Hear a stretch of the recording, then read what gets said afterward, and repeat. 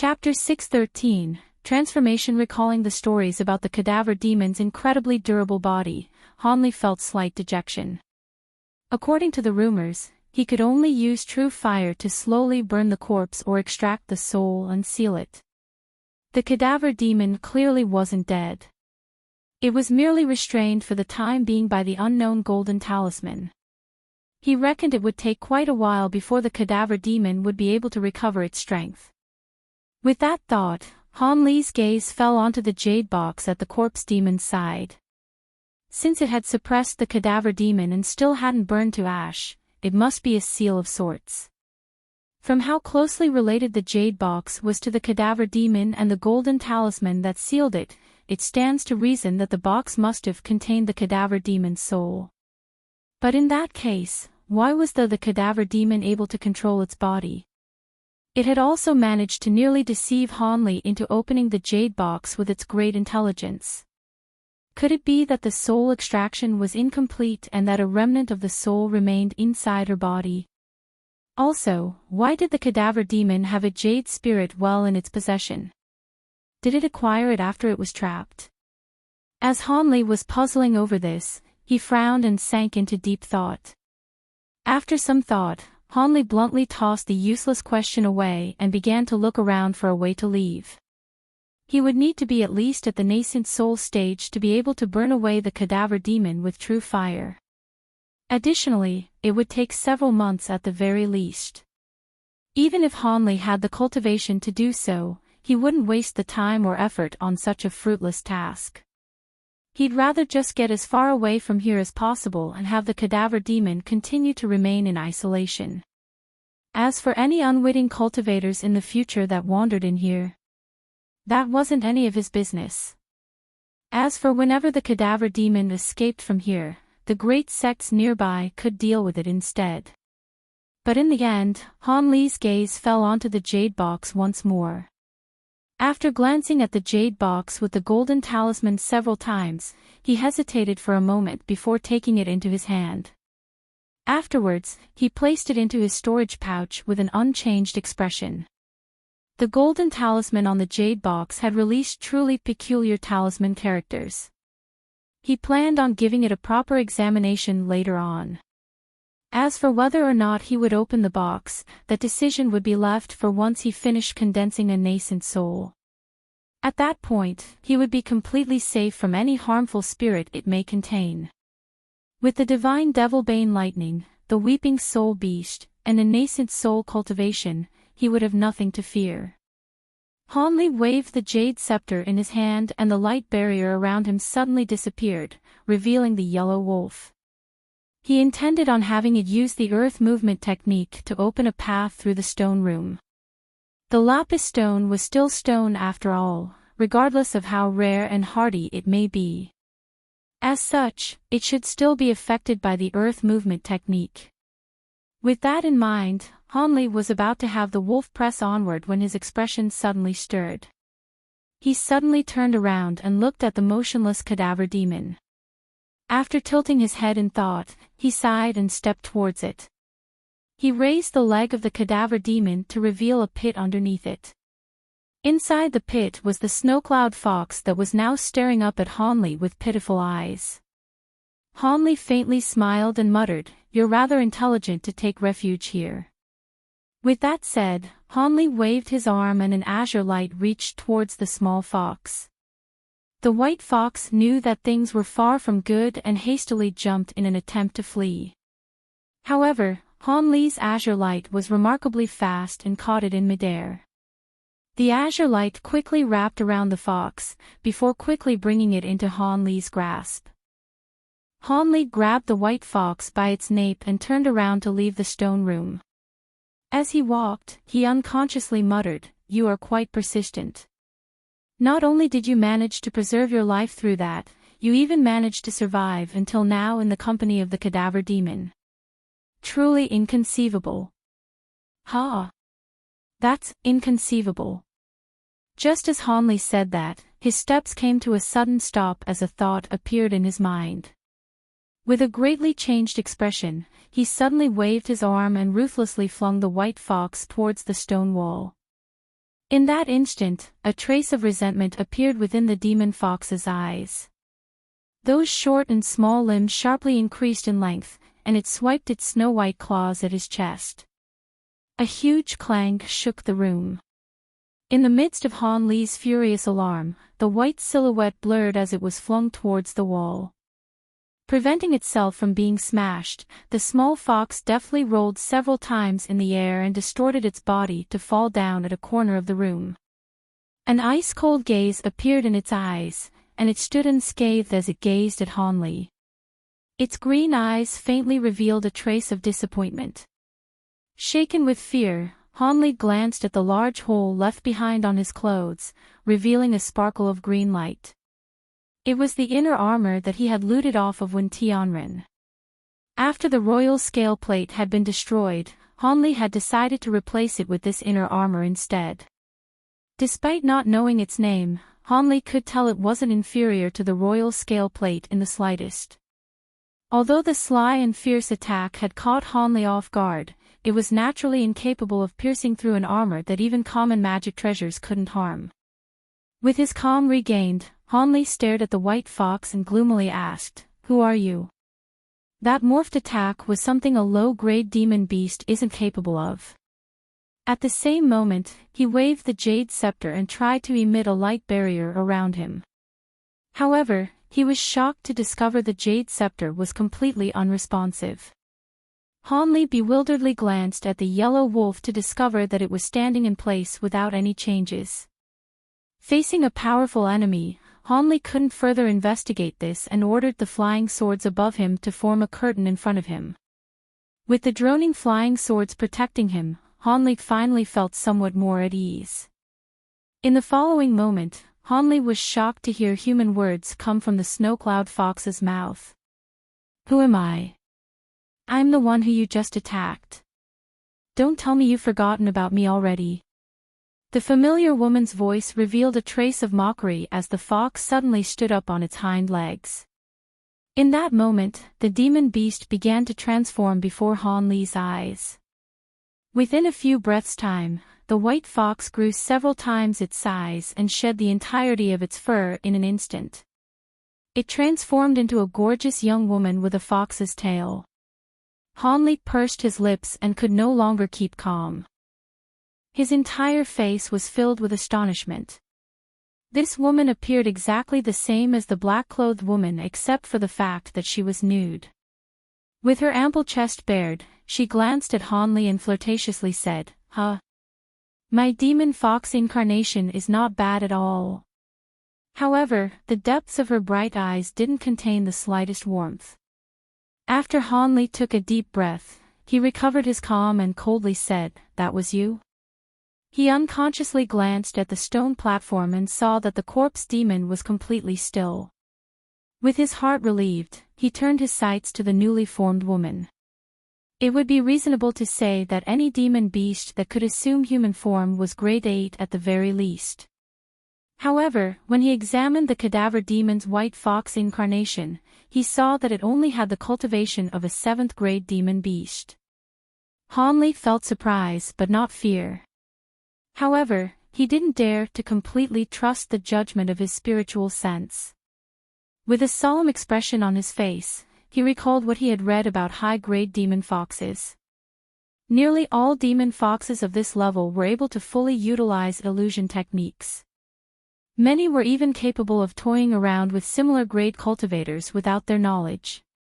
Their gift for concealment was among the best of all demon beasts. Previously, Han Li had felt somewhat doubtful of those words. He had managed to examine the woman with his immense spiritual sense with ease. However, since the cadaver demon had the ability to transform and retain this cultivation, why wasn't it able to take off the golden talisman of the jade box? Could it be that the demon still feared the golden talisman? Even in that case, with her cultivation, she would be able to kidnap a low-grade cultivator and force them to tear it off. As Han Li began to expressionlessly ponder, he faintly felt that the demon fox wasn't so simple as just the cadaver demon's incarnation. There was certain to be something hidden deeper. With that thought, he regained his calm and glanced at the naked young woman before him with a trace of harsh killing intent. Regardless of whether or not you're the cadaver demon's incarnation, only one of us will be leaving alive. With this staunch declaration, Hanli pointed to his flying swords without hesitation and had the azure sword curtain surge with light. It then transformed into a mist as it engulfed the demon fox's corner of the room in an enormous display of strength. When the young woman saw Hanli's attack, she smirked and licked her luscious pink lips. With a bewitching, bone-shaking laughter, she faded away in a flash of white light. The azure mist ended up striking nothing but the lapis stone wall in a series of small rings. Hanli frowned and quickly swept his spiritual sense across the room but found no trace of the demon fox. Her concealment technique was far beyond his own. However, Hanli still remained calm. He coldly sorted and slapped the storage pouch, taking a small silver bell into his hand. "Go!" Hanli shouted. The small bell began to glow and instantly flew to a meter above his head. Without the slightest delay, Hanli formed an incantation gesture with his hand and opened his mouth, releasing a breathful of azure chi towards the small bell. The ancient treasure flowed with light before releasing a loud clang. Since this room was sealed, the silver bell's sound attacks should be slightly more effective. As of that moment, the entire lapis stone room began to reverberate and the air within 20 meters of Hanli began to distort. Soon after, the naked woman revealed herself in a flash of white as she staggered from the attack. Hanli rejoiced and was inwardly puzzled. The demon fox appeared weaker than common grade 7 demon beasts. Was this because the cadaver demon had sustained damage before the incarnation took form? With that in mind, Hanli flicked his hand without any further hesitation, shooting 5 streaks of azure sword chi towards her. The meter-long streaks of light penetrated through her body in an instant. Then with a miserable scream, the woman fell to the ground as a puddle of blood began to form around her. Hanli felt rather stunned at how easy it had been. While he was at a loss, the jade scepter in his hand suddenly grew hot and pulsed with red light as it surrounded his body in a dark red light barrier. Immediately after, several silver strands attacked him from a seemingly empty area. The light barrier's sudden appearance had managed to just block them just in time. "What? No!" A man and a woman's voice shouted at the same time. After recovering from his fright, Hanli opened his mouth and spat out an azure streak in the direction from where the silver strings were launched. A series of alluring, soul-shaking laughs suddenly sounded out as a flash of white light appeared at another place in the room. The naked woman appeared with her chest loosely held in her arms. Hanli's expression became extremely unsightly, and his gaze turned towards where the young woman had previously fallen. However, there was no longer anything there. Hanli pursed his dry lips and sullenly said, "Illusion technique." The young woman widely smiled and didn't respond. Instead, her gaze dropped down towards the yellow wolf at his side, and her face revealed a trace of astonishment. When Hanli saw the young woman reveal this expression, his heart stirred and he glanced at the wolf as well. Afterwards, his attention turned to the jade scepter in his hand and his expression began to waver. The light barrier blocking the fox's cunning strike wasn't something that he had ordered. Could it be that the artifact spirit had taken the initiative to rescue him? At that moment, the mystery behind the huge silver wolf, the combined form of the red and yellow wolves, was suddenly brought to Hanli's mind as his heart grew heavy. The young woman twisted her slender waist and thought to say something when the jade scepter in Hanli's hand pulsed before a red wolf emerged before Hanli in a flash of red light. As soon as it appeared, both the red and yellow wolves merged together in a dazzling display. Hanli was deeply shocked by the scene and tightened his grip on the jade scepter, not daring to make any rash movements. As he expected, a ring of silver light erupted from the converging yellow and red light, revealing a 3-meter-tall silver wolf from within it. The wolf floated in the air as it stared at the demon fox with interest. Although the naked woman didn't know what the silver wolf was, for some reason she had felt her heart drop as soon as it had appeared, arousing a faint sense of foreboding. Under the stare of the huge wolf, her charming expression unconsciously froze. It was then that she realized things were far from good for her. With raised brows and a serious expression, she spat out a pink, fragrant mist, concealing her entire body in an instant.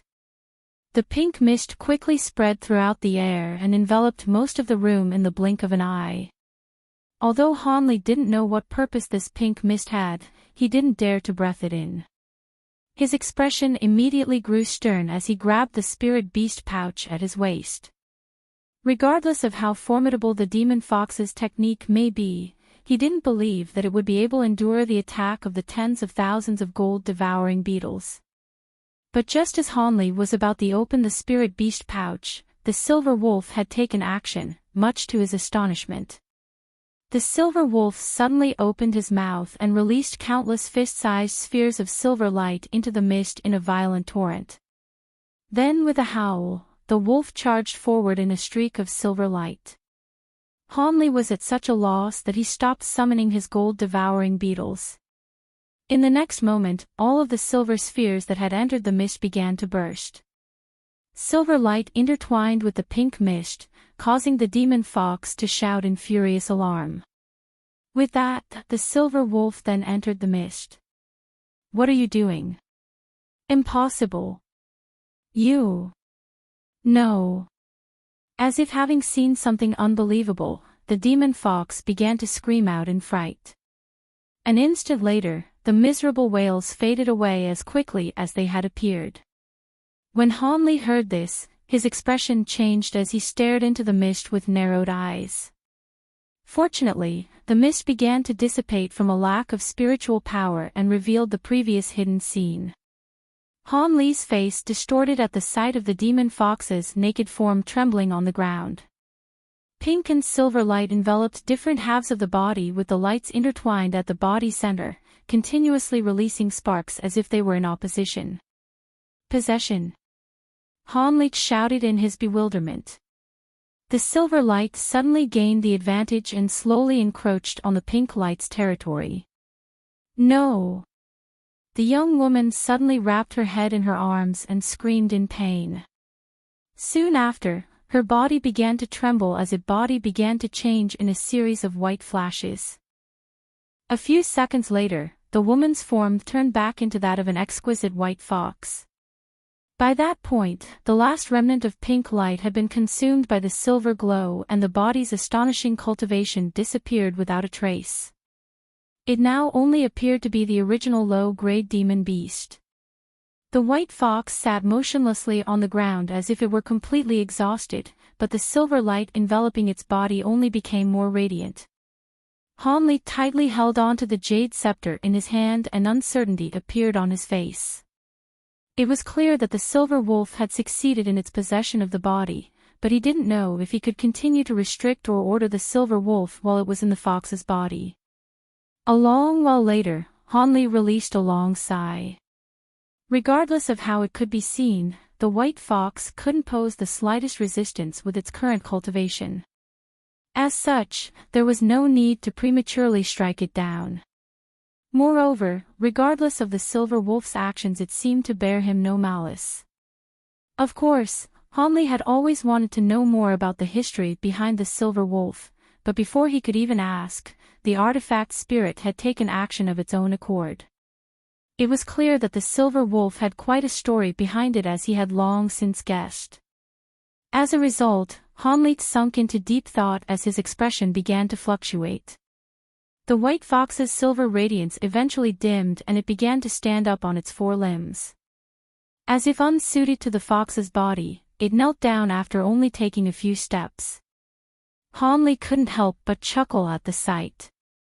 Having heard this, the white fox turned its head to Hanley with a trace of irritation clear in its eyes. He then heard a woman's voice, "What's so funny? I've just possessed this body. It is only natural that I've yet to adapt to it." Just as Hanley heard this, His smile froze as he rubbed his nose and muttered, "So you're also a woman." Chapter 6:15, Silvermoon Wolf. The female voice coldly said, "Humph. Who's a woman? Do you mean me?" When Hanli heard this, he wryly smiled in response and withdrew his magic swords that were revolving at his side. He then calmly said, "I don't care if you're a man or a woman. I just want to hear of your origins." The white fox crouched and calmly glanced at Hanli. "My origins? Am I not the artifact spirit of the ancient treasure in your hand?"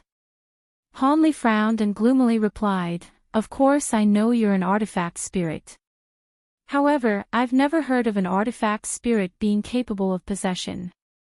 The white fox curled its mouth and casually said, "This merely illustrates your ignorance. Have I not already demonstrated that it is possible?" When Hanli heard this, he grew silent for a moment. After a short moment, he lifted the jade scepter in his hand and began to carefully look it over. A vigilant expression appeared in the white fox's eyes and she coldly asked, "What do you plan on doing?" Hanli sighed and calmly asked, "Nothing in particular. I am merely curious as to how useless this jade scepter is now that you've successfully possessed the demon fox. If I were to shatter this, would anything happen to you?"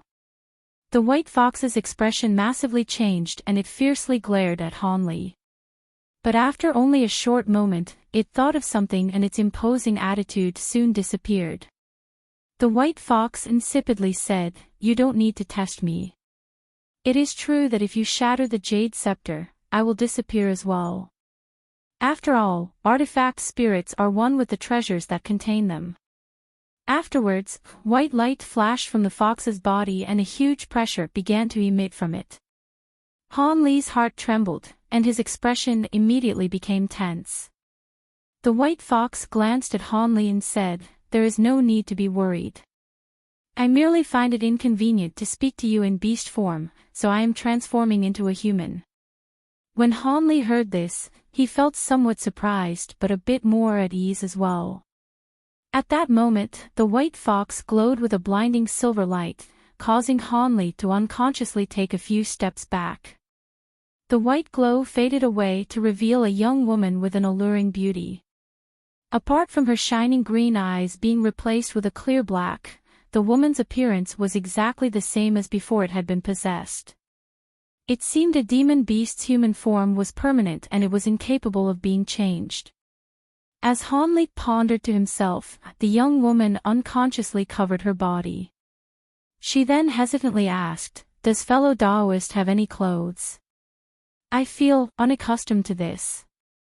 After that was said, the woman revealed an expression of slight shyness. Hanli was stunned for a moment, but he soon took out a few reserve clothes from his storage pouch and handed them over. "Many thanks, fellow Daoist." The young woman took the clothes and began to drape them on her body, covering herself. Hanli's expression stirred. The woman's every action executed an undescribable gracefulness. Even women from noble households would find it difficult to match her.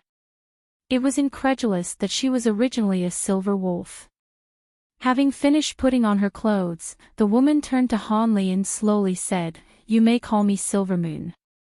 As for my origins, it's not that I don't wish to tell you, but I cannot remember them myself. You should know that when a demon's soul is refined into an artifact spirit, their consciousness will fade away and they become an obedient entity for their master to command. But for some unknown reason, I one day regained awareness and recalled a few memories of when I was alive. Although it is a rather small amount, I regained some ability for independent action. I faintly recalled that I was once a member of the Silver Wolves clan. As such, I've named myself Silvermoon Wolf since I do not have any memory of my original name. But while their appearance is extremely similar to a common snowcloud fox, when it fully used its technique I immediately recognized it. Silvermoon faintly smiled and unconsciously revealed a captivating beauty. Hanli pursed his lips and raised his most pressing concern. The demon fox's cultivation reached that of a grade 7 demon beast. That isn't considered having reached greater success stage. And how come it is capable of taking human form when it had yet to break through to metamorphosis stage? Moreover, how was the demon fox's cultivation able to change so suddenly? Don't tell me that you and the demon fox have been concealing this body's true cultivation all along. Haha. Fellow Daoist sure has many questions. However, I haven't spoken to anybody else in countless years, so I don't mind. I truly don't know why the demon fox was capable of transforming. I reckon that the cadaver demon saw that the situation was disadvantageous and decided to use a technique to forcefully graft a portion of its cultivation onto the demon fox. That was how its cultivation was able to reach such heights. The four-pupiled fox's true cultivation is still that of a genuine low-grade spirit beast. Also, the cadaver demon wasn't able to stray too far away from its body once it grafted its cultivation onto the demon fox due to the room's restrictions. As for why I am currently in human form, it is mostly because I am raising my cultivation to the border of a grade 8 demon beast by using secret techniques. However, my cultivation will slowly decrease and I will turn back into a demon beast. It will be at least a month before I can use this technique again. After that, Hanli didn't continue his questioning. Instead, he lowered his head in thought. A long while later, he indifferently said, "Although this hasn't dispelled all of my doubts, I've reached a general understanding. However, there is something I wish to ask fellow Daoist Silvermoon. What do you plan on doing with that body?" Silvermoon revealed a mysterious smile and chuckled before asking, "Would fellow Daoist kill me if I told you that I planned on cultivating with it?" Kuei Huan quickly tied the pouch closed and proudly said, "Hee hee. How will you escape from this pouch, little fox?" Hanli took a look at the small pouch, but after seeing that it was only a low-grade spirit tool, he paid it no further heed. Senior Marshal Brother Wang didn't pay any further attention to the small fox in the pouch. He instead faced Hanli and cordially said, "We were only able to capture the demon fox in great thanks to Junior Marshal Brother Han. Since we aren't an unscrupulous sort, we'll give Junior Brother Han a third of whatever the fox will fetch us. As for the rest, we'll split it evenly among us four. How does that sound?" Hanli smiled in response. From Senior Marshal Brother Wang's skilled display, it seemed he truly wished to form a relationship with Hanli. As a result, Hanli nodded his head and agreed without any reservations. "Since Brother Wang has made up his mind, I have no complaints." Although the other three felt somewhat reluctant to receive fewer spirit stones, they all knew that if it weren't for Hanli's assistance they would have ended up wasting their efforts. As such, no one raised any objections. In the following moments, Hanli shared a few pleasantries with the others before excusing himself on the pretenses of having a pressing matter at hand. With Hanli heading back to the sect, the other four decided to strike while the iron was hot and head straight to the market city at the center of the Dream Cloud Mountains. Since that was where the disciples of the three sects mingled the most, they reckoned they would fetch the highest price for the Snow Cloud Fox there. The four then departed from the marsh in high spirits. Hanli didn't travel far before casually finding a small mountain nearby. He dropped down and sat cross-legged on a flat rock before closing his eyes. He had the jade scepter on hand, allowing the white fox to find him when the time came. About an hour later, Hanli's expression stirred and he opened his eyes. At nearly the same time, a yellow light emerged from the earth revealing the white fox. Hanli looked at the white fox and indifferently said, "Well, aren't you fast?" The white fox raised its head and chuckled, "It isn't that I'm fast. It's just that they underestimated me by using a low-grade spirit tool to contain me. I fear they still haven't discovered that I've disappeared." Hanli expressionlessly said, "But now those drifting cloud sect disciples will have made a wasted effort. When the time comes, I should give them a bit of compensation." The white fox shook its head and said, "If that's the case, they will have profited from this disaster. All right, let's cut the rubbish." Shrink yourself and hide in my sleeve for the time being. We're going to return. Han Li then shook his sleeve. When the white fox heard him, she wordlessly shrunk herself in a glimmer of silver light and flew into Han Li's sleeve as a white blur. Because of the restrictions that Han Li had placed on the white fox's body, he had no fear of any sinister designs the white fox may hold, allowing him to confidently fly back. Instead of returning to his cave residence, he first dropped down into the market city at the main mountain of the Drifting Clouds sect. They should have the materials he needed to shift the housing of the artifact spirit. He needed to hurry up and make preparations for his return. Each passing day that Silvermoon remained as a loose artifact spirit was a day that he felt uneasy. Han Li was able to purchase the ingredients without problem. He easily found a store dealing with materials and purchased them all in one go. Although these materials were uncommon, they weren't particularly rare or precious. As a result, no one has asked him what he was using them for. With both the materials and white fox on hand, Han Li flew back to the medicine garden with satisfaction. But just as he arrived at the medicine garden, there were two people standing outside the restrictions. One of them was Kuei Huan, who was sighing with an appearance of nervousness. The other person was a sullen-faced senior marshal brother Wang. When Han Li saw them, he inwardly sighed. He obviously knew why they were here. However, Han Li landed near them with an expression of ignorance. When they saw that Han Li had returned, they glanced at each other and wore embarrassed expressions. Han Li stepped forward and calmly asked, "Fellow Taoists, why have you returned so quickly? Have you already sold the Snow Cloud Fox?" After a moment of hesitation, Senior Marshal Brother Wang wryly smiled and said, I'm afraid we've let Brother Han down." Han Li stroked his chin and asked, "Oh, what happened? Was there an incident with the Snow Cloud Fox?"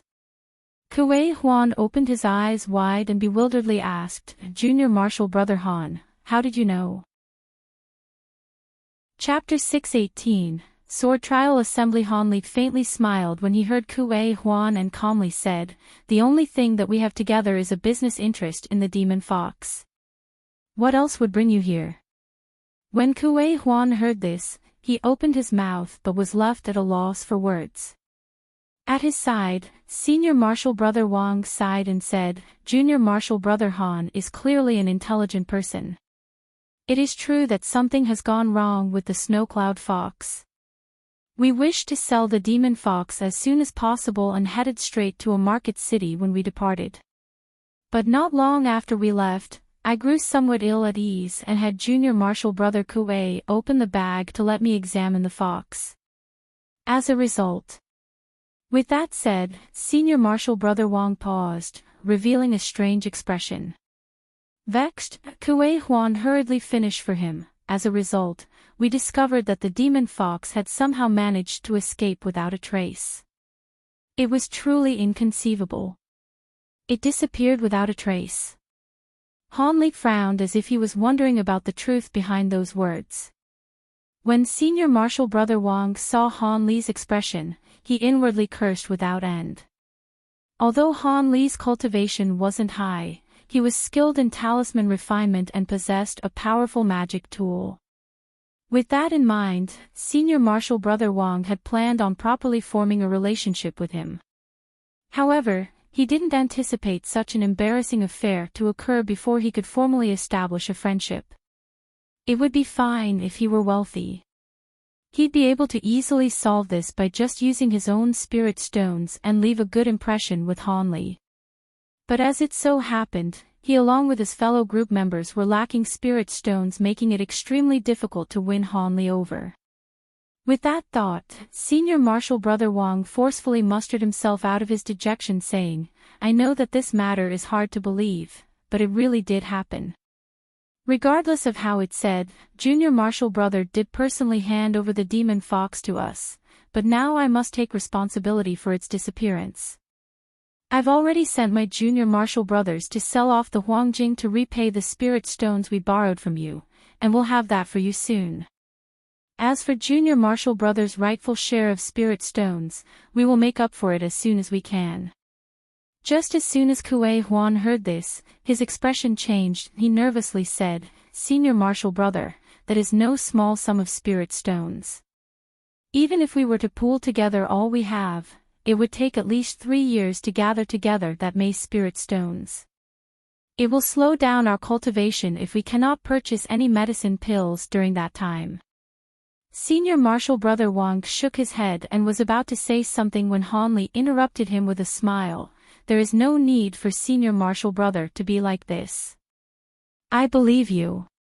The Snowcloud Fox was rather proficient in movement techniques, so it's no surprise that it was able to escape from the leather bag magic tool.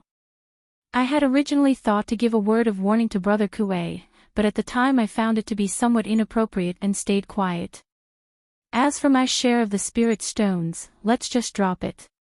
It'll be fine if you just return the spirit stones that you borrowed. With that, I won't consider myself to have suffered a loss. When Kuei Huan heard that he didn't have to give any spirit stones, he was greatly delighted and slapped his hands together saying, "I knew that Junior Marshall Brother Han was a magnanimous person. Although it was our fault, we truly don't possess the spirit stones to compensate you. And with Junior Marshall Brothers' wealth, he shouldn't mind such a small amount too greatly. I, Kuei Huan, will always look upon you as a friend." When Senior Marshall Brother Wang heard Han Li, he revealed some hesitation. A moment later, he helplessly smiled and said, "On behalf of my Junior Marshall Brothers, I accept Junior Marshall Brother Han's generosity despite our shameful display. If you ever require any assistance in the future, please don't hesitate to find us. So long as it is possible, I will not refuse you." Senior Marshall Brother Wang felt that while Han Li's words were polite, he feared that Han Li harbored different thoughts entirely. As a result, he strived his hardest to choose his words carefully to leave behind the best impression possible. Having said that, he then particularly paid attention to Han Li's expression. However, Senior Marshall Brother Wang inwardly frowned since he wasn't able to make out any of Han Li's emotions.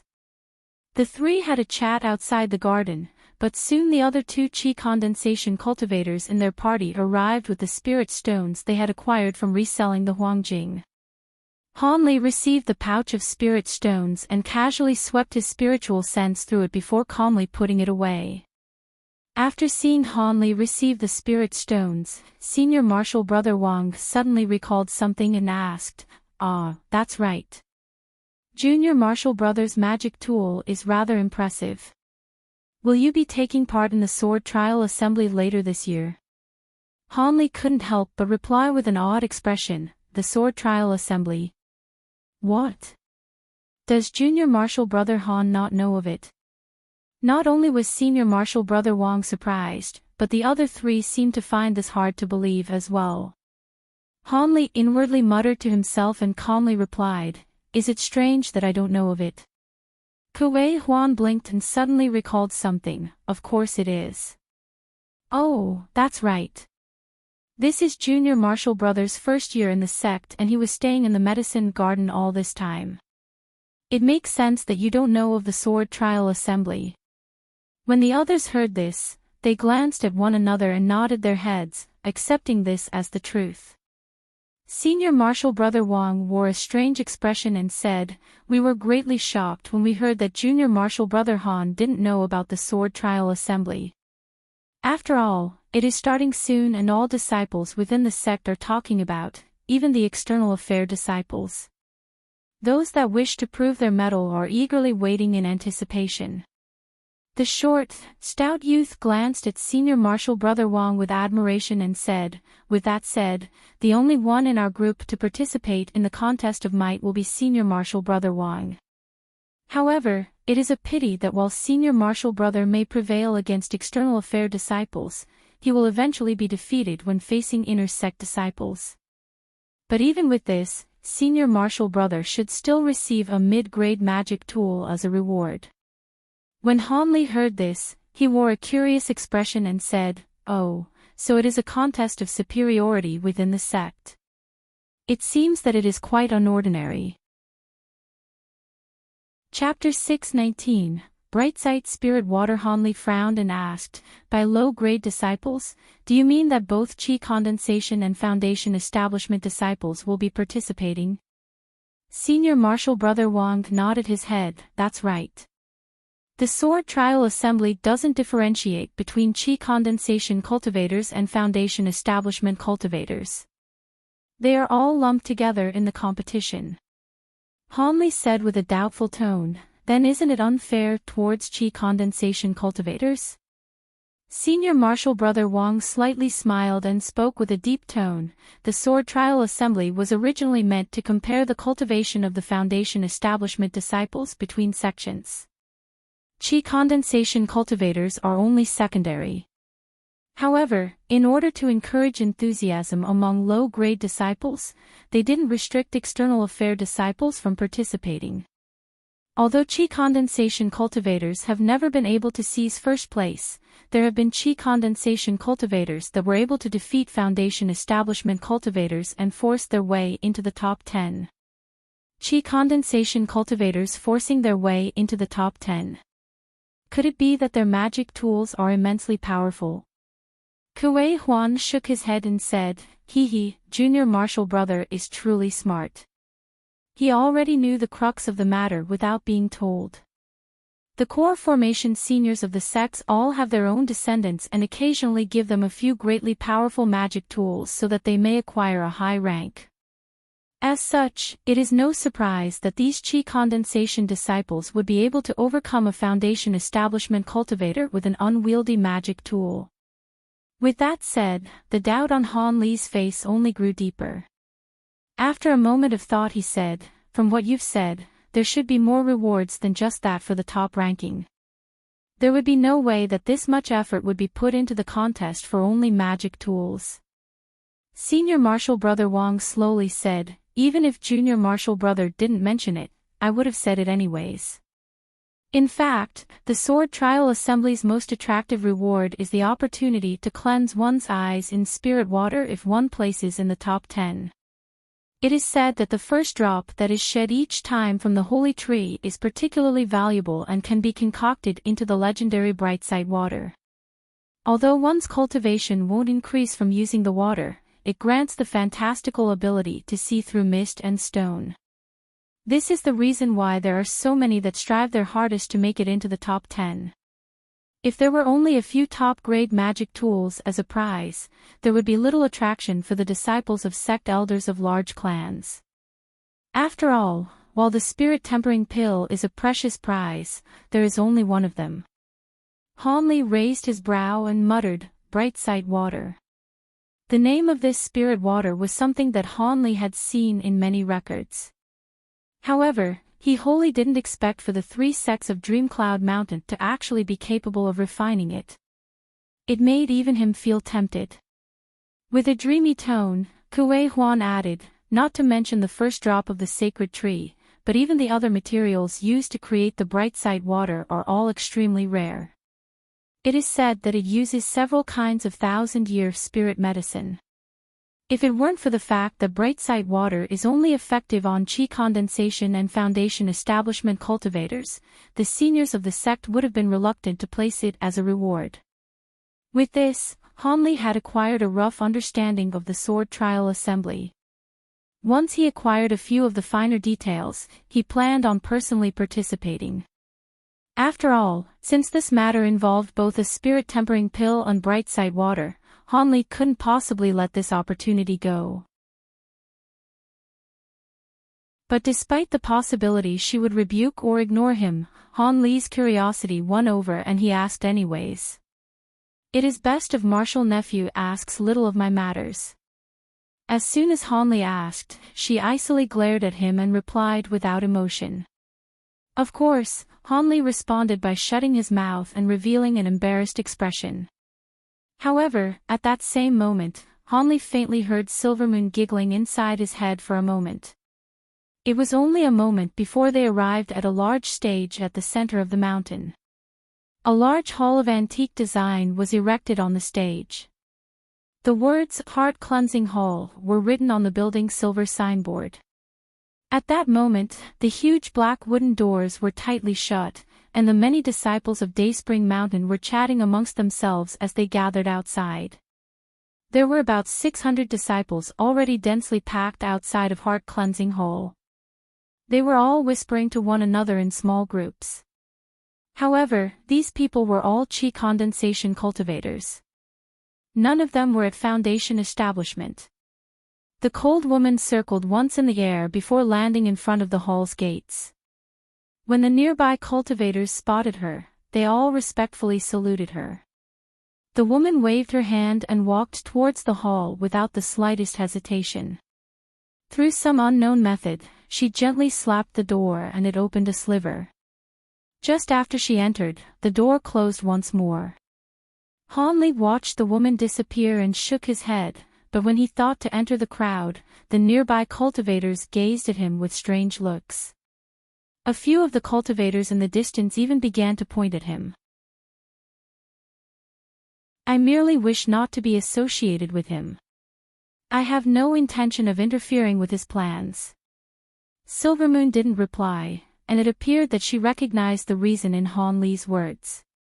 In the end, if Du Dong maliciously conspired against the sect, anybody close to him would certainly come under the suspicious notice of the sect's upper echelon, something that Han Li would certainly wish to avoid.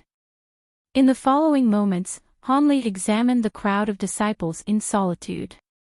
There were disciples of both genders and of all ages.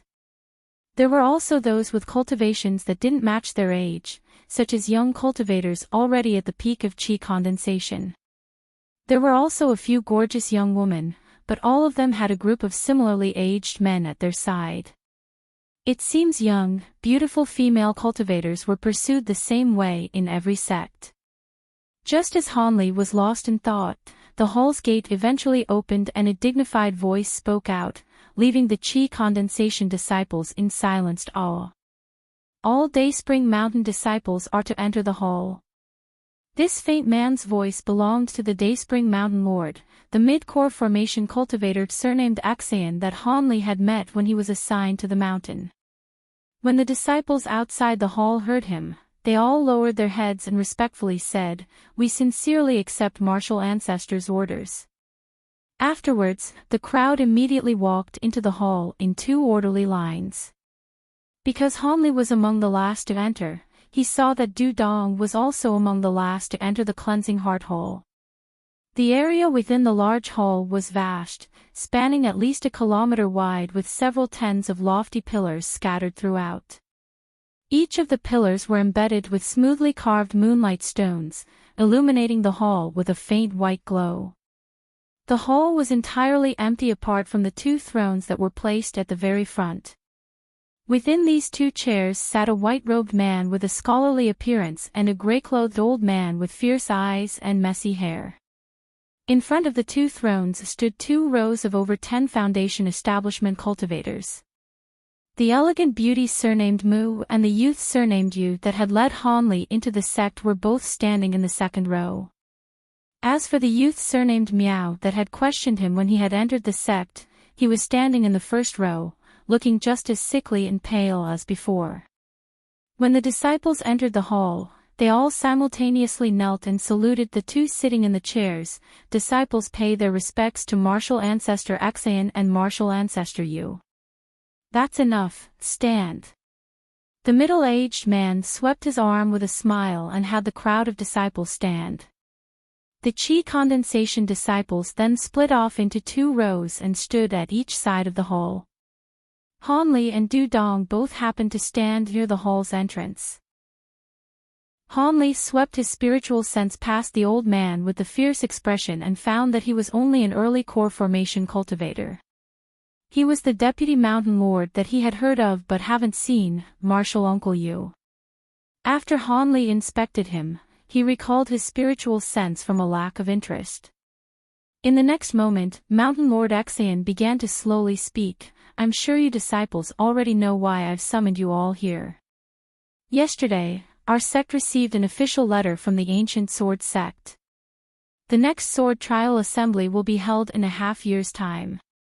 As we hosted the last competition, it is the Thousand Possibilities sect's turn to host it in the east of the Dream Cloud Mountains. In accordance to the usual practice, each of the 3 sects will send 30 disciples to participate in the sword trial assembly. The final 10 that remain in the competition will be heavily rewarded. As such, we must first select the best of our sect to participate. With that said, he paused for a moment before continuing. Of course, each of the sect's 6 mountain lords will be able to nominate one person that will be able to participate in the sword trial assembly without measuring their skill. As for the other 24 slots, they will be vied for by the disciples that meet the requirements. These victorious disciples will then be advised by sect elders in the time remaining before the sword trial assembly. Yesterday, I had a meeting with the sect master and the other mountain lords where we decided that the sect sword trial selection will take place in a month.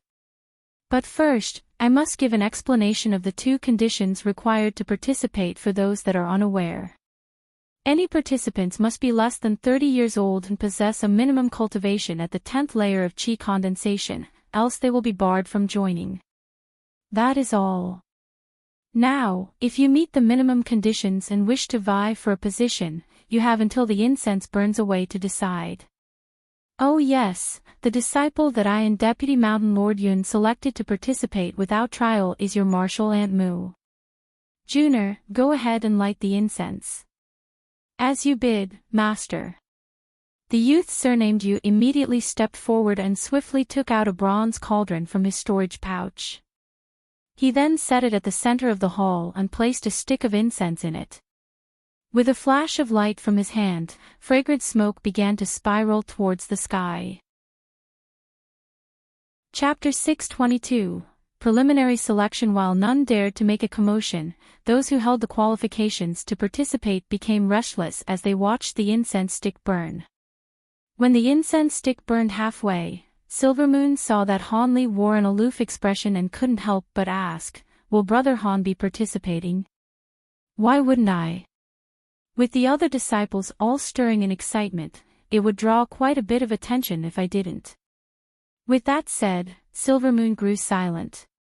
A short moment later, the incense stick had completely burned away and the Mountain Lord opened his eyes. Those that don't meet the conditions or are unwilling to join may now leave. As you bid, Martial Ancestor. A majority of the present disciples then bowed and slowly left the hall. Apart from the Foundation establishment cultivators, there were only about 40 young disciples left in the room.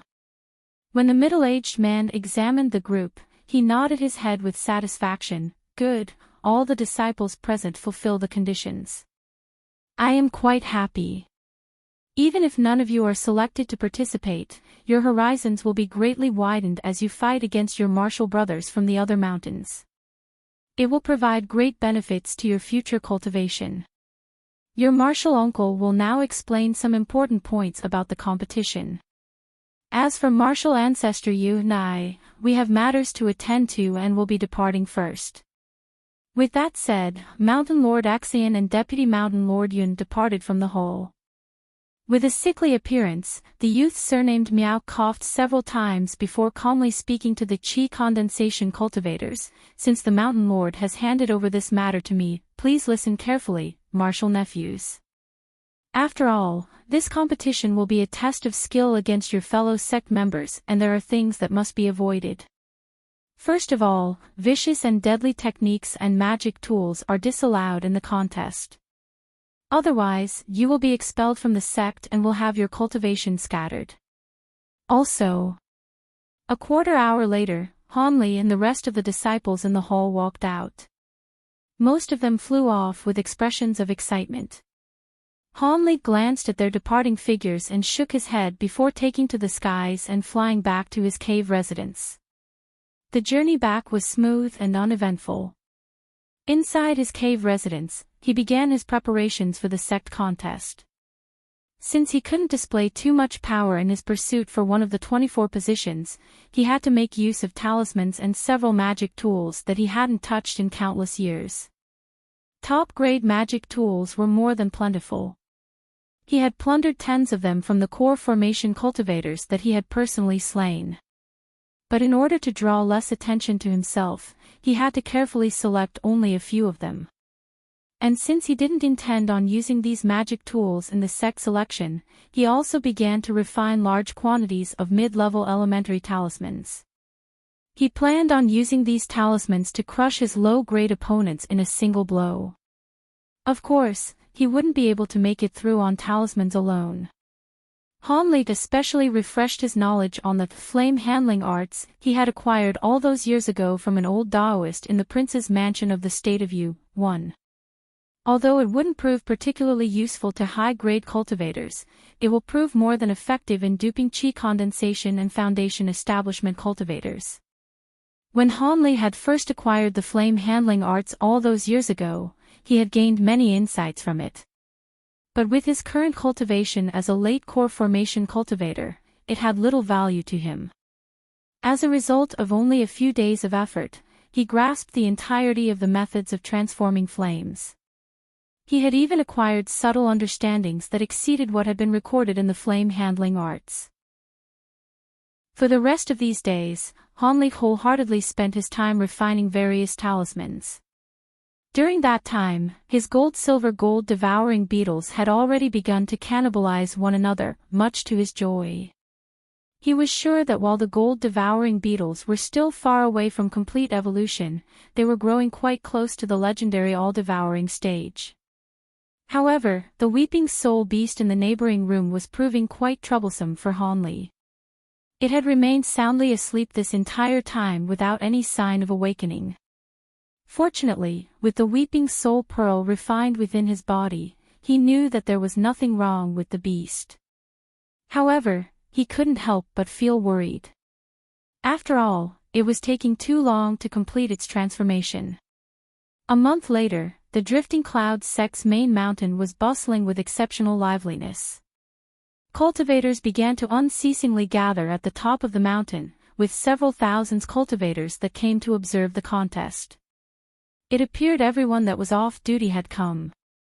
While they weren't participating in the battle, watching other cultivators battle in a contest of skill was a vastly enriching experience. The contest was being held on 3 large, flat stages near the top of the mountain. Each of the stages were surrounded by spell formations over 300 meters wide. They all raised a huge dome of light around the stage to prevent the spectators from receiving any injuries. There were 3 late Foundation establishment cultivators acting as judges to prevent any deaths from occurring. The sect selection was now undergoing its 3rd day. The past 2 days had resulted in many cultivators being sadly defeated. In total, the selection contest was being conducted between 500 cultivators. Although there were 3 stages to conduct battles, this process would take many days given the large number of participants. That being said, the 40 cultivators of Dayspring Mountain had been among the smaller factions. They paled in comparison to the number from Firecloud Mountain, which had over 100 disciples participating. There were only 4 Foundation establishment cultivators in the contest, but they weren't required to fight until the final round. Although they weren't among those that were chosen by the Mountain Lords, they had still managed to reach Foundation establishment before the age of 30. Since they were undoubtedly talented individuals, they would be given a position with just a single victory against a qi condensation cultivator. At that moment, Hanli silently stood among several Dayspring Mountain cultivators. They were all watching a battle occur inside a light barrier between a cultivator of Dayspring Mountain and White Phoenix Mountain. White Phoenix was a peculiar existence amongst the 6 mountains. Not only did the mountain have 2 female core formation mountain lords, they primarily relied on female disciples. As a result, their mountain possessed few disciples and only a dozen female cultivators were participating in the battle. The Dayspring Mountain disciple that was fighting appeared somewhat aged, but he was actually in his late 20s. Although he was an external affair disciple, he was born in a reputable cultivation clan in the state of Shi. That was why he possessed a high-grade magic tool of considerable power, a white gold dagger axe. Although the young female cultivator from White Phoenix Mountain was being pushed back, her eyes were full of hope. The Dayspring Mountain cultivators beside Hanli were clearly good friends with the male cultivator and cheered him on with excitement. But just as the man's white dagger axe was about to chop down, the woman raised her brow and shot a ball of azure light from her hand, blocking the white streak. The woman's body then blurred and she disappeared without a trace. When the man saw this, he hurriedly formed an incantation seal with his hands as his expression vastly changed. Just as he thought to force back the woman with a magic technique, a red mist suddenly enveloped him from behind. Then with a flop, the Dayspring Mountain disciple fell to the ground. The lanky cultivator that was floating above the stage announced, "White Phoenix Mountain's Jean Rong is victorious." When the female cultivator heard this, she respectfully saluted the judge and took out a small bottle from her storage pouch. After she placed it next to the nose of the unconscious cultivator, he began to slowly regain consciousness. Once he realized what had happened, the Dayspring Mountain cultivator walked from the stage with a deep red expression. Afterwards, the female cultivator flew out from the spell formation with a proud appearance. The nearby female cultivators immediately surrounded her and showered her with praise, attracting the attention of a few nearby male cultivators. Above the dome of light, the lanky cultivator expressionlessly announced, "The next battle will be between Dayspring Mountain's Hanli and Firecloud Mountain's Sun Tong." Although his voice wasn't loud, the nearby cultivators heard him clearly. When Hanli heard this, he smiled and slowly walked into the spell formation. Not long after, a handsome, white-clothed cultivator entered from the other side. As soon as this person entered, an uproar was raised amongst the nearby spectators. 1. In Chapter 294, Hanli acquired an interesting book from an old qi condensation cultivator that was surprisingly useful. Chapter 623, Overwhelming Supremacy, that's Junior Martial Brother Sun. He just entered the sect a few years ago. It's said that this junior martial brother possesses heavenly yang fire veins. Is it true? Isn't the Sun clan a cultivation clan of great renown in our state of Su? Surely he must possess mighty magic tools. Who is this junior martial brother Han? I don't think I've seen him before. Did he just enter the sect? I got to say that Hanli is sure out of luck. He came across a fearsome opponent. Before the battle even started, Hanli could clearly hear a lively discussion coming from outside the stage's light barrier. Heavenly yang fire veins. Hanli's expression slightly stirred upon hearing this and examined his opponent with interest. In addition to his handsome appearance and tall figure, his cultivation was quite decent at the 12th layer of qi condensation. Seeing that Hanli had an ordinary appearance and only possessed a cultivation at the 10th layer, a trace of disdain appeared on the white-clothed youth's face, but he still saluted him nevertheless. When Hanli saw this, he inwardly sneered and indifferently returned the salute with a faint smile.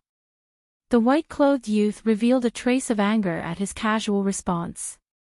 At that moment, the lanky cultivator up above indifferently said, "Start the battle."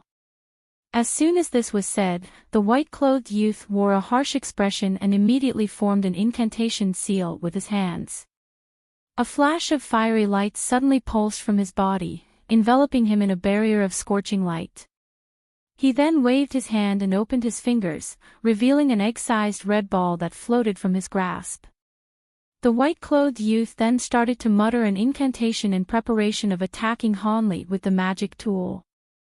When Hanli saw this, he felt a faint sense of familiarity with this method and couldn't help but feel surprised. At that moment, many yelps of astonishment came from the outside.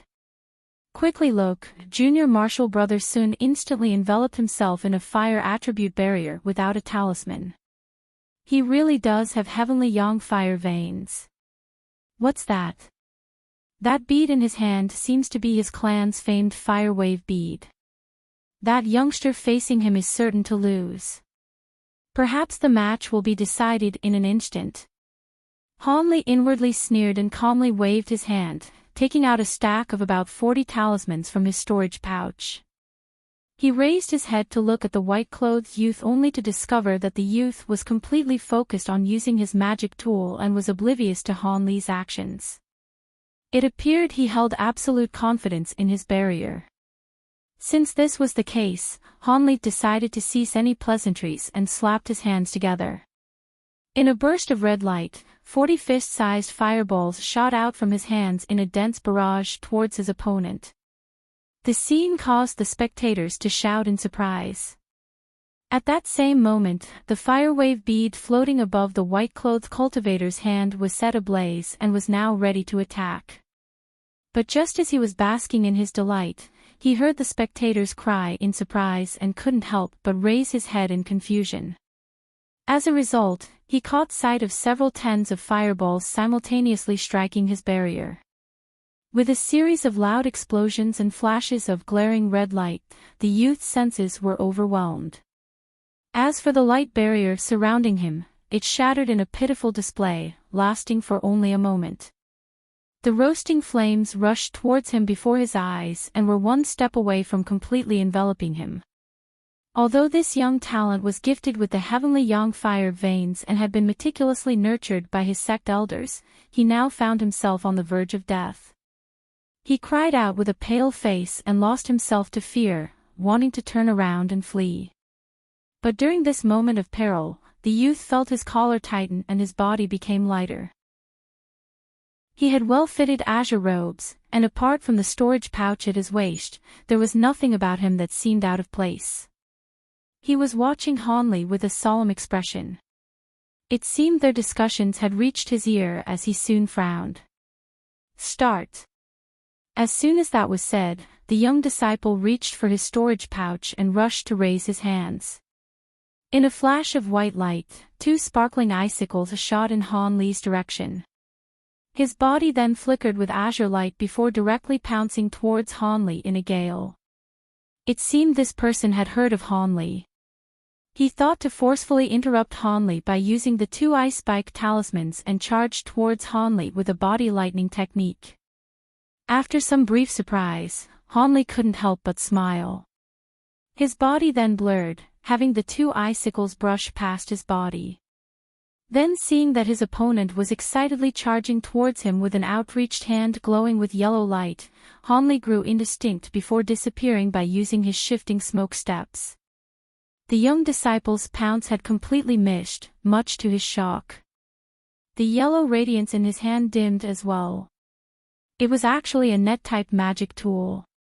But before the young disciple could search for Han Li, he suddenly felt a sharp pain from the back of his neck. The world around him became black, he fell to the ground, oblivious to what had happened. A trace of astonishment flickered across the lanky cultivator's face, but he calmly declared, "Dayspring Mountain's Han Li is victorious." A moment ago, Han Li had appeared behind his opponent and chopped at the back of his opponent's neck, knocking him out. Several cultivators had rushed onto the stage and examined the unconscious disciple. After nodding to the lanky cultivator, signifying that there was nothing wrong, they dragged him off the stage. Of course, an uproar was raised from the spectators outside. "Did you see that? What magic technique did he use to appear behind his opponent in the blink of an eye? That's inconceivable. Fool, that isn't a magic technique. That was clearly a movement technique from the mortal world's martial arts, but I've never seen one used with such high skill." A few of the more experienced disciples managed to recognize the source of Han Li's movements. Chapter 624. Discussion on the 13th day of the Drifting Cloud sect selection. The final round was currently being concluded. At that moment, there were 8 core formation cultivators assembled together in a pavilion at the center of the mountain discussing something. 2 of them were the mountain lords of Dayspring Mountain, the middle-aged man surnamed Axayan and the fierce-looking, gray-clothed old man surnamed Yu. A blue-robed old man with a white fluttering beard and a face full of wrinkles frowned and asked, "Are there any junior martial brothers willing to escort the disciples to the sword trial assembly?" A middle-aged man with a lazy expression and a long, thin mustache snorted and indifferently replied, Senior Marshal Brother Feng, the sword trial assembly will always be dominated by the ancient sword sect, and that vitriolic fellow Jiang Yun is always the one to bring the ancient sword sect members. I don't wish to be embarrassed without reason. A yellow-faced old man shook his head and said, That's right. I've even heard that in the past few years, the ancient sword sect picked up a disciple that possessed a 9-sword constitution. They will be certain to have him participate. As such, there is no hope of winning this sword trial assembly. Although we do hold a few disciples that possess a peculiar constitution, they are inferior in comparison. And there is also news that the 100 Possibilities sect had acquired a direct descendant of the Guan clan. It is said that while he was still in Qi condensation, he defeated his clan's elders by using his personally refined magic tools. I fear this could be quite a difficult trip. When the white-haired old man heard this, he revealed an expression of dissatisfaction. He gravely said, Junior Marshal Brothers, you aren't wrong. The sword trial assembly has already become a stage for the ancient sword sect to display their power, but that is something beyond our control. If our sect does not send over any disciples that participate in the assembly, I fear we won't even acquire a quarter of the wine nectar. Besides, this could easily cause the ancient sword sect to view us with hostility. It would be detrimental to our sect's development in the Dream Cloud Mountain for ages to come. We have more things to worry about, like the many clans that are covetously eyeing the 3 sects of Dream Cloud Mountain. We cannot reveal any weakness to them. A square-faced, red-robed old man with a formal appearance suddenly proposed, Since Senior Marshal Brother Feng said this, I'll be the one to bring the disciples. Rather, I haven't seen the 100 Possibilities sect's elder Changjing in quite a while. A chance to chat would be nice. Old man Feng glanced at him and hesitantly said, Junior Marshal Brother Duan, as the Mountain Lord of Fire Cloud Mountain, you have the most disciples under you. It would be improper for you to leave the sect. The red-robed old man nonchalantly said, It is of no matter. Junior Marshal Brotherly will still be there to handle Fire Cloud Mountain. Besides, it's not like I'm leaving the Dream Cloud Mountains. I'm just traveling to the Western Range. With that said, the white-haired old man didn't persist in his objections and nodded his head. He then swept his gaze over the other cultivators before staring at the fierce-looking, gray-clothed old man. He slowly said, Junior Marshal Brother Yu, I know that you don't have any pressing responsibilities at Dayspring Mountain. How about you assist Junior Marshal Brother Duan? Junior Marshal Brother Axayan, do you have any objections? The middle-aged man surnamed Axayan faintly smiled and said, Of course not. I'm sure Junior Marshal Brother Yu is completely willing to go. The gray-clothed old man cold expression stirred for a long while before he briefly said, Fine, I'll go. The white-haired old man smiled and nodded his head, saying, The group of disciples will be headed by Junior Marshal Brother Duan. After taking a look at the jade slip, he also revealed astonishment and handed the jade slip to someone else. Not longer after, everyone had looked at the jade slip and each of them had turbulent expressions. When the Dayspring Mountain Lord Axayan read through the jade slip, his expression stirred with particular surprise. The middle-aged man with the thin mustache sighed and slowly said, I truly didn't expect that there would be 6 disciples from Dayspring Mountain to be selected. It seems Junior Marshal Brother Axayan has instructed his disciples well.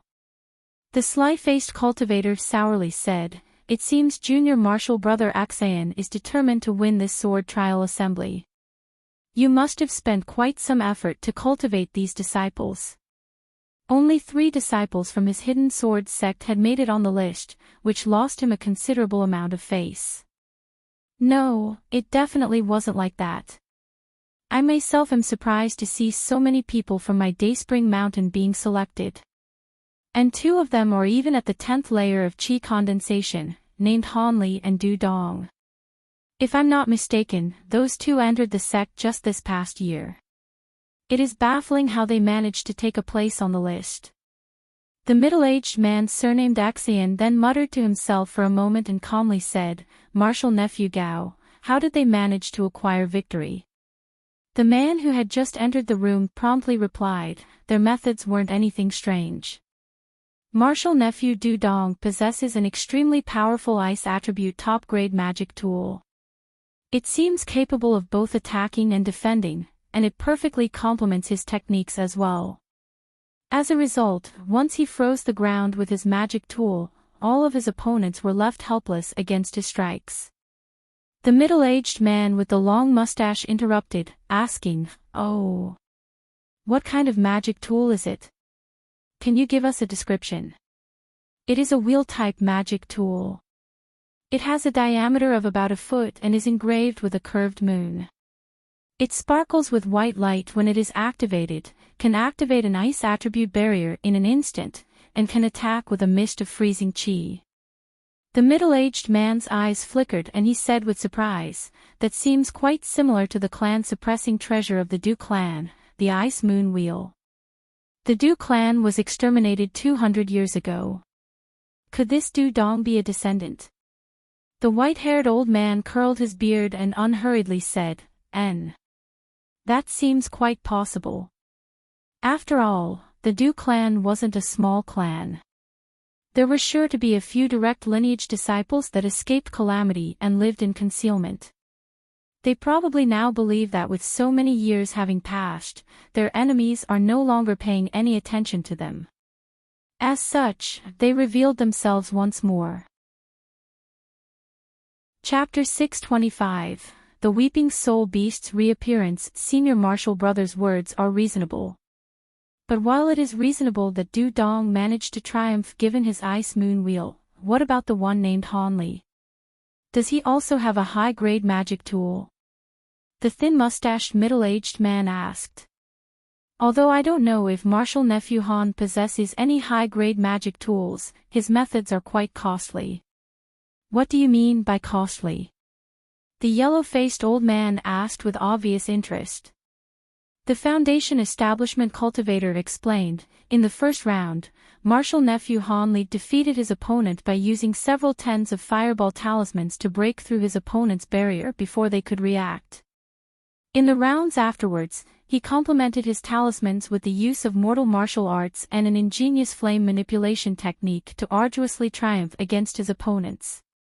The white-haired old man sullenly said, "The martial arts and flame technique aren't particularly notable. There are many who use them. However, he must possess many spirit stones to be able to use so many talismans. This amount may mean nothing to us, but to a chi condensation cultivator it is rather extravagant. Have you investigated this disciple?" The Foundation Establishment Cultivator respectfully replied, "I have." A few of his acquainted disciples noted that he is skilled in talisman refinement despite being a vagrant cultivator, and he possesses quite a bit of wealth. That is how he is able to so generously use low-grade talismans."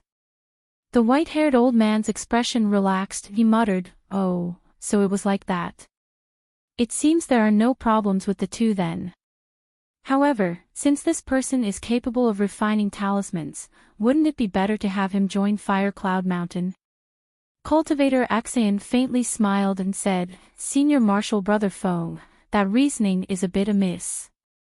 Our Dayspring Mountain also possesses disciples that are skilled in talisman refinement. They will be able to mentor him properly. Senior Martial Brother Duan, don't tell me you actually want him." The red-clothed cultivator waved his hand and grinned, "Hee.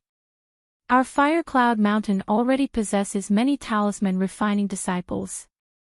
One more or one less won't make much difference. I won't fight Junior Martial Brother Axian over a single disciple." Cultivator Axian responded with a silent smile. In the following moments, the core formation cultivators chatted about a few sect matters before bidding their farewells. Han Li had already returned to his cave residence and was standing outside his spirit beast room with a solemn expression. His gaze wandered as he stared into the room. Not long before, when the disciples of Dayspring Mountain were congratulating Hanli over his victory in the final round of placements, the weeping soul pearl began to burn within his body, much to Hanli's alarm. It was about to finally awaken and complete its evolution. Hanli was overjoyed and hurriedly took his leave in order to return to his cave residence.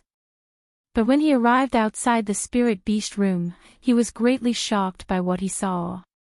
For some unknown reason, the spirit beast room was completely devoid of light and was filled with ghastly wisps of black ghost chi, spilling an extremely icy chi out from the room. The weeping soul beast could no longer be seen. Instead, a 3-meter-tall cocoon had taken its place at the corner of the room. It was emitting a jet-black light and faintly released black glimmers as if it were alive. Hanli instantly knew that the weeping soul beast was within the black cocoon, and he grew immensely excited. However, a trace of worry blossomed within his heart as well. Hanli wasn't about to boldly enter the room. After some pondering, he decided to meditate outside the spirit beast room. From what he had previously read in old records, during a spirit beast's evolution, it was best for its master to stay close and wait by its side. However, the spirit beast must be left alone during its evolution unless it failed in its transformation and suffered a grave injury. With apprehension lingering in his heart, Hanli felt time slowly pass by. Hanli originally assumed that the transformation would take several days at the very least before the cocoon was broken. But on the morning of the second day that he sat outside the spirit beast room, the black cocoon of light began to change. As Hanli remained cross-legged on the ground, he suddenly heard a clear explosion from the room. Although the sound was muffled, he opened his eyes with delight. He peered into the room and saw that a majority of the ghostly chi had been absorbed into the black cocoon of light in the corner of the room. The black light then suddenly grew dazzling, causing Hanli to unconsciously turn his eyes away. In the next moment, Hanli felt a strange but somewhat familiar aura coming from the room. With raised brows, Hanli stood up without any further thought and lightly pushed open the door to the spirit beast room. Hanli swept his gaze through the room from the outside and saw that the black cocoon had already broken in two, and was empty as could be. But aside from the broken cocoon in the corner of the room, nothing else could be seen. Hanli was startled and thought to release his spiritual sense when black light began to shine from an empty corner of the room. With a low-pitched cry, a black blur shot towards Hanli. In his alarm, Hanli thought to dodge out of the way, but after some thought, he remained in place. As a result, a small, icy object flew into Hanli's chest, and he grabbed onto it with both hands. This is... Hanli glanced at the small object in his grasp and couldn't help but appear shocked. There was currently a tiny, fist-sized monkey in his hands that should undoubtedly be the evolved weeping soul beast. At first glance, there was nothing that had changed about it apart from its silver fur turning pitch black. But after glancing at it several more times, Hanli eventually discovered two differences from before. The weeping soul beast now had a slim cavity between its two nostrils. After meticulously glancing into it, he discovered nothing out of the ordinary about it. The weeping soul beast had always relied on the soul-swallowing light from its nose to suppress souls and ghosts. Did the appearance of an additional hole in its nose mean that this ability would become more powerful? Not knowing whether he should laugh or cry, Hanli decided to look forward to testing this in the future. As for the other difference in the weeping soul beast, for some unknown reason a crimson pattern depicting an evil spirit had appeared on the fur of its back. The evil spirit on its back had a single horn and 3 eyes. Although it appeared rather faint, it also appeared true to life and gave any onlookers a feeling of malicious pressure. Silvermoon clicked her tongue in astonishment at the weeping soul beast's evolution, but she couldn't offer an explanation on what it was. Because Hanli had refined the weeping soul pearl, the beast had become far more affectionate with Hanli. It appeared delighted as it rubbed its small furry head on Hanli's jacket. Hanli couldn't help but smile at the small black monkey in his hand. However, he faintly felt that the monkey seemed to possess human-like emotions. He played with the monkey for a moment with great interest before carefully putting it away in his spirit beast pouch once he saw it yawn from fatigue.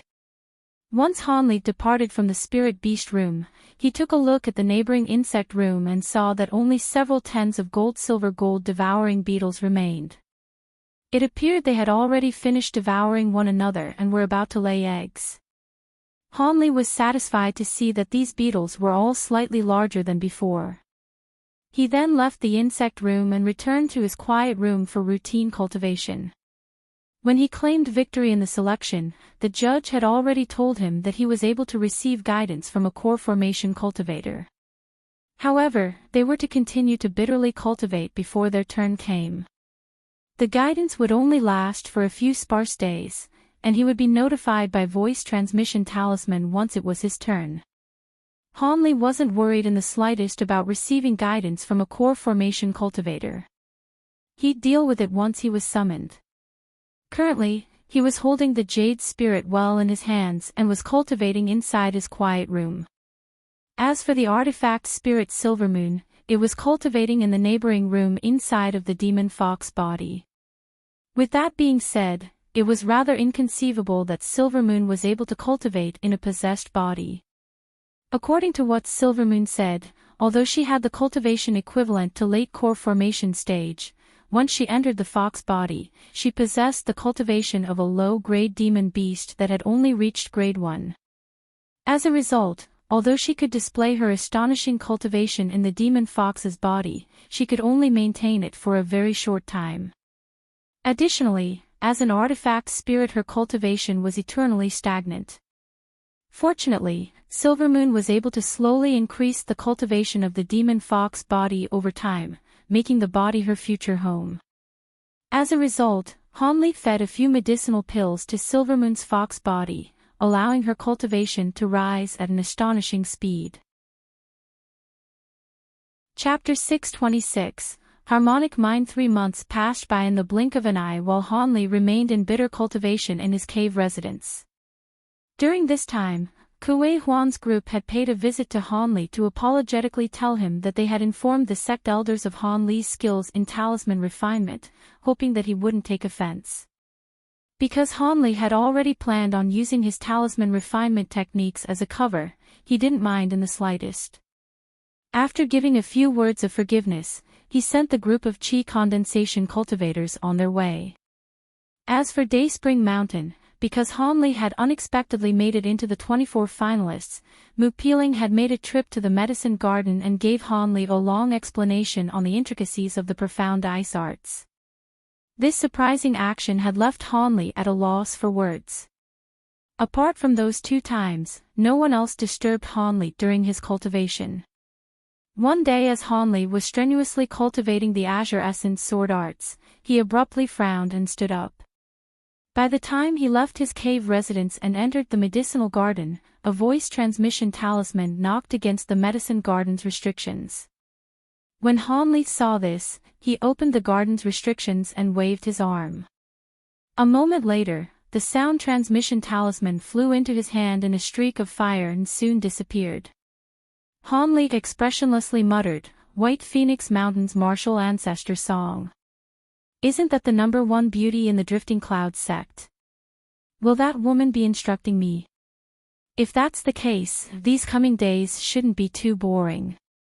He then released a flying sword magic tool and directly flew in the direction of White Phoenix Mountain. White Phoenix Mountain was at the eastmost side of Drifting Clouds sect and was particularly distant from the other 5 mountains as if it were standing proudly in solitude. Although this mountain was the shortest of the 6 marvelous mountains, it was by far the most verdant and beautiful.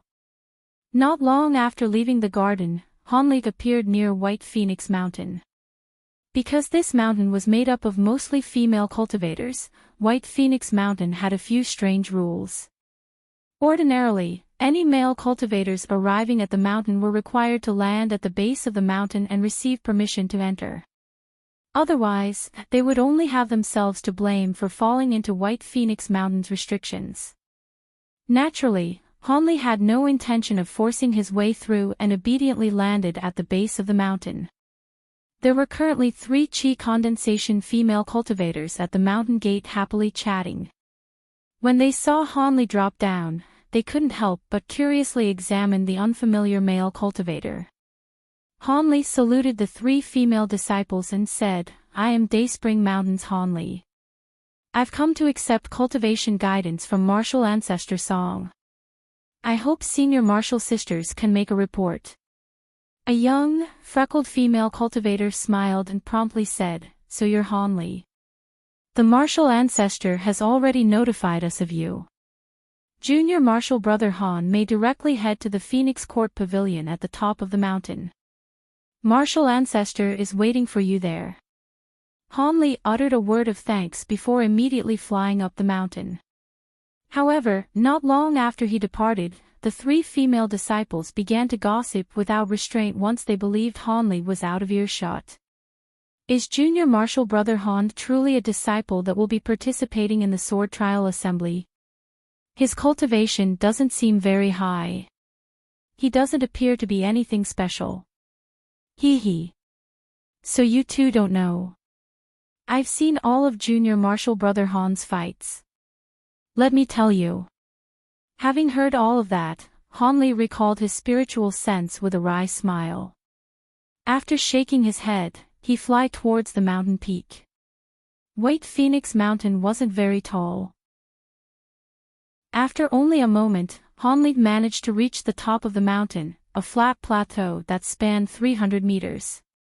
It was surrounded with white clouds with abundant spiritual chi as if it were an otherworldly realm. Within this fantastic scene stood a soul pavilion that was only 60 meters tall and was divided into 3 stories. The building was constructed from an unknown white wood. Its natural untouched form produced an air of simple elegance. Hanli landed in front of the pavilion and loudly shouted, "Disciple Hanli pays his respects to Martial Ancestor Song." Once that was said, Hanli felt a trace of spiritual sense sweep over him. He stood in place with a calm expression, feigning ignorance of the matter. A long while later, a woman's gentle voice said, "Since you've arrived, come up to the 2nd story of the pavilion. I'll be waiting for you there." As you bid. Hanli then walked forward and gently pushed open the wooden doors which swung freely. The 1st floor of the pavilion was completely empty apart from a spell formation to aid in cultivation. Hanli swept his gaze past the 1st floor and directly headed towards the 2nd floor. The 2nd floor was also quite bare. Apart from a few racks of jade slips and magic tools, there were only a few chairs and a short stone table. Hanli also saw a blue-clothed woman sitting in one of the chairs. She was looking at a worn jade slip on the table as if she were attentively reading through it. After a moment of hesitation, Hanli thought to say something when the woman raised her head, revealing a heart-stirring beauty. She appeared to be in her mid-20s and was an early core formation cultivator. "You're Hanli?" the woman calmly asked. "Yes, Martial Ancestor," Hanli respectfully replied. She stared at Hanli with her bright, clear eyes and said, "Since you were able to come here, then it can be considered fate. I will instruct you as best I can. However, you will only remain at the Phoenix Court Pavilion for 3 days before you depart. What you will learn during this time will depend on yourself." For some reason, although her cultivation wasn't very high, Hanli felt as if both his body and mind were clearly revealed underneath her gaze, and he couldn't help but feel alarm. Given Hanli's immense spiritual sense, it was extremely strange for him to experience this sensation. Clearly, she had used some sort of mind-reading divine ability. Without any further thought, Hanli gave her a polite reply as he stealthily circulated the entirety of his great development technique throughout his body, shielding his true thoughts. As Hanli became inwardly alarmed and vigilant, a strange expression appeared in the blue-clothed woman's eyes before closing them with a tired expression. The woman gently said, "First, recite the chant for your cultivation art and then head down to the 2nd layer. Do not come back up without my command." At the very front of the several thousands of disciples in the plaza, there stood several tens of rather noteworthy individuals. 8 of them were core formation cultivators who stood with calm poise, with several tens of foundation establishment cultivators standing behind them. They were the 100 Possibilities Sect's Institute masters and elders, but a majority of them were merely stewards. "They're coming." A sharp-eyed disciple saw something off the horizon and shouted in excitement. Suddenly, many low-grade cultivators began to look expectantly up at the sky, catching glimpses of light in the distance. Soon, a large group of variously colored dots of light began to fly towards them. "It's the ancient sword sect. They're all using sword magic tools." As soon as that was said, the crowd began to roil. Many of them began to point to the incoming lights with varied expressions. "Silence. Do you wish to make a joke of us to the other 2 sects?" a tall old man coldly uttered with a sullen expression. His voice resonated to everyone present and caused a few of the overeager disciples to shut their mouths, bringing silence to the plaza in an instant. When the tall old man saw this, his expression relaxed and the other core formation cultivators glanced at one another with a smile. They didn't seem surprised at all by this. At that moment, the ancient sword sect cultivators arrived at the plaza. A vast majority of them had flown on swords with hardly any exceptions. A short and small old man flew out from ancient sword sect cultivators and descended with a chuckle. "I didn't expect that Brother Fu would personally come to greet us. I am truly overwhelmed by your grace." A blue-robed scholarly man and a white-clothed young woman both descended at his side with a faint smile. From their appearance, they appeared to be married. At that moment, the ancient sword sect's young, low-grade cultivators each began to descend onto the plaza. The tall old man calmly saluted the 3 and said, "So it is Brother Jiang Yun who is bringing the disciples this time. We extend a respectful greeting to you. And there is also the famous Bye-Bye Swordmates, we welcome you as well. Enough, let's not flatter each other or we'll make a laughingstock of ourselves in front of our juniors." However, it seems that the Drifting Clouds sect has yet to arrive. They've become increasingly disinterested in the sword trial assembly. Don't tell me they've grown cowardly because they've placed last a few times. The cultivator surnamed Jiang seemed to dislike the Drifting Clouds sect and spoke with a trace of schadenfreude. The old man surnamed Fu wore a wry smile, not daring to rashly reply. The 100 Possibilities Pavilion differed from the ancient sword sect. If such words left his mouth and they managed to reach the upper echelon of the Drifting Cloud sect, they would certainly cause trouble. But before old man Fu thought of how he should reply, a middle-aged man with long dark green robes grinned and interrupted him from behind. "There is no need for fellow Taoist Jiang to be so impatient. I've heard that White Phoenix Mountain's fairy song is escorting the Drifting Cloud sect disciples this time around. She is a fine beauty that is rarely seen in our 3 sections. It is a pity that fairy song has always kept herself hidden away. Now, we finally have a chance to look upon her." Jiang Yun wore a face of excitement and nodded his head. "Brother Sher mentioned the fairy of White Phoenix. I've long heard rumors that this woman's beauty is incomparable. If this woman is truly escorting their disciples, then there is no harm in waiting." When the ancient sword sect pair cultivators heard this, they wore a surprised expression. The azure-robed scholarly man astonishedly said, "I've heard the fairy of White Phoenix possesses heavenly spiritual roots, and that she was able to easily enter core formation in less than 100 years. She could be said to be a cultivation genius that is only spotted once in 1,000 years. It is quite surprising that we be able to see such a figure at the sword trial assembly." Although the white-robed woman's expression was calm, she spoke with an enchanting voice. "That's true. Even as a woman, I hold quite some curiosity towards the greatly renowned fairy song.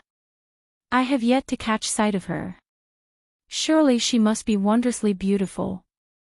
Old man Fu smiled and thought to say something when he suddenly shouted towards the sky, "Ha! It seems the Drifting Clouds sect members have arrived. When the others heard this, they gazed upward and saw that a huge black dot was gradually growing closer to them from the east. That's... Jiang Yun's expression stirred. It seemed he knew what it was. Once it grew closer, the others were able to clearly see what it was, a huge, monstrous bird that was flying towards them with astonishing speed.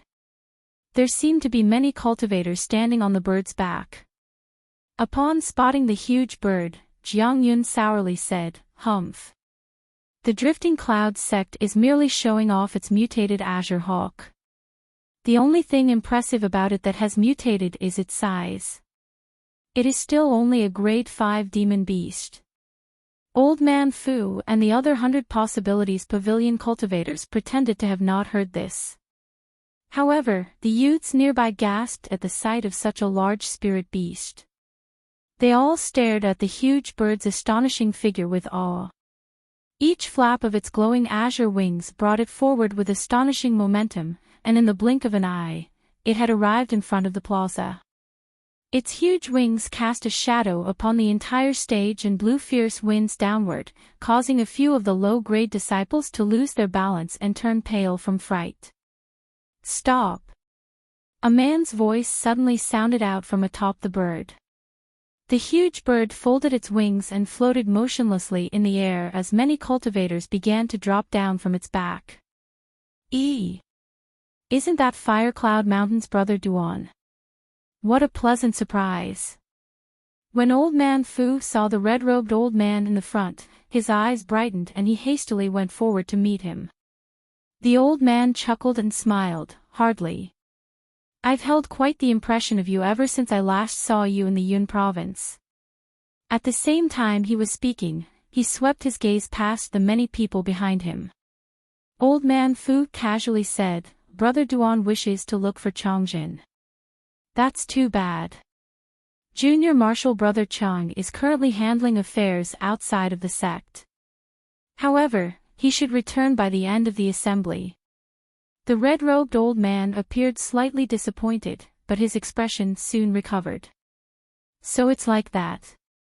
It can't be helped.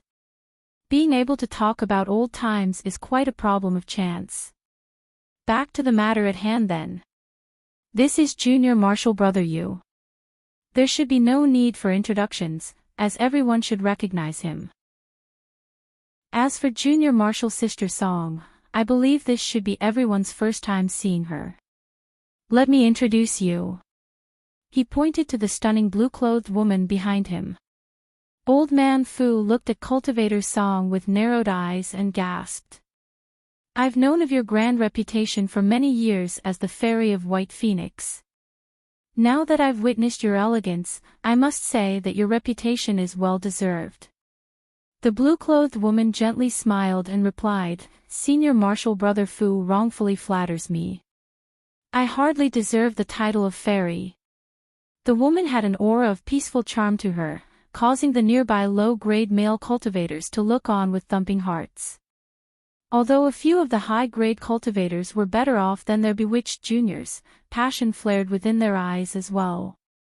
Next, the Drifting Clouds sect's core formation cultivators greeted the ancient sword sect. Although Jiang Yun appeared indifferent, he reluctantly uttered a few words. As for the white-robed young woman, she stuck close to Cultivator Song and began to enthusiastically speak with her as if they were sisters. Despite this, Cultivator Song maintained an elegant demeanor throughout, revealing not the slightest flaw in her actions. The following matters were simple enough.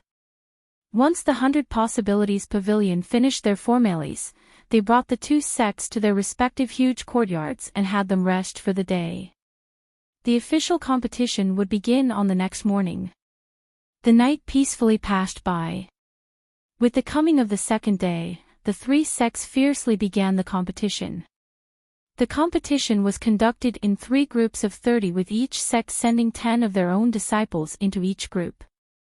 Each group would then battle among themselves in a single elimination format until only 4 were left.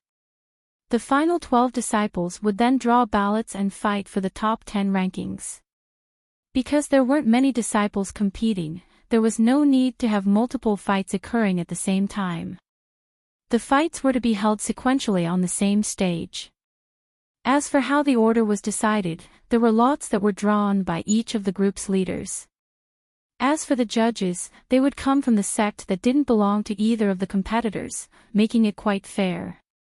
With countless hundred possibilities pavilion disciples densely surrounding the stage, a bald man stood at the center of the stage and slowly announced, "The first fight is between the Drifting Clouds sect's Han Li versus the Ancient Sword sect's Yao Feng." Following the bald man's announcement, a disciple walked out from each group of disciples. A torrent of whispers began to pour from the surrounding hundred possibilities pavilion disciples once they clearly saw the contestants. Am I not mistaken?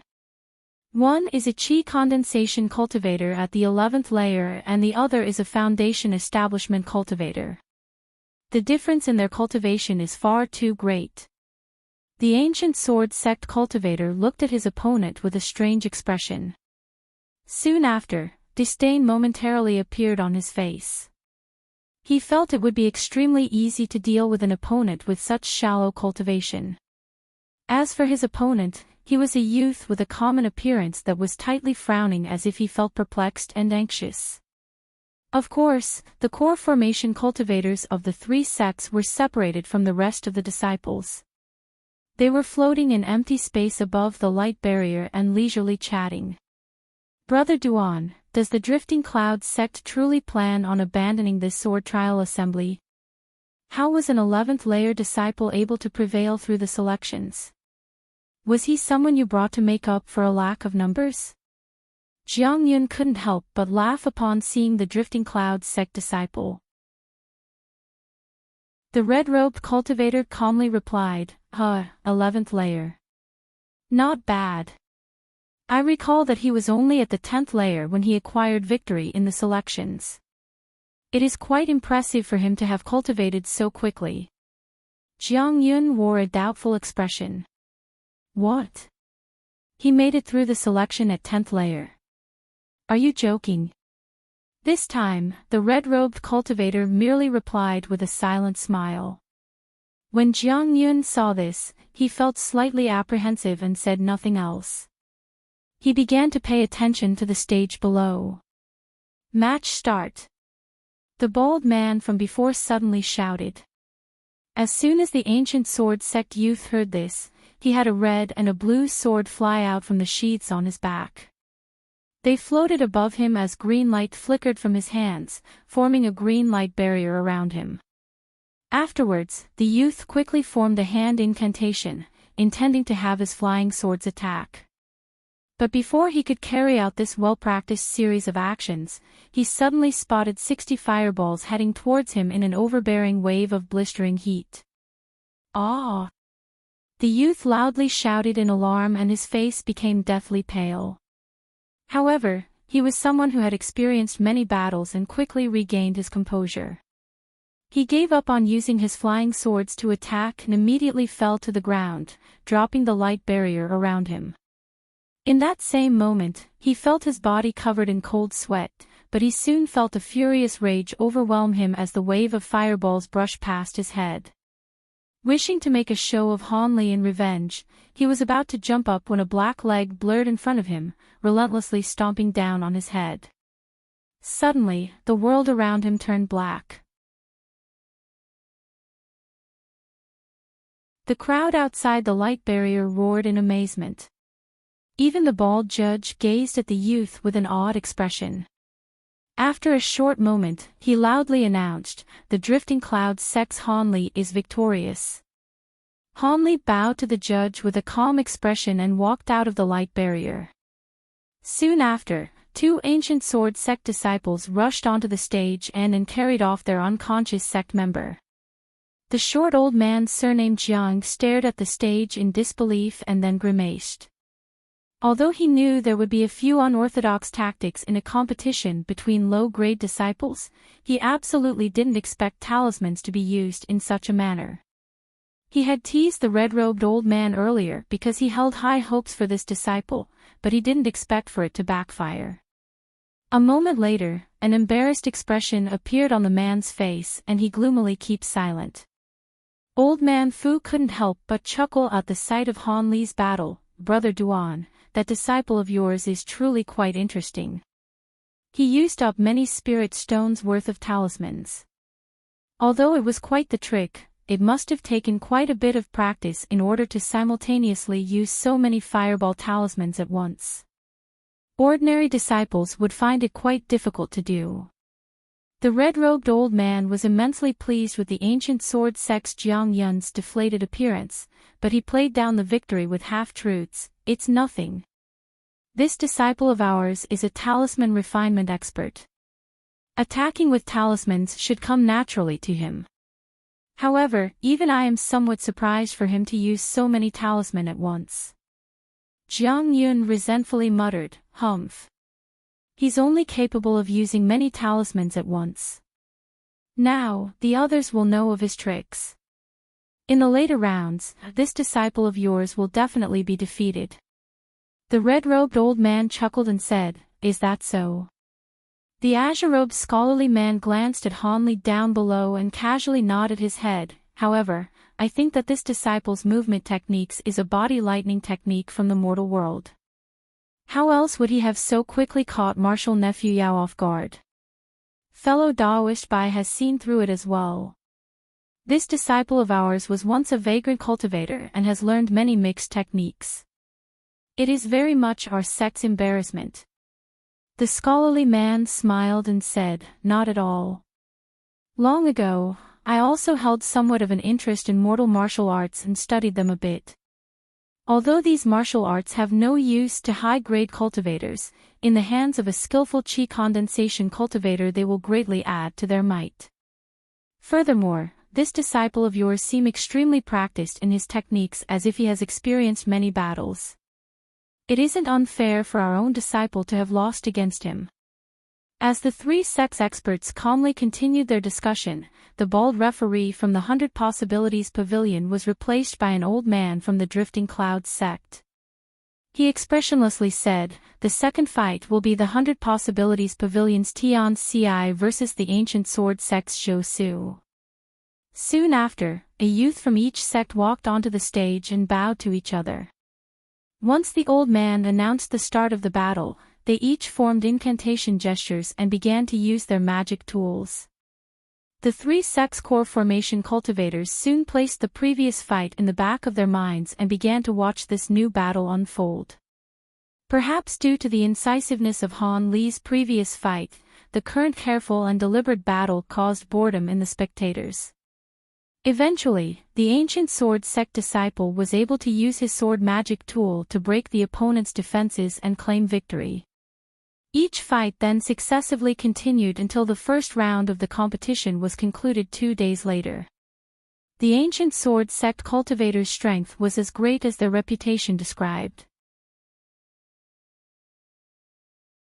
One of these figures was a man who wore gray robes and had fierce expression. The other was a scholarly man with azure robes and a jade belt. Although there was clearly no one besides the rock pile, a man's hoarse voice lazily said, "Well, if it isn't the ancient sword sect's brother Bai and the drifting cloud sect's fellow Daoist Yu. Could it be that the sword trial assembly has already ended?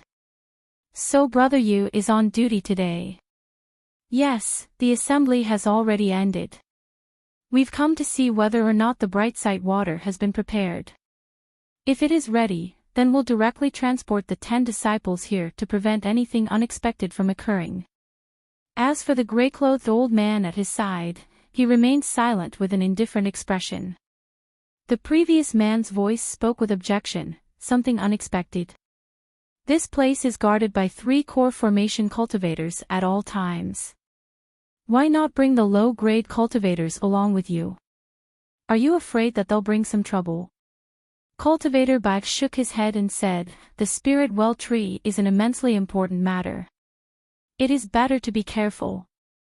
Besides, dropping the wine nectar into the bright site water is the most crucial step. Once this is done, the spirit water must immediately be used to cleanse their eyes, otherwise its efficacy would greatly decrease. Why else would we be required to bring the 10 disciples over here? The man chuckled and confidently said, "All right, the bright side water has already been prepared. When they've cleansed their eyes, have them immediately depart. Since this area is heavily covered with restrictions, if you teleport them here they won't know where this place is." Cultivator Bai nodded his head and said, "That would be for the best. Brother Yu, stay behind for the time being. I will notify our fellow Taoists and have them teleport the disciples over." The man's voice suddenly thought of something and asked, "Ah yes, I suppose the winner of the sword trial assembly from your ancient sword sect?" The azure-robed scholar smiled and said, "I'm afraid I must indeed disappoint you. The winner of this sword trial assembly is our ancient sword sect's martial nephew Meng Di." The man's lazy voice revealed a trace of satisfaction. Humph. It isn't surprising that the foundation establishment cultivators of your ancient sword sect are stronger than ours. However, when one reaches core formation stage, it's hard to say who is weaker or stronger. If there is an opportunity, bring over that senior martial brother San of yours. I wish to compare notes with him sometime. The scholarly man grew silent for a moment and casually smiled. "It seems brother Yu still broods over his defeat by senior martial brother San long ago. However, I fear I must disappoint brother Yu. Senior martial brother San has already entered seclusion in an attempt to break through to late core formation stage."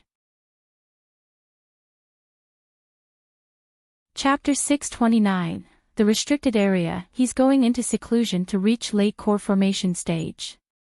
The man was clearly surprised, but he soon sighed and spoke no further.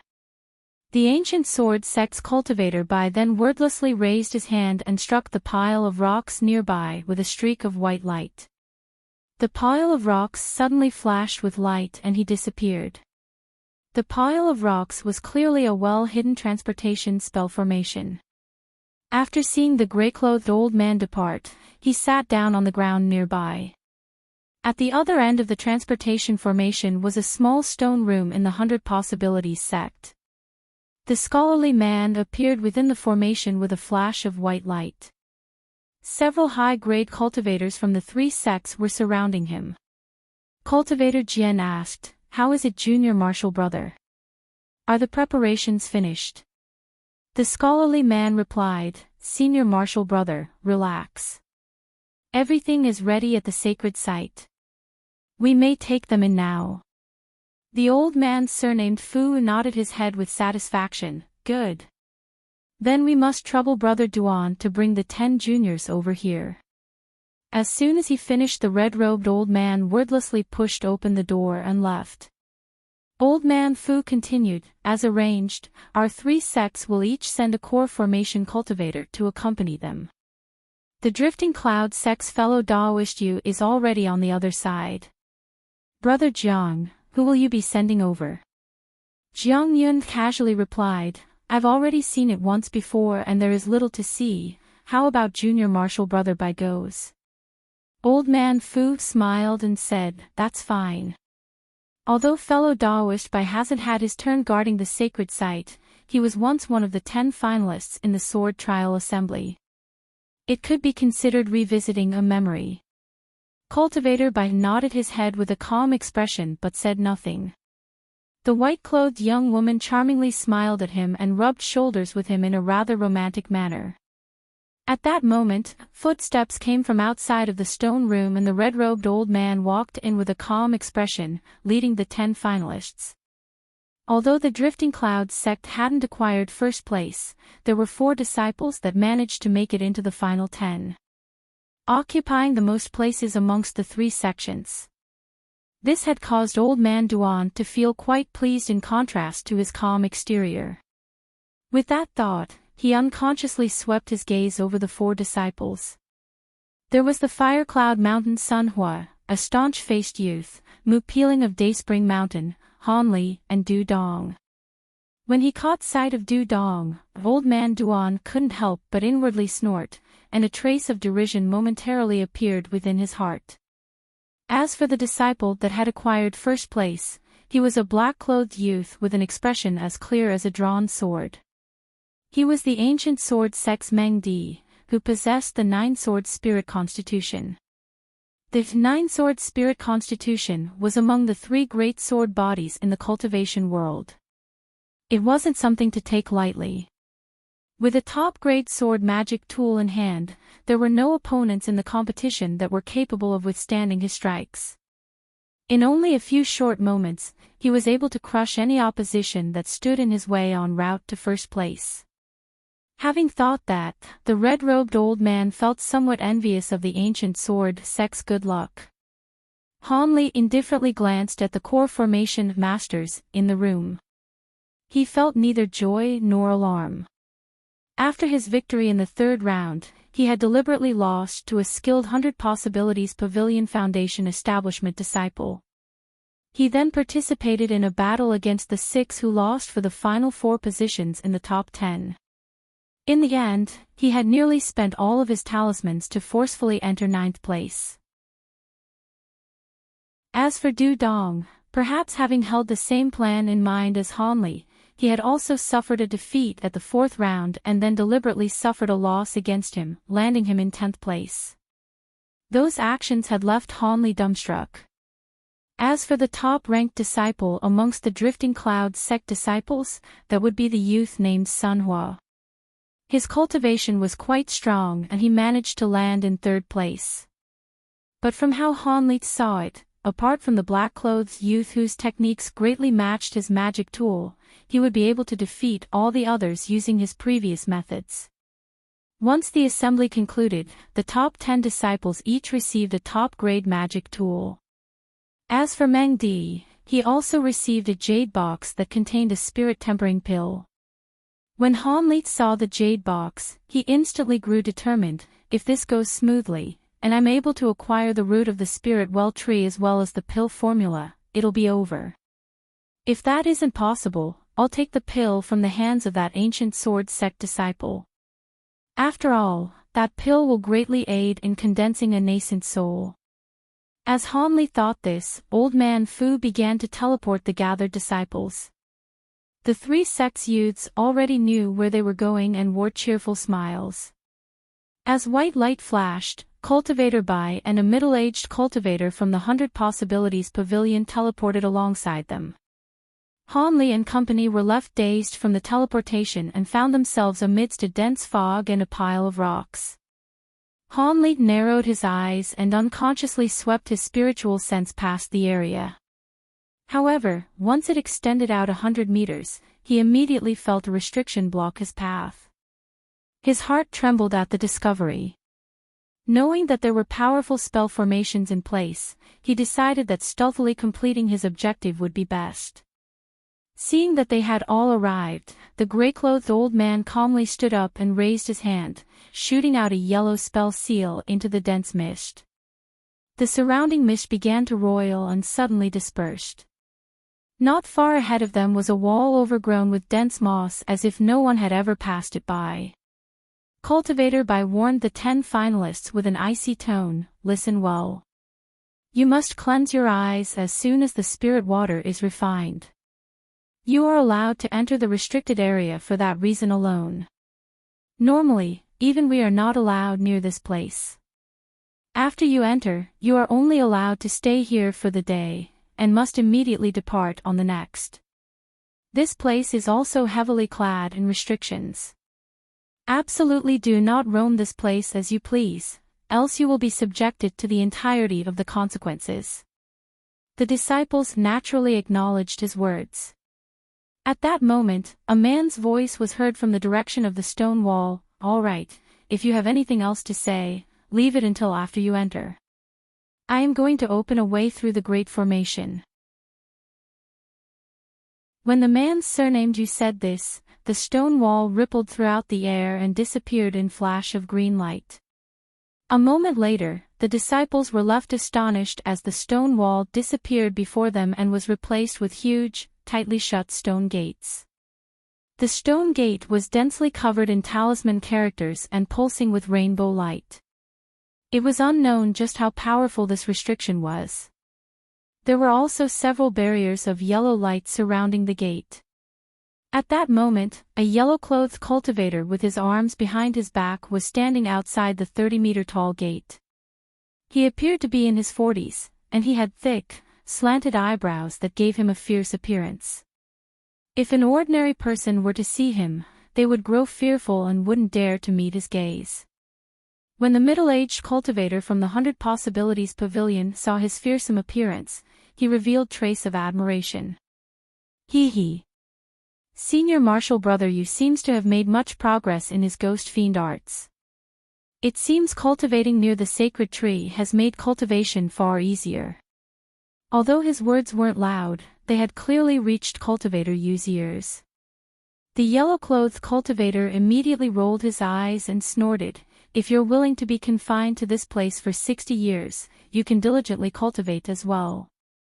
Though I wonder if Junior Marshal Brother Pi would be able to endure it, given his temperament." The middle-aged 100 Possibilities Pavilion cultivator wore an embarrassed expression and said, "I was merely speaking without consideration. It must be extremely difficult for Senior Marshal Brothers Yu, Wu, and Tian to stand guard here. My words. Enough. No need to speak any further. These restrictions are something that our nascent soul martial uncles placed down. I will only be able to open the restrictions for a short amount of time. Hurry up." The yellow-clothed cultivator then slapped his hands together and summoned a yellow command medallion. He then began to chant with a solemn expression. The command medallion suddenly glowed with a grand yellow light and began to radiate nearby, melting away the light barriers in an instant, revealing a 10-meter-wide passage. "Everyone go. Be quick." The scholarly man urged them as soon as he saw this and took the lead, flying forward in a streak of white light. The other two core formation cultivators gave similar commands and shot forward as well. When Hanli and company saw this, they hastily followed after them on their magic tools.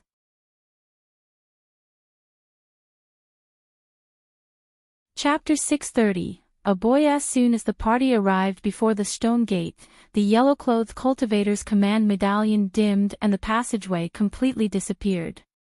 Facing the group, he indifferently commanded, "Follow." He turned around and began to form various hand incantations with his fingers. He then raised his arms and shot out a scarlet and a yellow radiance from his hands towards the huge stone gate.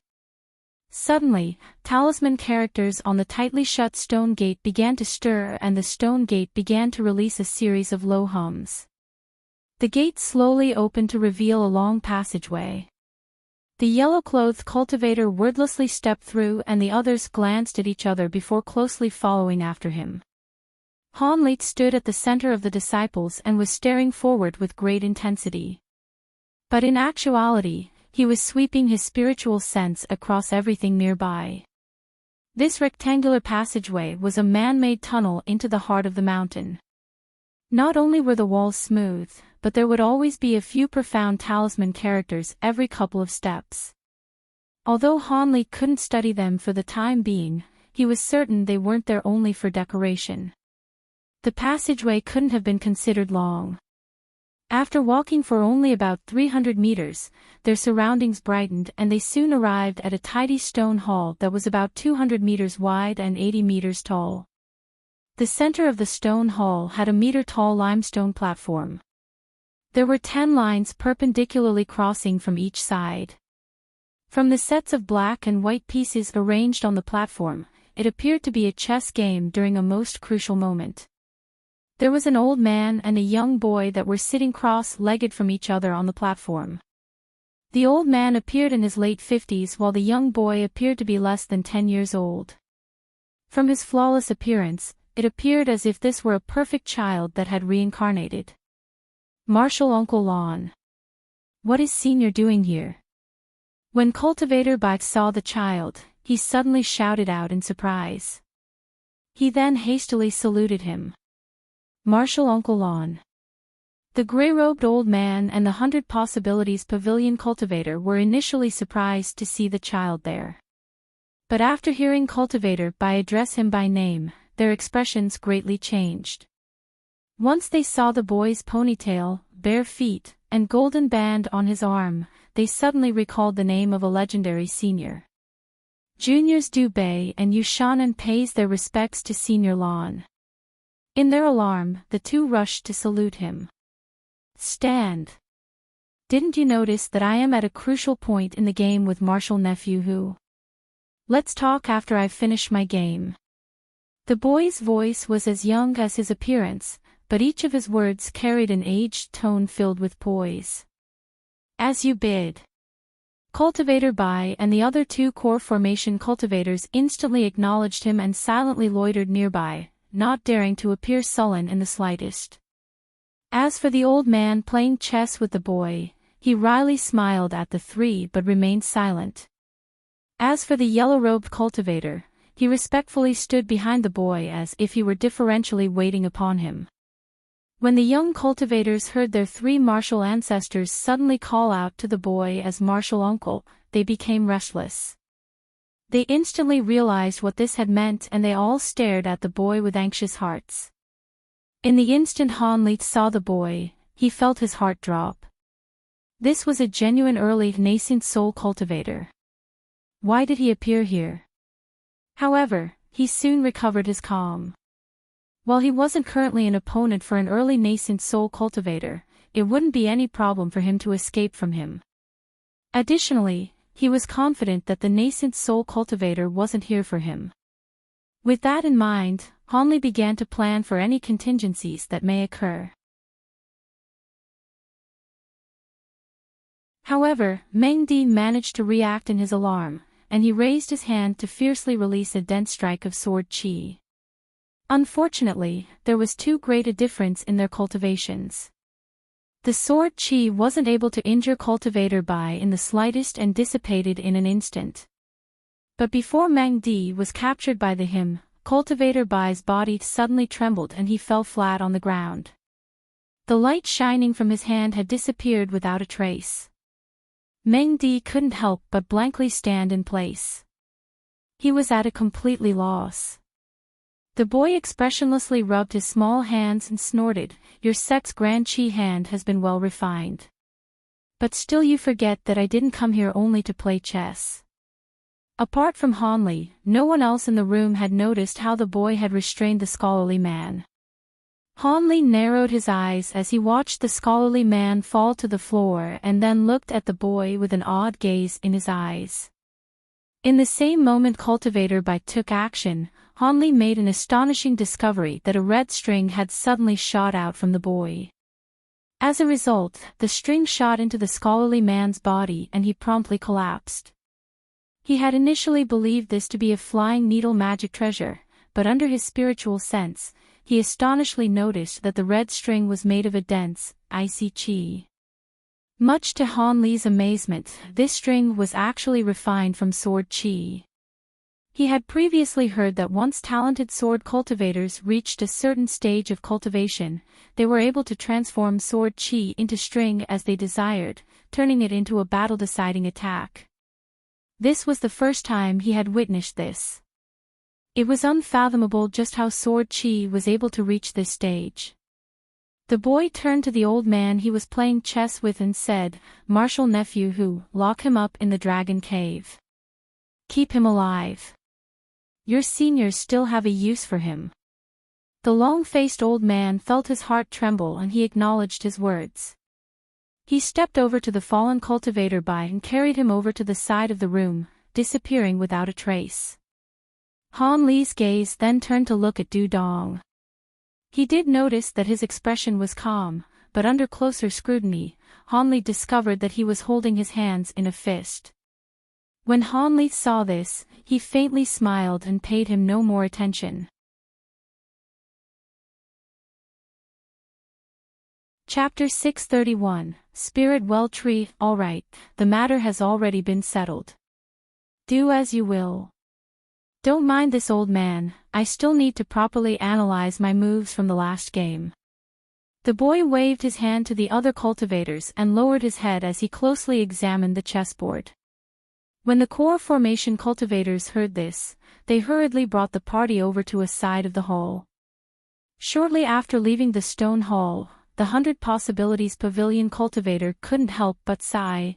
I truly didn't think that fellow Daoist Bai was actually Junior Marshall brother you. Did you know about this beforehand?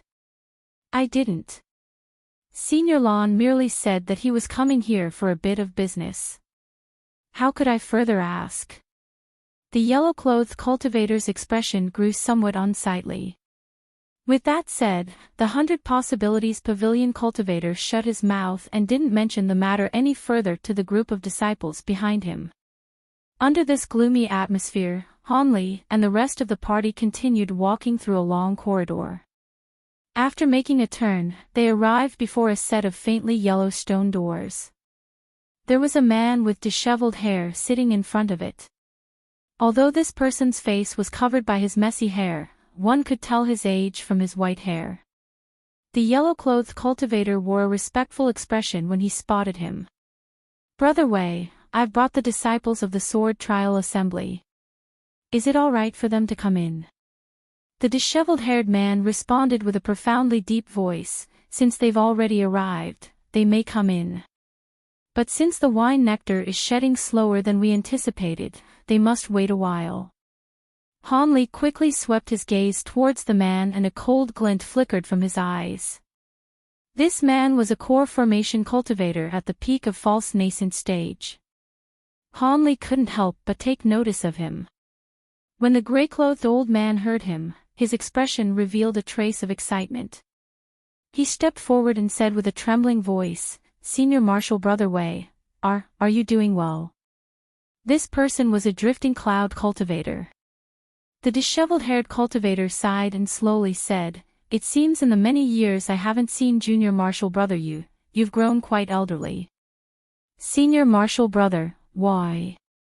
This Senior Marshal Brother Wei calmly said, Enough. Since we've reunited, our destiny together hasn't run out. Don't speak any more of what happened that year. When I entered this place, I made a death oath to condense a nascent soul or never leave. Besides, I've also found out from our two martial uncles that the sect is being cleanly handled by Junior Marshal Brother Feng. I'm not worried in the slightest. When the gray-clothed old man heard this, his expression grew dim and he stifled the questions that he wished to ask. Junior Marshal Brothers, wait for a moment. I will open the restrictions and allow you into the sacred area. Old Man Wei stood up and shot a magic seal towards the yellow stone door. It then silently opened immediately after. Having yet to see what was clearly behind it, he felt a wave of pure spiritual qi envelop him. As expected, this was where the spirit well tree was located. He felt that this pure spiritual qi wasn't inferior to the jade spirit well in the slightest. In fact, it felt as if it were slightly superior. It was worthy of its reputation as the best spirit well. Under Old Man Wei's guidance, Hanli and company were brought through the door through a huge cave. This cave was about 1 kilometer wide and was 100 meters tall. It appeared as if they were underground. What was particularly shocking about the scene was the many various-sized stalactites and stalagmites that formed a natural stone forest. A majority of the cave was densely filled with them, forming a small maze. Under closer examination, Hanli discovered faint white lights twinkling from between the stone pillars. The old man turned around and calmly said, The spirit well tree hasn't reached the optimal point to extract the wine nectar. There are still 8 hours to go. Before this, you may rest nearby the tree. I have already prepared the brightside water. It only needs the wine nectar to finish. Then we'll do as Brother Wei says.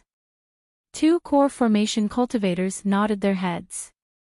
The old man surnamed Yu was particularly obedient. As for Hanli and company, they each sat around the stone tree under the instructions of the core formation cultivators, and began to cultivate. Old Man Wei then lowered his body and grabbed onto the jade bottle by the spirit well tree, casually tossing it into his sleeve.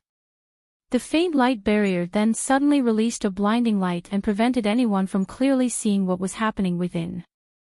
Hanli frowned, seeing that the others were indifferent to the scene, and began to speak with Silvermoon. Silvermoon slowly said, "Brother Han, why have you called for me?"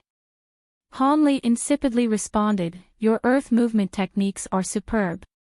Would you be able to secretly enter the light barrier? I only need to acquire the root of the spirit well tree and take it back to me. Brother Han, please wait a moment. I will make an attempt in my tool spirit form." Once that was said, Silvermoon materialized as a fist-sized wolf and secretly bore into the earth underneath Hanli. Hanli closed his eyes with an unchanged expression and sunk into a meditative state. Hanli then suddenly raised his brows and narrowly opened his eyes for his gaze to drop onto Du Dong. Sitting at the corner to the group, he motionlessly drooped his head down with his hands forming an incantation gesture, appearing as if he was cultivation. When Hanli saw this, he smirked and inwardly scoffed at him. Chapter 632. A plot unfolds. The others didn't perceive of Du Dong's small movements, but Hanli had already detected his every movement. He had earlier spread out his spiritual sense to observe his surroundings in case of contingencies. Although Du Dong appeared to be meditating, his lips trembled. He was clearly speaking through voice transmission to his conspirator in the room. Fearing that he would alarm Dong Du, Hanli didn't forcefully eavesdrop. Instead, he swept his spiritual sense for any hidden cultivators and ended up finding nothing out of the ordinary. Hanli's mind quickly stirred and his gaze swept past several people.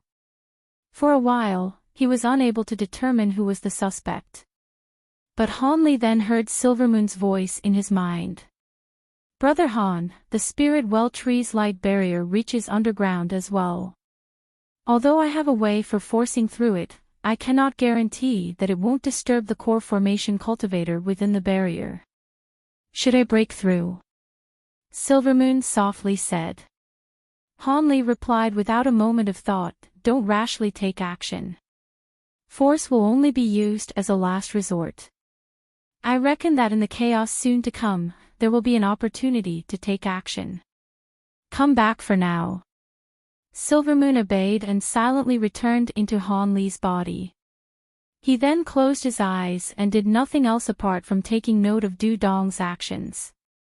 After an unknown time has passed, Du Dong ceased speaking. He raised his hand, glancing around with a strange expression.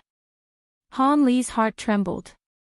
Just as he wondered whether or not he was about to take action, Du Dong unexpectedly lowered his head once more.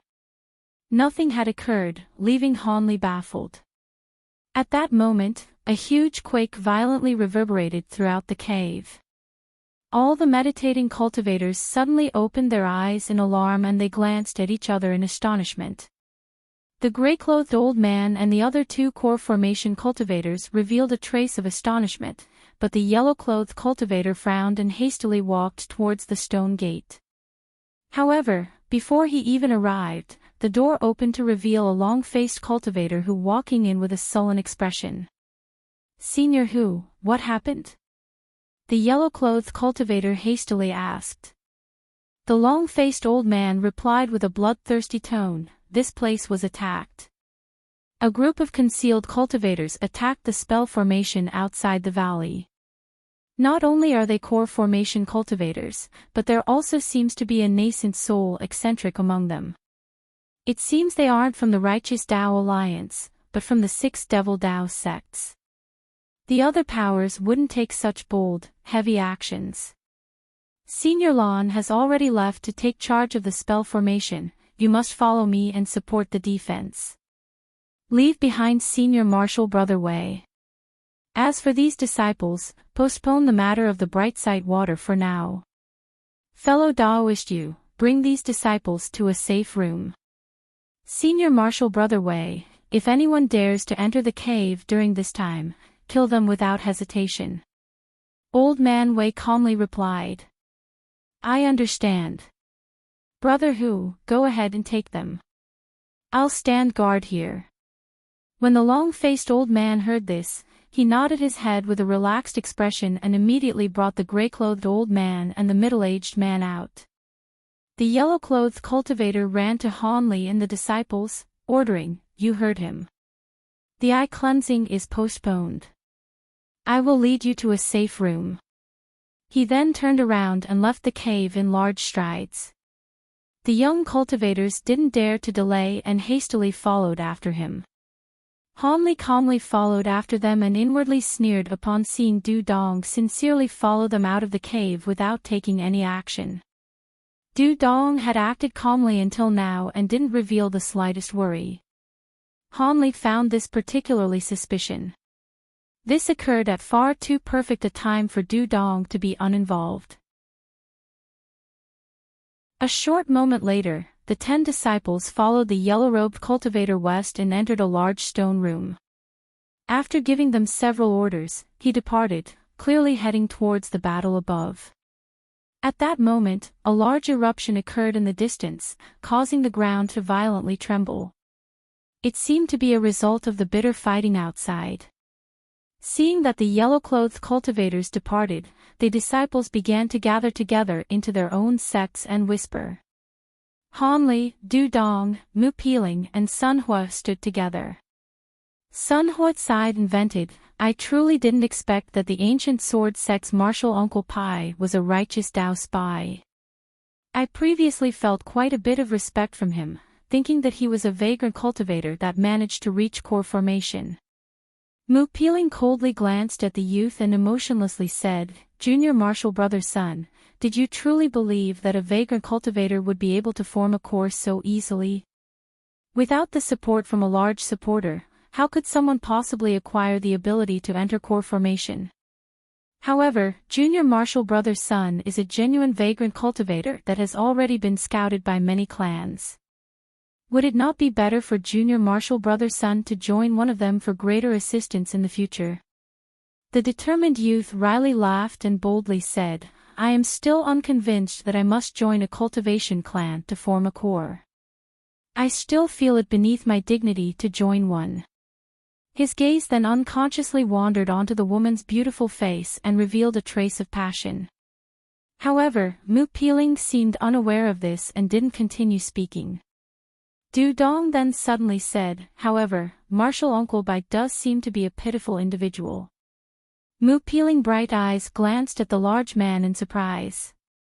Sun Hua was also surprised by his words and wore an expression of doubt, asking, "Pitiful? Martial nephew Du, what do you mean?" Du Dong smiled in his ordinary, simple manner and paid them no heed. His gaze then turned to Hanli and he mysteriously said, "Junior martial brother Han, do you think my words make sense?"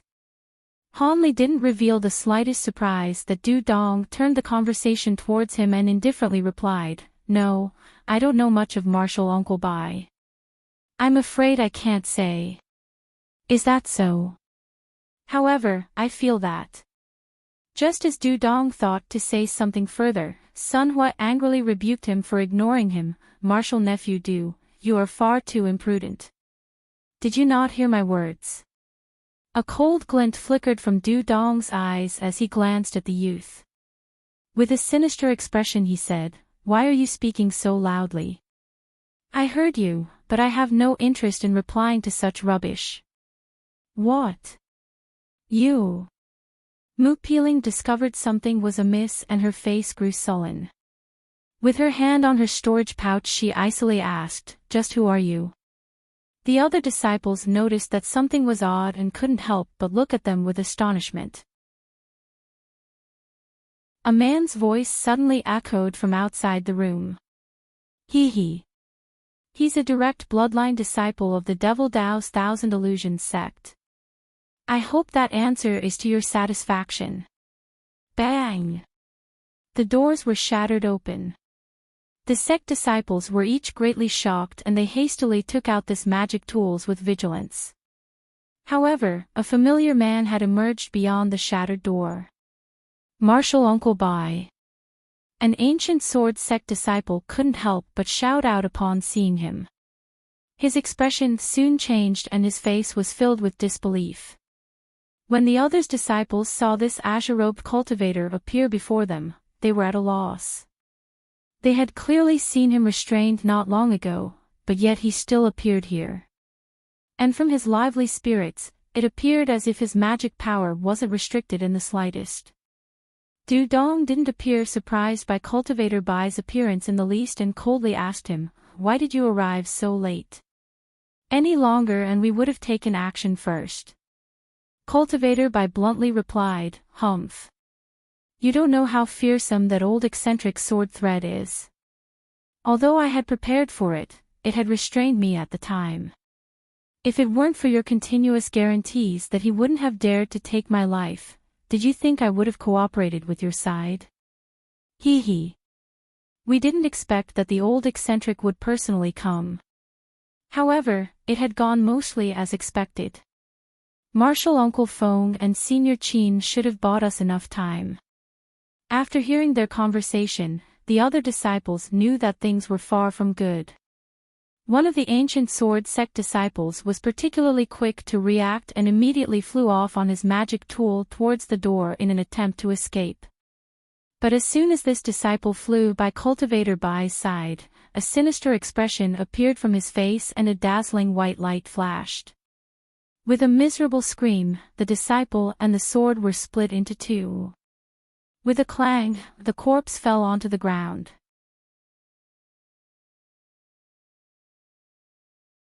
Chapter 633, The Greater Sifting Mirage Technique versus the Fox Enrapturing Arts. In the instant the disciple was slain, the other cultivators' faces grew deathly pale.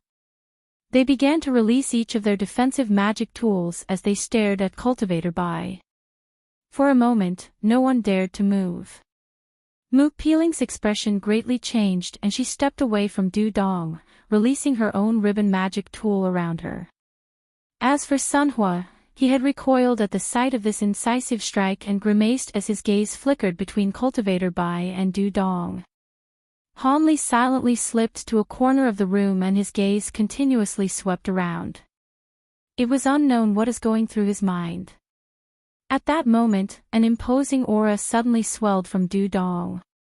With lines of black talisman characters appearing on his neck, black light suddenly surged from his body as he underwent a sudden transformation. He grew to 2 meters in height, his appearance became malevolent, and his cultivation surged to mid-core formation stage. When Cultivator Bai saw Du Dong's astonishing transformation, he couldn't help but laugh. Very nice. If the Thousand Illusions sect were to say they were ranked second in concealment techniques in the Heavenly South, none would dare to proclaim themselves as first. The Greater Sifting Mirage technique is truly worthy of being your sect's signature technique. Humph. The transformed Du Dong merely snorted. He then gloomily swept past the crowd and his eyes stopped on Han Li. A malicious expression flickered from his face. Whoosh. The cultivators in the room only caught sight of the Du Dong disappearing a blur before reappearing beside Han Li. With a wave of his hand, Han Li's light barrier was shattered in an instant and his hand pierced into Han Li's chest like a bolt of lightning. He then withdrew his hand with a bloody heart in his grasp. Han Li's corpse fell onto the floor. Ah! When the other disciples saw this bloody scene, they shouted out in alarm, believing that they would be next to fall. Their hearts were all struck with terror. Ha! The transformed Du Dong revealed a strange expression as if in disbelief that Han Li had died so easily. He frowned for a moment and glanced at his hand. From the warm and bloody heart on his hand, it appeared he had truly killed him. The scholarly man grew alarmed at Du Dong's sudden attack, and he furiously shouted, "What are you doing? You can't kill these disciples, a few of them have influence. One of them is even a close descendant of eccentric Heavenvenge. Don't attack them as you please." Du Dong indifferently snorted, "If you can kill one, then so can I." Besides, given how odd that youngster was, it was better to take the initiative to deal with him. Also, this person definitely wasn't eccentric Heavenvenge's descendant. He entered the sect the same time I did. Soon after, he tossed the heart onto the ground. The scholar's expression relaxed and he gravely said, "So long as you realize this, that's fine. Although I don't know whether or not eccentric Heavenvenge descendant is male or female, nor do I what sect they entered, the sects should have given consideration to eccentric Heavenvenge's might and should have allowed them to enter the top 10 disciples so that they may use the bright side water. It would be a great inconvenience if they actually died. As for the person I killed, I was well aware of his background, and he definitely wasn't the eccentric's descendant. Fine, I'll refrain from killing the others as I wish. However, you can't have them casually stir up trouble. I'll have to properly knock them out for the time being." With that said, Dudong began to twirl in place and black radiance suddenly enveloped the entire room. The other cultivators felt somewhat relieved by their words, but a black radiance instantly rendered them unconscious as soon as it reached them. The scholarly man nodded his head with satisfaction. "Let's go."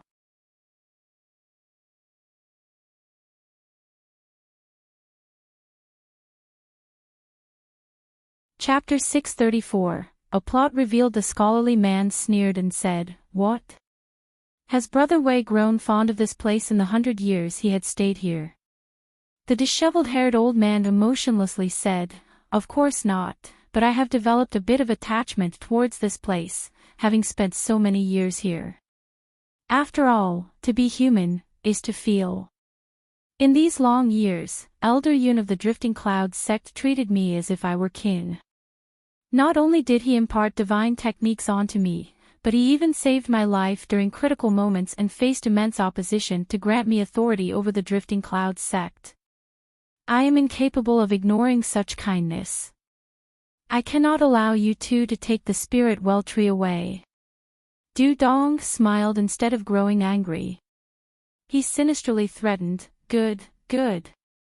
Brother Wei must mean to act as a genuine Drifting Cloud sect elder.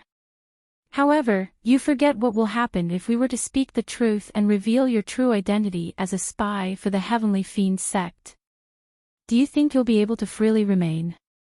The disheveled-haired old man calmly replied, "I don't need your reminder. I am perfectly aware. Why do you think I am restrained here? I've long gathered suspicion from the two martial uncles. There is merely a lack of concrete evidence. That is why I was forcefully removed from power in the sect and was trapped in this confined place. Of course, I've also received much kindness from the Heavenly Fiend sect. Since fellow Daoist Du has shown me the sect Master Xie's token, I can give you a bit of the wind nectar even though I can't allow you to take away the tree. This should be enough to repay the past kindness of the Heavenly Fiend sect." "What? You will only give us the wine nectar?" Dudong's expression relaxed and he interrupted the scholarly man, "Fine, just give us the wine nectar. With that in hand, we won't need the spirit well tree. After all, our righteous and devil Dao sects possess countless treasures. Although we may not have something like the spirit well tree, we have plenty other types of spirit wells." When Cultivator Bai heard this, he glanced at Dudong in surprise, but after a moment more of thought, he remained silent. After all, his orders were all given to him by the Thousand Illusion sect's young master. Although he didn't know when the Righteous Dao Alliance and the Six Devil Dao sects grew so close, he may as well defer to his judgment of the matter. Cultivator Wei coldly said, "Since you fellow Daoists both approve, I will take out the wine nectar from the restrictions. But first, I will get the ugly matters out of the way. If you plan to take advantage of when I release the restrictions, don't blame me for being ruthless." Dudong chuckled and pledged with a calm expression, "Be at ease, we won't do something so foolish. After all, this spirit well tree is a trivial affair compared to the profound goddess palm." The old man then nodded and took out a small white bottle from his storage pouch. Prepare what? To give our three sects' most precious asset to our enemies." Before the disheveled-haired old man could finish, 10 sword threads shot out from below the ground in a flash of red light, tightly tying him down. At that same moment, yellow light flashed from the direction of the cave's entrance, revealing the previously hidden cultivators. They unwaveringly approached Dudong and Cultivator Bai. When Cultivator Bai and Dudong saw this, their expressions greatly changed. At that moment, the boy surnamed Lon appeared behind the restrained Cultivator Wei. The boy stared at the two with an icy expression and said, "Good, very good. Us old men long knew that the righteous and devilish Tao had embedded many spies within our ranks. And since we didn't have any concrete evidence towards you, we couldn't cleanly dispose of you. After all, it would be extremely costly if we were to wrongfully kill a core formation cultivator. But since you've now taken the initiative to reveal yourselves, I no longer need to restrain myself." Cultivator Bai's expression was filled with disbelief and he was at a loss for words. As for Du Dong, he managed to force a smile despite his pale complexion and ask, "Lon, why are you here?" "Outside."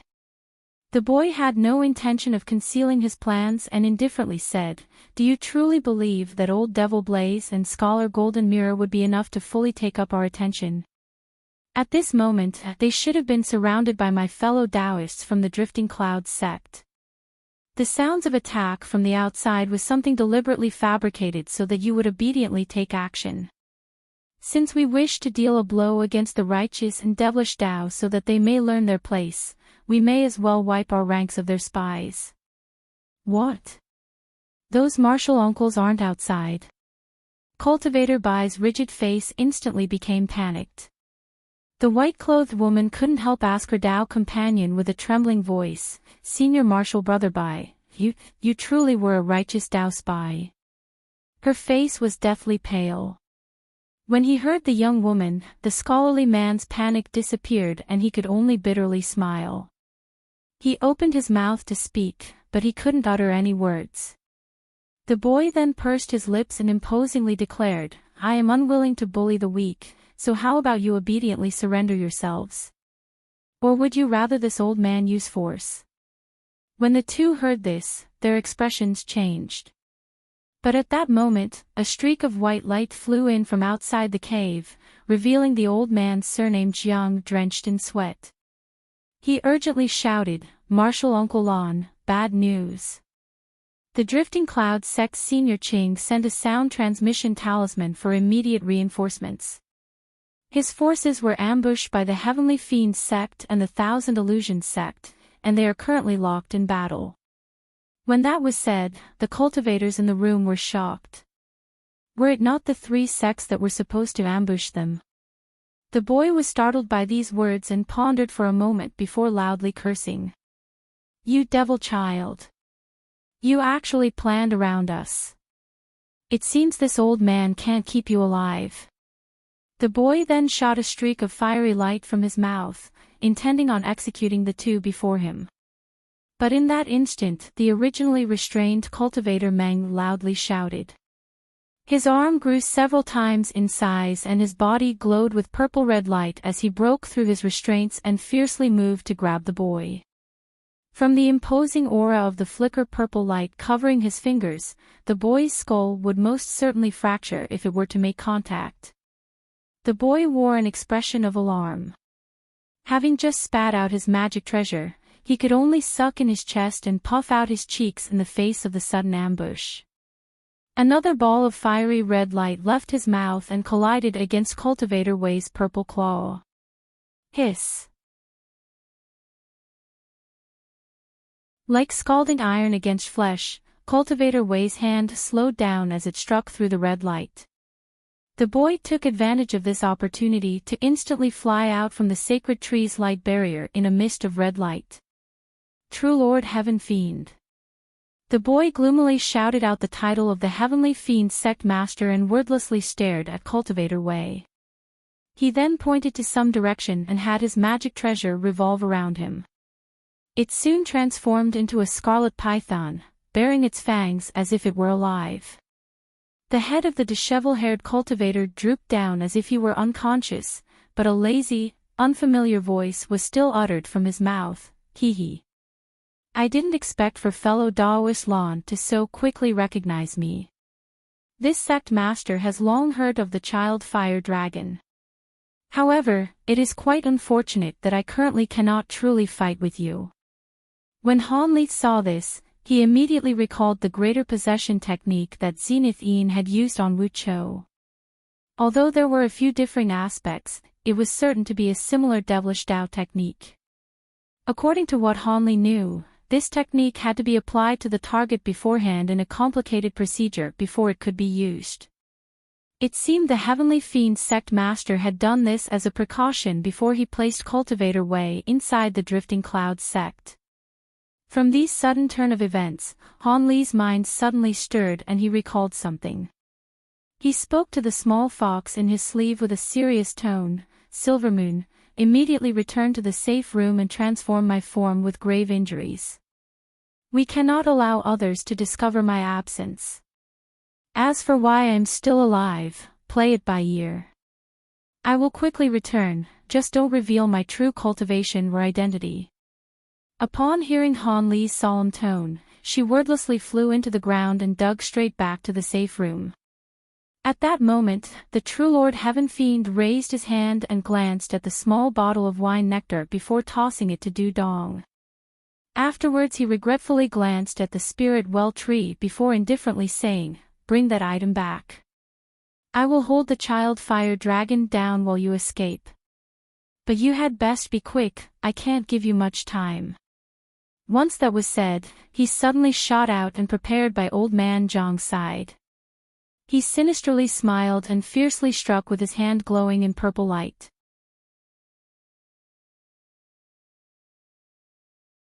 Chapter 635, Acquiring Roots Shameless. Seeing that the possessed cultivator Wei dared to attempt to kill someone in his presence, the scarlet light python in front of the boy trembled and split into countless translucent strands as it shot towards True Lord Heaven Fiend. At that same moment, Old Man Zhang's expression greatly changed. He hastily spat out a yellow flying sword to protect himself and he flusteredly ran backwards. He didn't dare to meet the sect master's strike. True Lord Heaven Fiend strangely smiled and his direction suddenly changed, appearing at the side of the white-clothed woman. His purple claw suddenly moved to grab onto her arm. The white-clothed woman had been at a loss ever since realizing the scholarly man was a spy. But in the face of True Lord Heaven Fiend's sudden attack, her complexion paled and she tossed the long-faced old man onto the ground without a single thought. Her hands then formed an incantation gesture and an azure streak flew out from her sleeve, attempting to block the incoming attack to the best of her abilities. True Lord Heaven Fiend wildly laughed in response and blurred once more, grabbing onto the long-faced old man that was tossed away. He then formed a fist with his free hand and covered it in turbulent purple light, striking against the incoming fiery red sword threads. With a muffled groan, the old devil couldn't help but recoil from the strike. However, he used its momentum to carry the long-faced old man back to his original location. Through some unknown method, the long-faced old man was somehow roused. He leapt up and said, "Many thanks for Trillord's rescue." "Humph. Don't be mistaken. If we weren't currently short on manpower, I wouldn't have saved a righteous Dao Junior like you. You'll have to preserve your life with your own skill." True Lord Heaven Fiend coldly snorted and shot towards the boy's surnamed Lan in a blur. This time, he was truly going to tie down the child fire dragon and allow Du Dong the opportunity to escape. Go. The outside restrictions have already been sabotaged by me. Its power should only be 1/10 of its original. We will be able to easily break through. The long-faced old man appeared to also be a decisive character. After shouting to Dong Du and Cultivation Bai, he took the initiative to charge towards the core formation cultivators guarding the exit. Dong Du and the scholarly man were delighted by what they heard. With one taking out 2 white swords and the other enveloping his body in black radiance, the 3 changed towards the cave exit. The 3 sects core formation cultivators weren't about to easily allow the 3 to escape. They all summoned their magic treasures to give them a painful welcome. The cave suddenly erupted into battle between the two sides.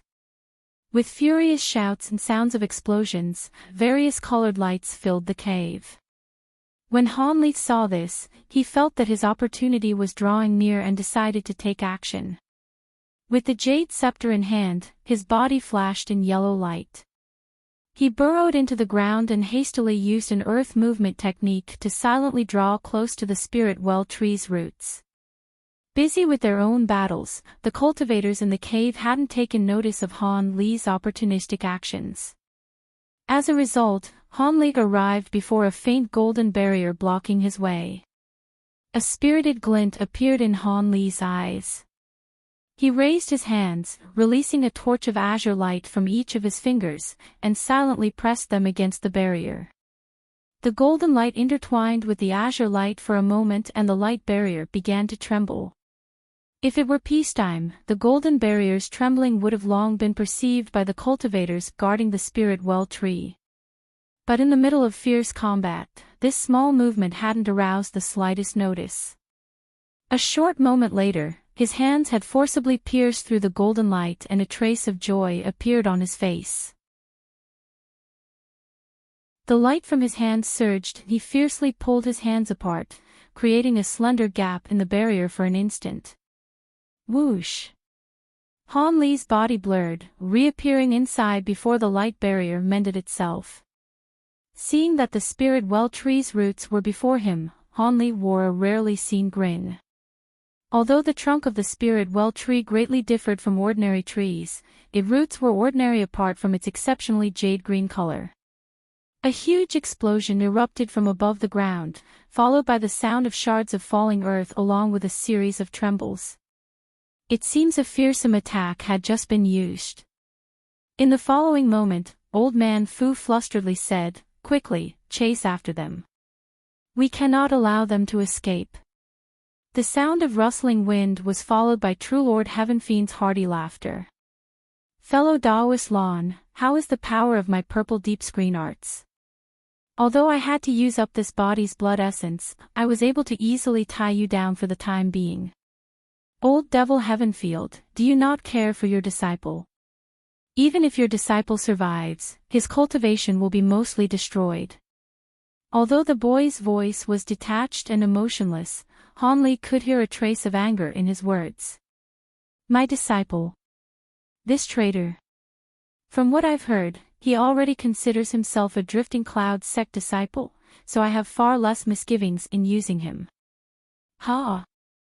Old Ghost Lan. Where do you think you're going?"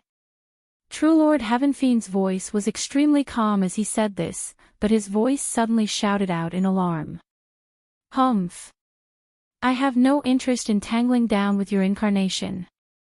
Those devil children cannot be allowed to take a wine nectar out from our dream cloud mountains."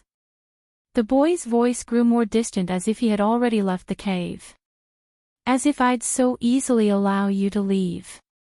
True Lord Heavenfiend shouted as if chasing after him. In an instant, there was no one else left behind in the cave apart from Han Li. He grew completely at ease, no longer hesitating to take action. He extended one of his fingers, shot out a sparkling beam of light. With a spark, a small portion of the root was easily cut through, causing a white liquid to overflow from the opening, filling the air with a fragrant aroma. Han Li paid no notice to the white liquid spilling out. With his body shining with yellow light, he directly grasped onto the root segment and climbed to the surface. He swept his gaze past the barrier and spotted a 10-meter large hole in the cave with sparkling rocks that were scattered all around. It seems this True Lord Heavenfiend had completely broken through the restrictions of the resilient cave walls through a single strike. This impressive display of skill should have given Du Dong and the others the opportunity to escape. Han Li hurried after seeing this. He took out a finely carved jade box from his storage pouch and carefully placed the root segment into the box. After putting it away with a heavy expression, Han Li revealed satisfaction, but something soon came to mind. He may have acquired the spirit well tree's root, but he had still yet to acquire the refinement formula for the bright side water and the spirit-tempering pill. Although that true Lord Heaven fiend managed to possess the body of the disheveled-haired old man, the body couldn't endure his techniques for long. He would certainly be defeated by the boy before long. With flashes of light flickering from Han Li's hands as he stood next to the barrier of light, his expression suddenly soured. With a trace of astonishment on his face, he frowned and walked around to the back of the spirit well tree. There was a yellow prayer mat and a foot-wide stone platform. The stone platform had a jade slip on top of it that was glistening with a faint green light. Han Li swept his spiritual sense past the several items and discovered that there were no hidden restrictions on the items. He raised his hand and shot an azure mist from his palm, sweeping the jade slip into his grasp. Han Li gazed at the jade slip and remained still as he began to read through the contents of the jade slip with his spiritual sense. A short moment later, Han Li withdrew his spiritual sense from the jade slip with a bewildered expression. It contained the records of the disheveled-haired cultivator's techniques and a few pill refinement insights. The refinement formula for the spirit-tempering pill and the bright side water were astonishingly among them. With the jade slip in hand, Han Li's mind grew vacant. Could it be that disheveled-haired cultivator had felt his lifespan coming to an end and had prepared this jade slip? From how the jade slip had been hidden behind the spirit well tree, it seemed he had left it behind for a drifting cloud sect cultivator. Could this action hold some sort of meaning? Han Li pondered a moment more while glancing at the jade slip. He then fetched a white jade slip from his storage pouch and quickly copied over the contents. At Han Li's current cultivation, replicating a jade slip took only a moment's worth of effort. Han Li placed the green jade slip back in its original place and put the white replica inside his storage pouch before walking back towards the golden light barrier. Since the three sects cultivators could come back at any moment, he'd best leave as soon as possible. In any case, he already fulfilled his objective. Without worry of anybody spotting him, Han Li's body flowed with spiritual power, cleaving a large hole in the barrier with a spark of azure light. In the instant the hole was formed, he directly transformed into an azure streak of light and rushed out.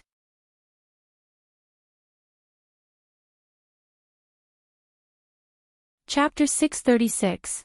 Return. When Han Li quietly returned to the safe room, he discovered that the young disciples were still unconscious, lying disorderly around the floor.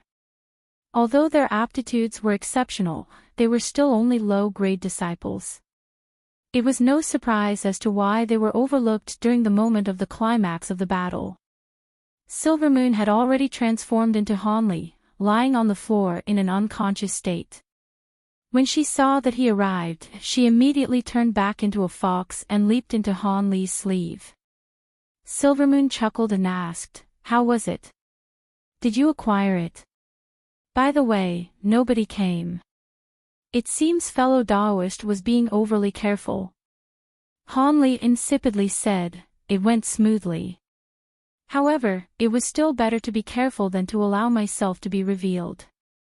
Silvermoon easily changed the topic and worriedly asked, "However, how will Brother Han explain his survival? This seems to be quite troublesome." "How I will explain it? Just say the truth." Han Li appeared to not take this matter very seriously and spoke carelessly. "The truth?" Silvermoon spoke with bewilderment.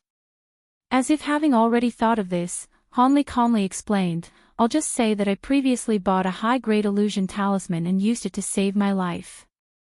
Those who aren't skilled in the Tao of illusions should be none the wiser and will take the excuse at face value." Silvermoon soon chuckled, "Not bad. That is a rather good excuse." The following moments were rather simple.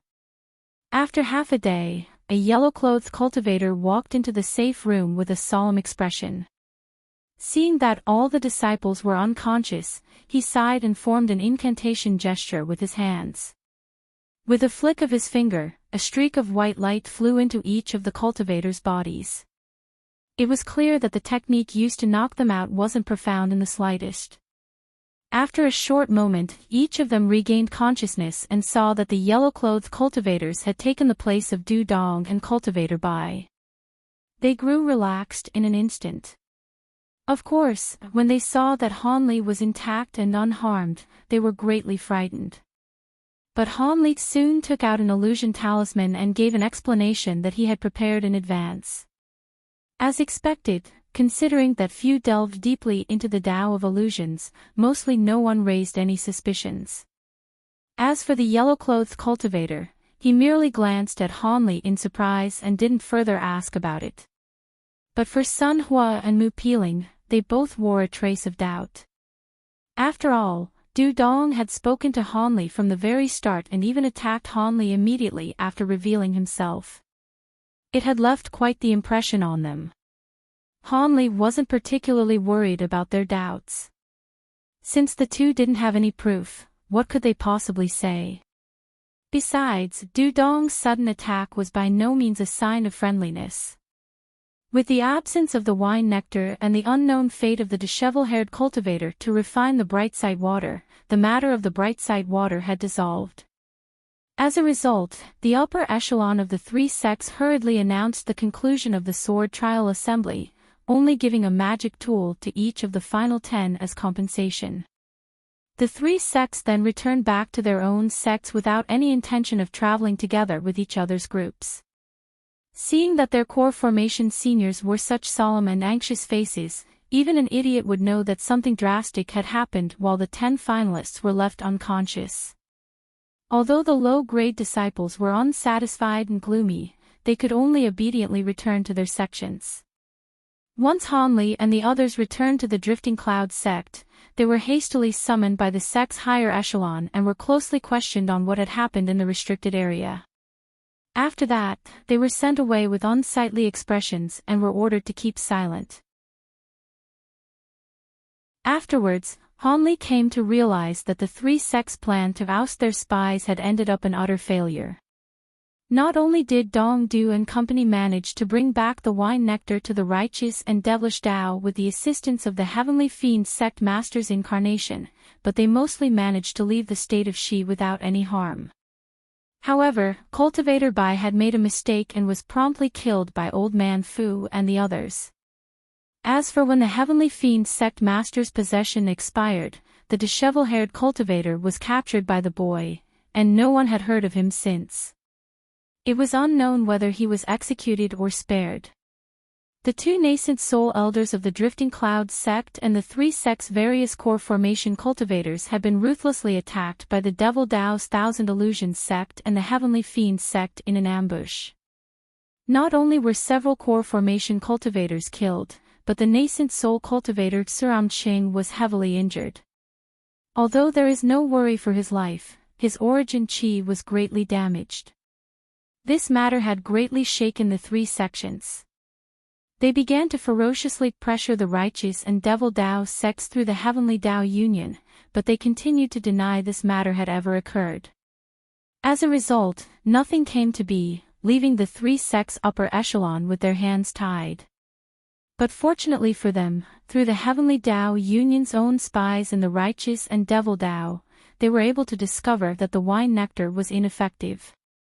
After using it to water the profound goddess palm, the tree remained in its withered state without change. This information had brought a breath of relief to the Heavenly Dao Union. Following these events, the three factions each became more vigilant and their peaceful attitude from the last 100 years began to grow tense. Conflict became a more likely possibility as time passed by. As soon as Han Li finished reporting to the sect elders, he immediately returned to his cave residence. He headed straight to the room with the 9-curl spirit ginseng and planted the root of the spirit well tree right next it. Since the two items were both spiritual objects born of heaven and earth, they might mutually nourish one another if they were placed close together. In the following days after Han Li finished answering his fellow sect members about the sword trial assembly, Han Li began to wholeheartedly cultivate. Perhaps due to the influence of the sword trial assembly, he was finally able to break through his bottleneck for the great development technique. Han Li's cultivation then proceeded to advance as he simultaneously cultivated the Great Development Technique and the Azure Essence sword arts, much to his delight. He clearly understood that the reason he was able to cultivate the Great Development Technique in such a smooth manner was most likely due to the soul-nurturing wood beads that he wore around his neck. Ever since he wore the beads around his neck, his spiritual sense had been gradually growing larger regardless of any effort he made to temper it. This had allowed him to rapidly progress in the Great Development Technique in an unobstructed manner, as if he were refilling a pond that had already formed. Additionally, every time he cultivated the Great Development Technique, the soul-nurturing wood beads would cause his spirit to feel refreshed, allowing him to achieve greater results with less strain and effort. During this time, Han Li began to use the green liquid to mature the root of the spirit well tree every few days.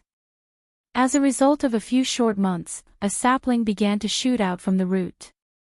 It appeared it was only a matter of time before it grew as large as the spirit well tree in the restricted area. Han Li reckoned that it would take 20 years of meticulous care. However, he wasn't in a hurry. He would need many years before he could reach false nascent stage. Furthermore, he already had a spirit-tempering pill on hand. It didn't matter if it would take any longer. With that thought, Han Li imagined the moment and the black-robed youth looked through his storage pouch only to astonishingly discover that the spirit-tempering pill had disappeared. Han Li couldn't help but find it funny. The most important reason why he had tried so hard to acquire the spirit well tree was for the bright side water. With his eyes cleansed from the bright side water, he would gain an immense benefit in battle. Combined with his superior spiritual sense, he would be able to repeatedly decisively strike against his foes' weaknesses. At the same time, it wasn't as if Han Li had given up on practicing pill refinement. He was still making his own preparations to eventually refine the 9-curl spirit ginseng. With this, time slowly passed by between bitter cultivation and pill refinement. During this time, apart from some required social interaction, Han Li didn't take a single step from his cave residence. Amidst crucial moments for his cultivation that required focused seclusion, Han Li sent Silvermoon in his place to deal with the fellow sect members that occasionally paid him a visit. Fortunately, Silvermoon's fox body had made rapid improvements in the wake of large consumptions of medicine pills. Her illusion techniques have become increasingly intricate, revealing not the slightest flaw. As for Mu Peeling, she still held her doubts, but after Han Li returned to the Drifting Cloud sect, only to maintain a low profile, her suspicions eventually faded away. She came to merely view Han Li as a completely ordinary qi condensation cultivator. Consequently, Han Li became more at ease for staying at the Drifting Cloud sect. In the blink of an eye, Han Li had spent 20 years at the Drifting Cloud sect as a qi condensation disciple. The day that he was about to condense his nascent soul was just around the corner.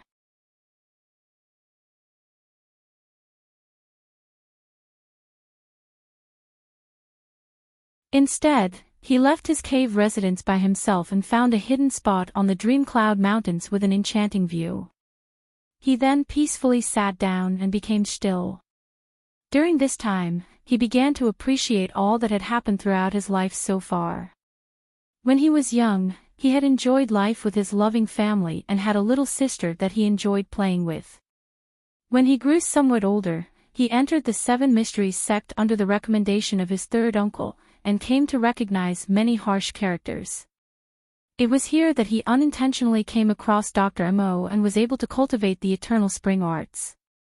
He then came across the Great South Meeting, introducing him to the true world of immortal cultivation. Then with Yellow Maple Valley. Soon after Han Li began to recall his memories, these vague past events gradually became clearer and various emotions began to reveal themselves from Han Li's face as well as a happiness that he had never displayed before. After these 3 days, Han Li tightly shut his eyes and restored his calm once more.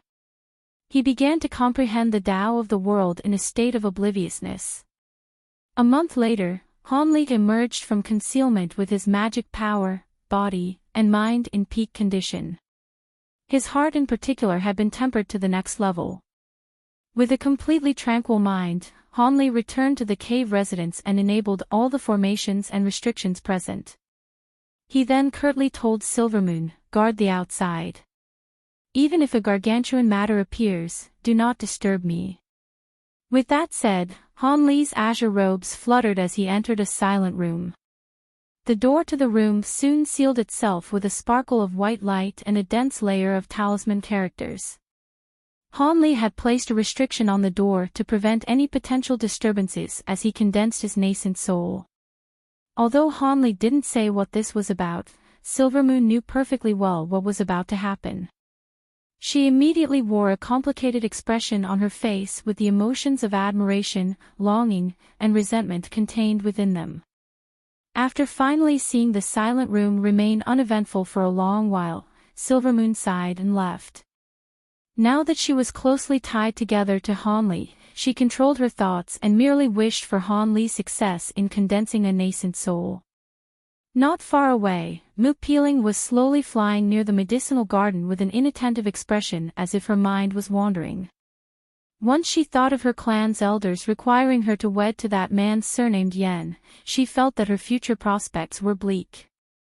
The Mu clan elders didn't hesitate on deciding an absurd engagement to marry an unruly woman such as herself to the Yen clan for a political advantage.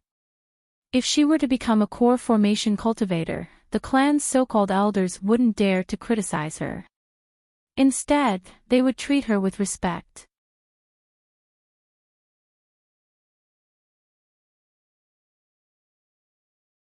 When Mu-Peeling arrived 5 kilometers away, she felt an indescribable fear suddenly fall upon her. The spiritual qi in the air suddenly grew turbulent. In the blink of an eye, countless strands of spiritual qi transformed into a whirlpool, causing her to nearly fall from the sky on the magic tool, catching her unprepared. In her great fright, she forcefully circulated all the spiritual qi in her body to steady her body. She then hastily glanced around and spotted something that left her amazed. About 300 meters in the sky, there were countless specks of spiritual light in the air. They were of countless colors, pulsing from bright to dim, and each contained extremely pure spiritual qi. They were a beautiful sight to behold.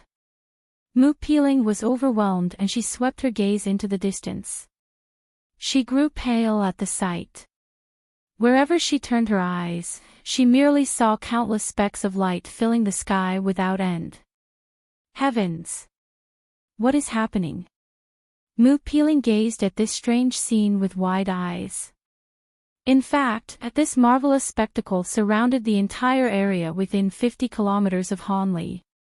As this woman discovered the spiritual qi transformations, untold numbers of cultivators had also discovered this anomaly. Those with profound cultivations even gazed in astonishment in the direction of the drifting clouds sect thousands of kilometers away. Although a majority of cultivators hadn't seen this before, nor did they know why such an omen appeared, the few that knew were watching with feelings of envy and admiration. On the main peak of the drifting clouds sect, in a cave residence that was located several thousands of kilometers high, there was a silver-haired old man that was sitting cross-legged. He had an ashen complexion and breathed heavily as if he were gravely ill. But in the instant the spirit lights appeared several hundred kilometers away, his forehead trembled and he opened his eyes in shock, wearing an expression of disbelief. He ceased his cultivation without hesitation and immediately flew out from his cave residence in a streak of white light.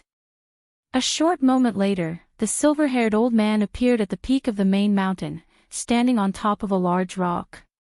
He solemnly stared in the direction of Hanli's cave residence and his expression wavered.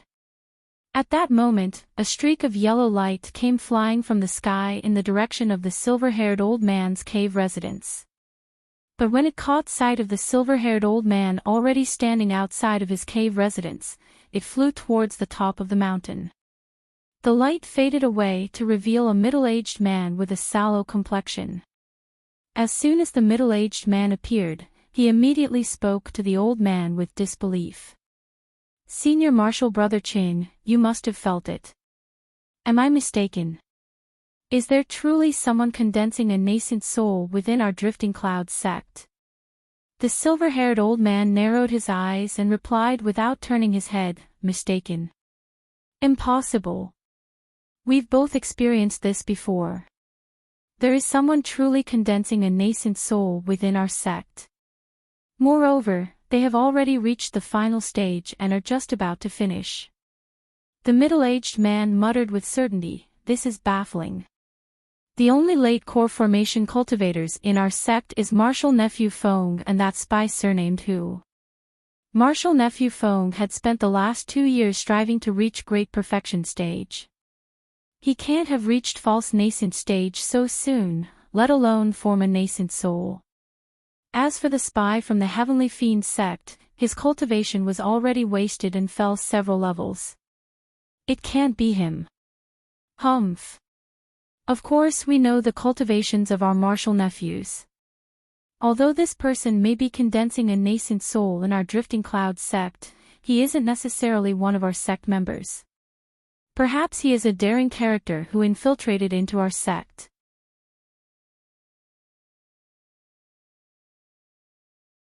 Since it is much more difficult for a vagrant cultivator to form a nascent soul than a sect cultivator, their abilities must be impressive. They cannot be underestimated.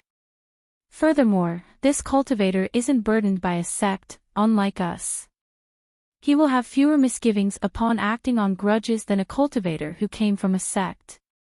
Isn't eccentric Heavenvenge an example of this? Is it not because of his profound cultivation and superior abilities that we dare not to easily offend him? Does his ruthless and unbridled actions not inspire fear into many of the sects in the Heavenly South region? When the middle-aged man heard this, he silently nodded his head in agreement. Then the old man's eyes lit up and he softly shouted, "It's starting." The middle-aged man was startled and he hastily sent his spiritual sense into the distance.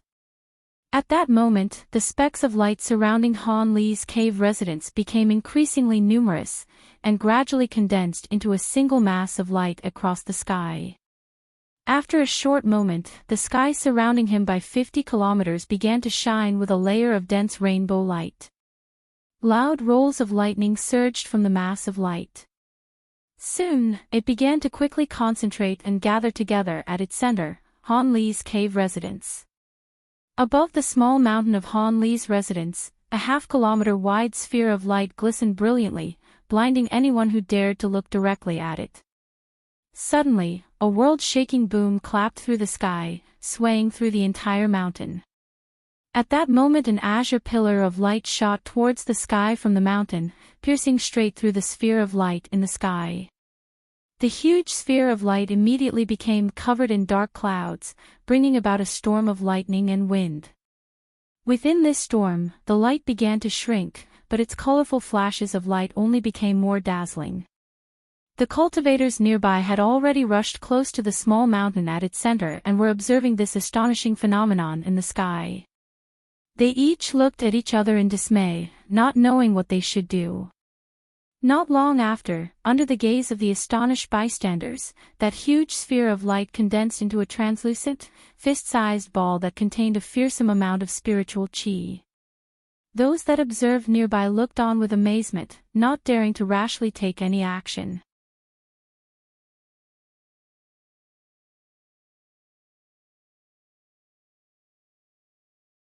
Your lifespan has been lengthened to over 1,000 years, but you've only lived around 200 years so far.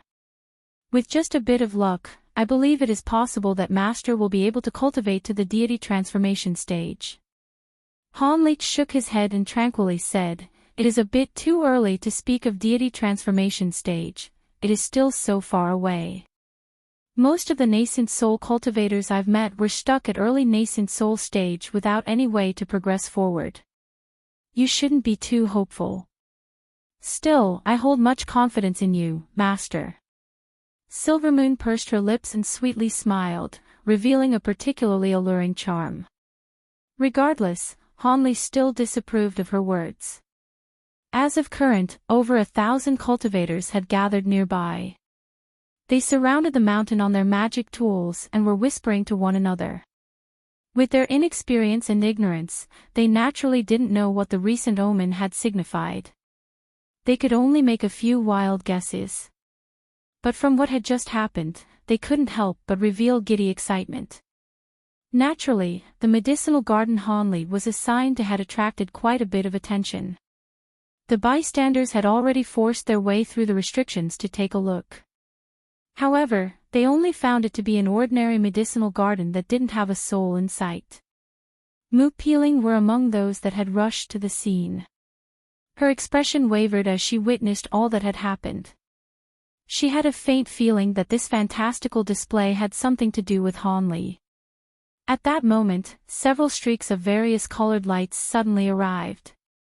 The lights faded away to reveal 6 core formation cultivators with heavy expressions. They were headed by the late core formation cultivator surnamed Feng. At his side stood a red-robed old man, the beautiful woman surnamed Song, as well as several other unfamiliar cultivators. Old man Feng raised his brow at the sight of so many low-grade cultivators and icily said, "All disciples, listen well. The area 5 kilometers away from the mountain has temporarily become a restricted area. If anyone is to violate this, they will be punished severely." When the disciples heard their martial ancestor give his orders, they could only obey despite the great curiosity they all held and promptly departed. A core formation cultivator with an ordinary appearance suddenly sent a sound transmission to Old Man Feng and pointed to the medicine garden down below. The old man's expression stirred and he called out to a woman nearby, "Marshal Nismu, stay behind for now." "As you command, Marshal Uncle." The woman was startled for a moment, but she immediately flew before the core formation cultivators with a respectful expression. Old Man Feng's expression relaxed and he said, "Marshal Nismu, I heard you were in charge of this medicine garden." "Yes. This medicine garden is being cared for by a qi condensation cultivator by the name of Hanli." "Qi condensation disciple? Where is he now?" Mu Peeling hesitated for a moment before replying, "I do not know." Several senior martial brothers charged into the medicine garden to take a look, but he was nowhere to be found. The red-robed old man's expression stirred and he asked with surprise, "Hanli? Was it that external affair disciple that made it to the top 10 in the last sword trial assembly? The 20-year-old youth?" "Marshal Uncle Duan is correct. It is that disciple." The woman wasn't surprised that he knew this, given that he had led them to the last sword trial assembly. It was truly odd that an external affair disciple was able to make it into the top 10. Could it be the omen of a nascent soul formation came from him? Old Man Feng muttered to himself with a complicated expression. The other core formation cultivators wore a solemn expression when they heard him. The woman surnamed Song had a particularly noticeable shift in her expression. The omen of a nascent soul. Could it be this person who formed a nascent soul? While the others had taken it well enough, when Mu Peeling heard his ludicrous words, she felt completely shocked. The red-robed cultivator slowly said, "Senior Marshal Feng, from what has happened, it seems this person had already condensed a nascent soul. How should we respond to him? Although they are a newly formed nascent soul cultivator, we are by no means their match. I reckon that the 2 martial uncles will soon personally come to deal with this matter. As for now, we must avoid all means of angering him." Just as he finished uttering his orders, his expression suddenly replaced and he shouted, "Ee! The martial uncles have already arrived." When the others heard him, they felt relief and turned their heads towards the sky, spotting 2 glints of light in the distant skies. The glints of light soon turned into a streak of white and yellow light that approached them. When Old Man Feng and company saw this, they immediately separated into 2 rows and wore a respectful expression. An instant later, the gray-haired old man and the sallow-faced middle-aged man appeared before the core formation cultivators, and the old man indifferently said, "This matter may be passed on to us to deal with. You may do as you wish, but don't remain here." When the others heard this, they each acknowledged him and left the vicinity of the stone mountain. Of course, Mu-Peeling didn't dare to stay behind and hastily flew off after saluting the two nascent soul ancestors. However, she couldn't help but take one last look at the medicinal garden before she departed. Could it truly be Hanli that had formed a nascent soul? The woman's heart grew turbulent at the thought and her expression grew vacant. At that moment when Silvermoon was speaking with a relaxed expression, the long-winded and aged voice came from the outside. Congratulations on fellow Daoist's successful nascent soul formation. I am the Drifting Cloud Sex Ching Tinkuan. Could my junior martial brother and I enter your residence for a chat?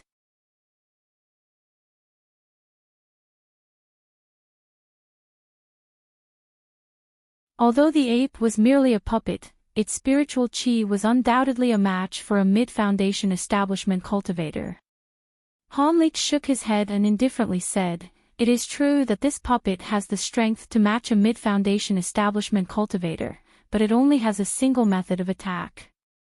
Additionally, the price of its materials is far too expensive. It is equivalent to the cost of a top-grade magic tool.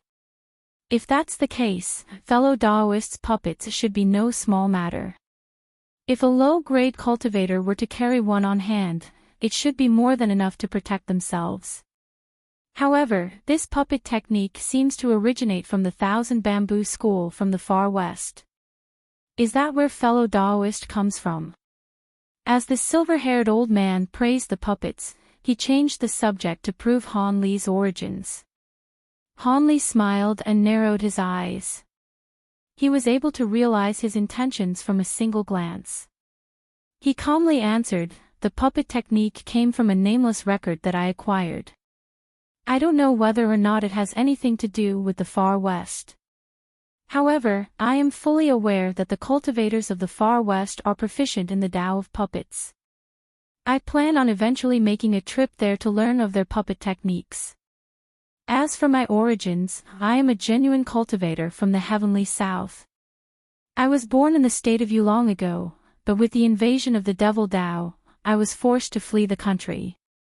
After the two exchanged glances, the middle-aged man eventually asked, "So fellow Daoist Han came from the state of Yu? That is truly surprising. You must have cultivated for quite a while, but your appearance is still so young. Could it be an appearance-halting effect from a technique? While Hanli possessed such a young appearance, one must have cultivated at least 300 years to reach nascent soul stage. As for cultivator Liu, he was nearly 400 years old once he reached nascent soul stage. My appearance isn't due to my cultivation art, but from a lucky encounter where I acquired a face-setting pill, persevering my appearance at the time of consumption. As for my time spent cultivating, it should be over 200 years." Cultivator Liu wasn't particularly surprised to hear about the face-setting pill, but when Hanli mentioned his age, he couldn't help but reveal shock. "What? 200 years?"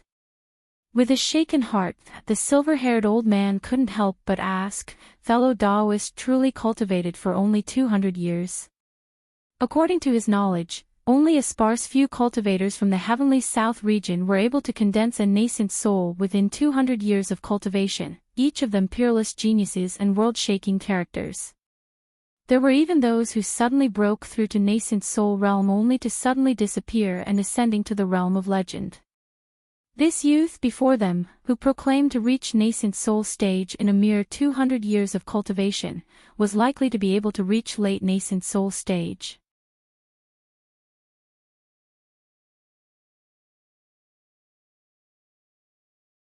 Chapter 641, Heaven Void Cauldron and the small bottle. The silver-haired old man rejoiced upon seeing that Hanli had yet to refuse. Continuing with his earnest tone, he said, "Be at ease, fellow Daoist Han. Although you will take on the title as one of the sect's chief elders, you won't be tied to any trivial responsibilities and may do as you wish.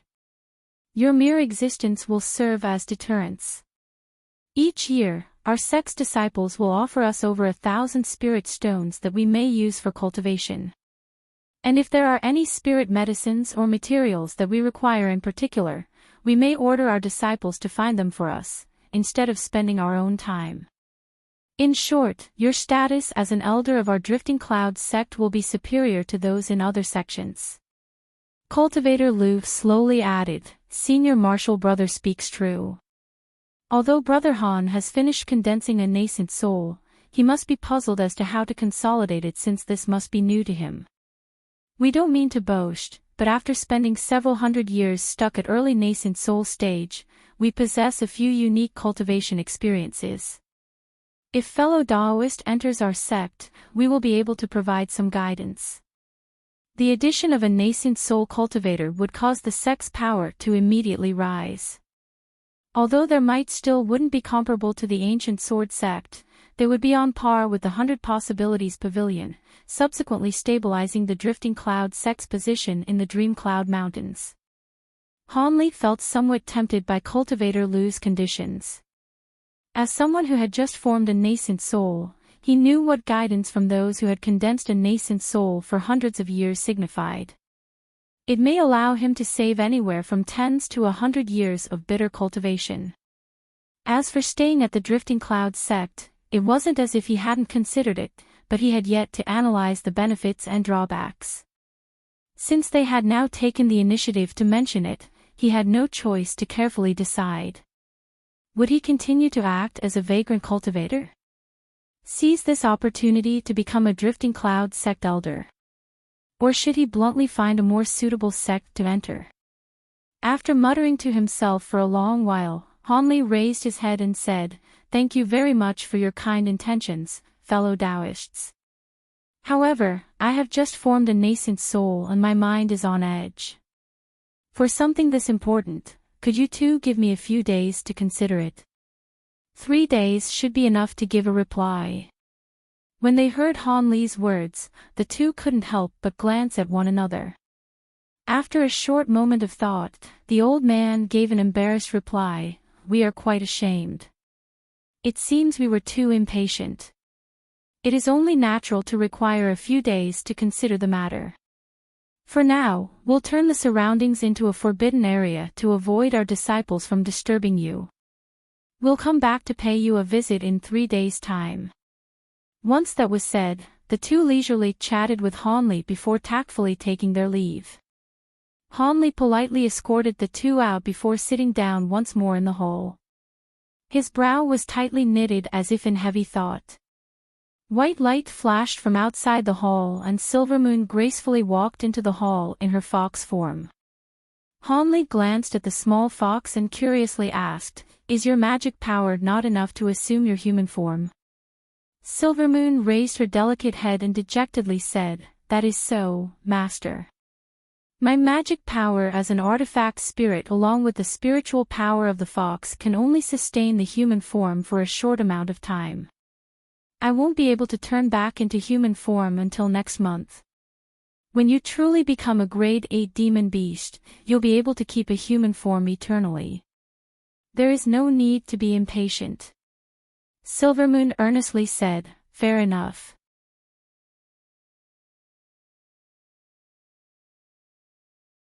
By the way, you didn't mention the other treasures that the cauldron contained.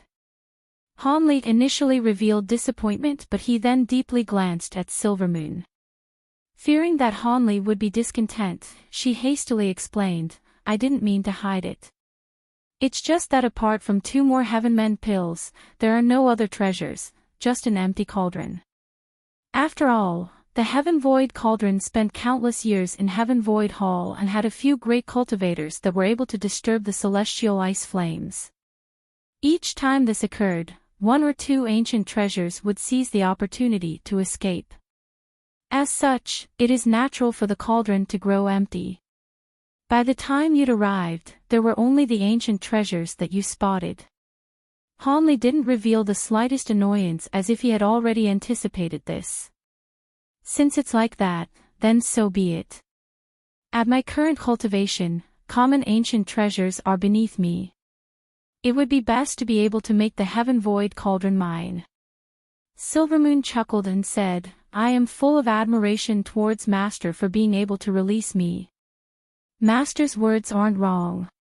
According to what I know, even in times of antiquity, there were only about 60 ancient treasures that were capable of being titled as a spirit treasure. Each and every one seemed capable of vast abilities that could shake the world. In truth, I originally thought that Master's small bottle was a spirit treasure, but after some further thought, I felt it to be unlikely. Hanli was stunned and doubtfully asked, "Oh. Could it be that my small bottle's abilities aren't enough to be an ancient treasure?" The small fox licked its lips and solemnly replied, "Of course not. Master's small bottle has the abilities to view the spirit treasures with disdain. After all, no matter how grand the abilities of the spirit treasures, they must still comply with the heavenly laws of this world. Those spirit treasures merely utilize the laws of this world to a greater extent, but that small bottle's ability to age medicine is a truly heaven-defying matter. I reckon that such an item can only be refined once you ascend into the spirit realm or the world above it." Hanli felt his breath turn cold and he passionately asked, "You mean to say that this bottle could have been a treasure refined by immortals of a higher realm?" Silvermoon nodded, "That's right. It is certainly possible." When Hanli heard this, he grew silent and suddenly took out the small bottle from his storage pouch. His expression stirred as he carefully examined it in his hands. A long while later, Hanli carefully put the bottle away and asked, "Silvermoon, you were listening in the next room. Do you feel that I should stay or find somewhere better?"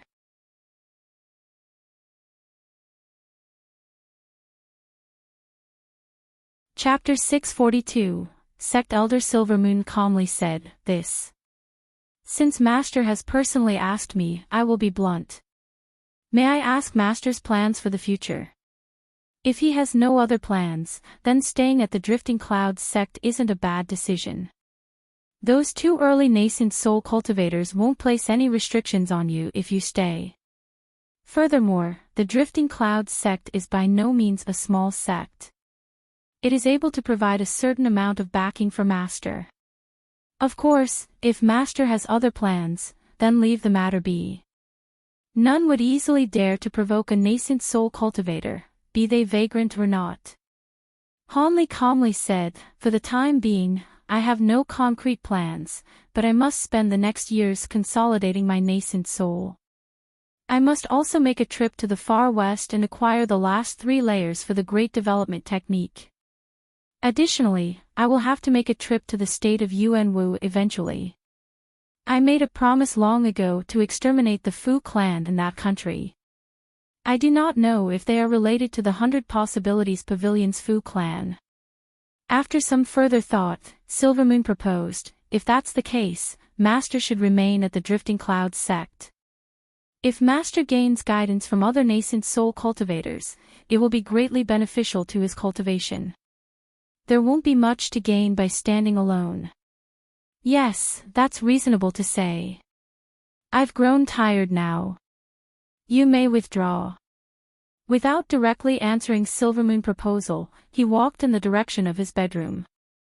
Silvermoon tilted her head as she glanced at Hanli walking away and wore a pensive expression before walking away from the hall. Lying down on the stone bed in the room, Hanli gazed at the stone ceiling as his mind wandered, finding it difficult to fall asleep. When he recalled the formation of his nascent soul, he grew filled with trepidation. While it appeared that condensing a nascent soul was simple, it was actually incredibly dangerous. When a core is shattered, it causes the entire body's meridians to flow backwards. In truth, it had been painful enough to kill him. But since his cultivation was deeper than those of a similar grade, he was able to bear through it. Of course, the 9-curl spirit ginseng pill was greatly effective during this period, else Hanli suspected he would have fainted. The shattered core stage was extremely dangerous. However, it paled in comparison to the following stage, inner demon backlash.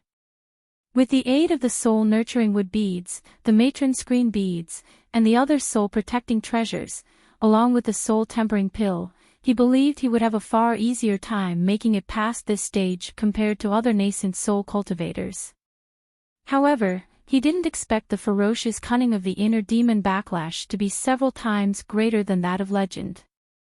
The inner demons had Hanli experience a string of his deepest fears and hatreds that he buried deep within his heart. During this time, he was incapable to telling that it was an illusion and lived through each of them. Regardless of whether it be his small native village being ransacked, his family being assaulted, or his own cultivation disappearing, the pursuit of the entire cultivation world from having his bottle revealed, they all stirred up the weaknesses of Hanli's heart. Each of these illusions were as real as could be. Once he fell into them, he had no method of breaking free of them. Despite his calm and unwavering nature, he had nearly lost himself into these illusions from fury and fright. Fortunately, the spirit-tempering pill and the other treasures were well deserving of their name, allowing him to keep his mind clear during crucial moments. Eventually, this led to Hanli finally breaking free of the illusions, awakening to a body full of cold sweat.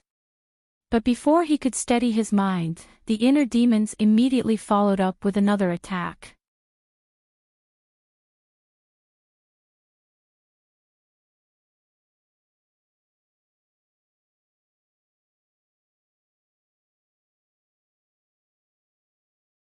Hanli bluntly grabbed them and had them light up into a ball of flame. Hanli calmly listened to what the balls of light had to say. A short moment later, he wore a face of amazement, soon to be replaced with fury. Once Hanli finished listening to them, his expression sank and he icily said, "Humph. This woman is truly too brave. Does she believe that I will allow her to act so troublesomely because she was my martial aunt for a few years?" Silvermoon attempted to stifle her smile. She clearly understood that this would offend Master. However, it seems this woman believes that Master isn't a hard-hearted man despite the little contact she had with you. Otherwise, she wouldn't have had the courage to dare to seek protection from you during that day. Besides, even if you punish her, she probably believes it to be a better alternative than becoming the Tao companion of that senior martial brother Yen. Hanli glanced at Silvermoon with an annoyed glint in his eye and said, "However, she is far too daring. To actually directly tell both clans that I've taken her in as a concubine. Both clan heads have hastily sent sound transmissions expressing their regret. The Yen clan head even renounced the marriage, wishing for me to not take any offense for their ignorance. Since this woman dared to act this way, it seems she should be prepared." Silvermoon blinked with bright eyes and revealed slight amazement. "Master means to." Hanli stretched himself and lazily said, "What? Is there anything strange in me accepting a concubine now that I've formed a nascent soul? Since this woman is a peerless beauty, I may as well make this fiction a reality and have a taste of what it means to pair cultivate." However, there was a trace of a sneer on his face. After a moment of confusion, Silvermoon pursed her lips and doubtfully said, "However, Master was never someone to be with a woman, and he had even refused a few advances. Lady Wen, for example. And earlier there was." Hanli narrowed his eyes and spoke with a flat voice, "The past was the past. The present is now. My cultivation was far too shallow before I formed a nascent soul, and I had no thoughts of seeking the pleasure of a concubine. But if Wen Siue were to meet me now, I naturally wouldn't let her go." When Silvermoon heard Hanli's words, she was dumbfounded. It felt as if he were speaking sincerely.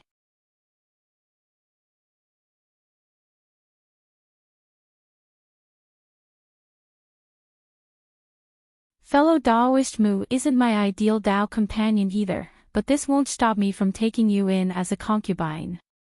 If you obtain my protection, you will tread farther on the path of cultivation without much cost. And in these past few years, you've come to know that I'm not a brutal or craven eccentric. Even if I place down a restriction on your soul, I won't mistreat you or cause you hardship. And later on, I may even grow to trust you and remove those restrictions. It either will be this, or acting as my servant for 20 years. Those years as a servant shouldn't pass by too slowly. His eyes moved away from her as if he didn't mind what she chose. Mu Peeling's heart grew turbulent. While she was unwilling to be controlled by another, the assistance and guidance of a nascent soul cultivator was also hard to pass. Unable to come to a decision, she hesitantly said, "Senior, could I have 2 days to consider this?" As for becoming Han Li's concubine, she already knew what Han Li had described. It couldn't be said to be a bad decision in the slightest. Countless beautiful, young foundation establishment women would be tempted to take the offer of becoming the concubine of a nascent soul cultivator. Without any intention of making it difficult for her, Han Li leniently nodded his head. "You may come back after 2 days with your answer. It should be enough time for you to come to a decision." He then called for Silvermoon to take her out. After saluting, Mu Peeling followed Silvermoon's lead and absent-mindedly left the hall.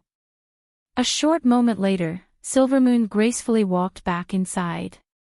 Silvermoon's bright eyes flickered and she mysteriously smiled. "Master, the 2 conditions you raised are somewhat."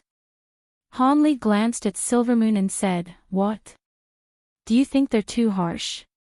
Don't they align with her wishes?" Silvermoon sighed and softly said, "It isn't about harshness.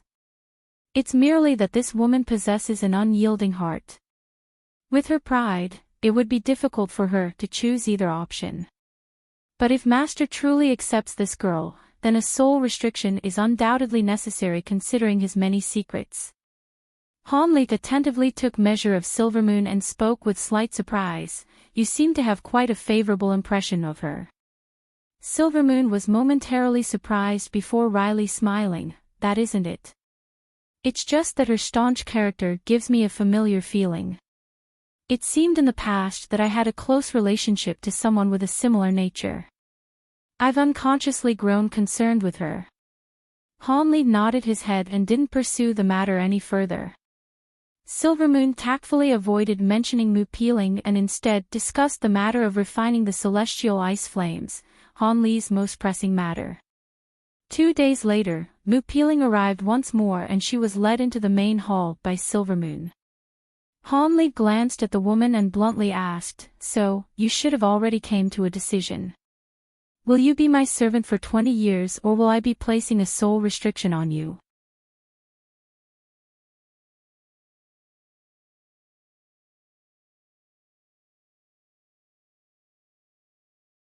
Unlike the dragon guiding arts, it requires a woman to possess cultivation at core formation stage. Once a woman cultivates this technique to a deep enough stage, the male cultivator would be able to forcefully break through a cultivation bottleneck in an instant by seizing her vital yin. It is only natural that I wish for this woman to cultivate with all her might. This technique requires a woman possessing deep cultivation after all. Dragon guiding arts. Copulative essence arts. Isn't it an exaggeration for a pair cultivation technique to be so fearsome? The small fox blinked and revealed disbelief. Han Li sighed and said, "I had similar thoughts to you at the beginning. For a pair cultivation technique to be so fearsome, it's simply unprecedented. However, I discovered the name of the person who established these pair cultivation techniques inside the jade slip, and my doubts were immediately dispelled." Silvermoon seemed to have thought of something and couldn't help but softly shout, Could it be?" Han Li said with a deep voice, "That's right. These 2 pair cultivation techniques were personally established by Archsaint Six Paths. Since he is a late nascent soul cultivator and is renowned as the #1 figure in the Scattered Star Seas Devil Dao, these 2 techniques should be greatly effective.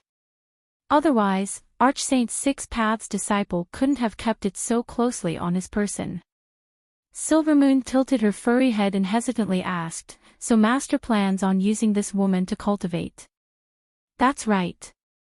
Once this woman reaches late core formation stage, we will both cultivate the copulative essence arts. And once I reach a bottleneck, I will use this technique to break through it. After all, there are few medicine pills that are capable of assisting in the cultivation of a nascent soul cultivator." From now on, my cultivation speed will be pathetically slow. Since a vast majority of nascent soul cultivators are stuck at the early stage, it can be observed that it is extremely difficult to break through the bottleneck to mid-nascent soul stage. As such, I must make an attempt, regardless of the validity of the technique's effects. It is only a pity that according to what was described, the bottleneck breakthrough will only occur for the first time the technique is used.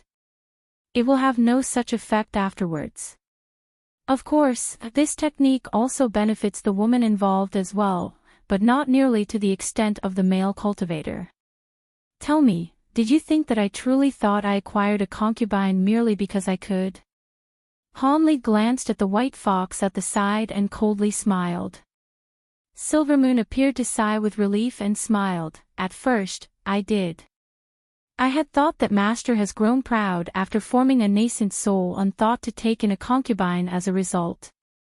When Hanli heard this, he wore a vague expression.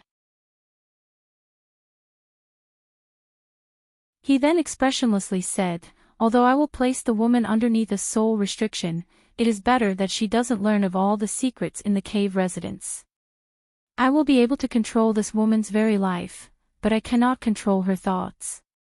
Just because I treat her well doesn't necessarily mean she will be grateful. I will first treat her with great caution so I may avoid being betrayed from a moment of carelessness. This martial ant Mu is rather intelligent, but it would be best to keep watch of her. If she truly wishes to follow me and is unswayed by the wills of others, I will not treat her unfairly and will assist in her cultivation. After all, I have an abundance of low-grade medicine pills. Silvermoon, keep an eye on her for me when you're free. It should be a trivial effort given your skills." Silvermoon obediently agreed, "Yes, Master. When you are in secluded cultivation, I will particularly pay attention to her." "That will do. These 30 years should be enough for me to read her. I hope she doesn't disappoint me." During that final sentence, Hanli's tone became sullen. Several days later, Mu Peeling returned to the mountain and was subjected to a soul restriction by Hanli. Afterwards, she was gifted with a few bottles of medicine pills effective for Foundation establishment cultivators. This gift had amazed her and caused her face to blossom with beauty from her delight. She eagerly expressed her thanks with adoring respect. It appeared this woman had truly thought of herself as his concubine. After the silver-haired old man and cultivator Lu were notified that Hanli had taken her in as a concubine, they expressed their congratulations and each gifted a top-grade magic tool to Mu Peeling. Hanli smiled in response and politely thanked them. From then on, Mu Peeling began to dedicatedly cultivate at one of the smaller mountains surrounding the main cave residence, provided both with Hanli's guidance and medicine pills. During this time, Hanli would occasionally pay a visit to the cave residences of the other two nascent soul cultivators in the sect, humbly asking for cultivation instruction. Since the two drifting cloud elders intended to sincerely accept Hanli into their fold, they hid nothing from him, much to Hanli's benefit. In hindsight, Hanli felt his choice to stay was extremely wise. Several months later, Hanli was delighted to discover the spirit well tree in the medicine garden started to shed wine nectar. He hastily began to refine the bright sight water according to the instructions that the dishevel-haired cultivator left behind. With Hanli's grandmaster-level skills in medicine pill refinement, he quickly grasped the knack of refining the spirit water and found it easy to concoct despite his first few failed attempts. Currently inside the pill refinement room, Hanli was holding onto a small bottle of bright sight water that he concocted earlier. His gaze flickered when something suddenly came to mind, and his expression soon became determined. He opened the bottle with one hand and caused his hand to flash with azure light in the other. A ball of translucent blue liquid flew out from the bottle and slowly made its way towards Hanli's forehead. By the time the water arrived in front of Hanli's forehead, it suddenly stopped and became completely still. Hanli looked at the water with narrowed eyes and remained silent. A short moment later, he opened his mouth and breathed out a small mist of azure light and enveloped the water. Then as the water sparkled, two fine strands of water suddenly shot out and entered Han Li's eyes. Han Li felt his eyes warm up, but a moment later, the warmth turned into a bone-chilling cold. He shut his eyes and trembled from the sensation.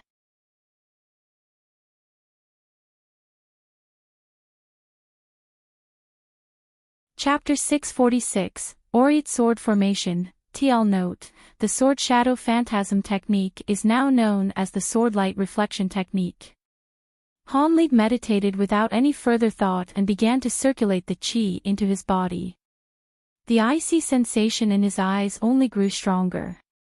If anyone were standing in front of Han Li at that moment, they would have discovered that a layer of blue light began to weakly cover his eyes.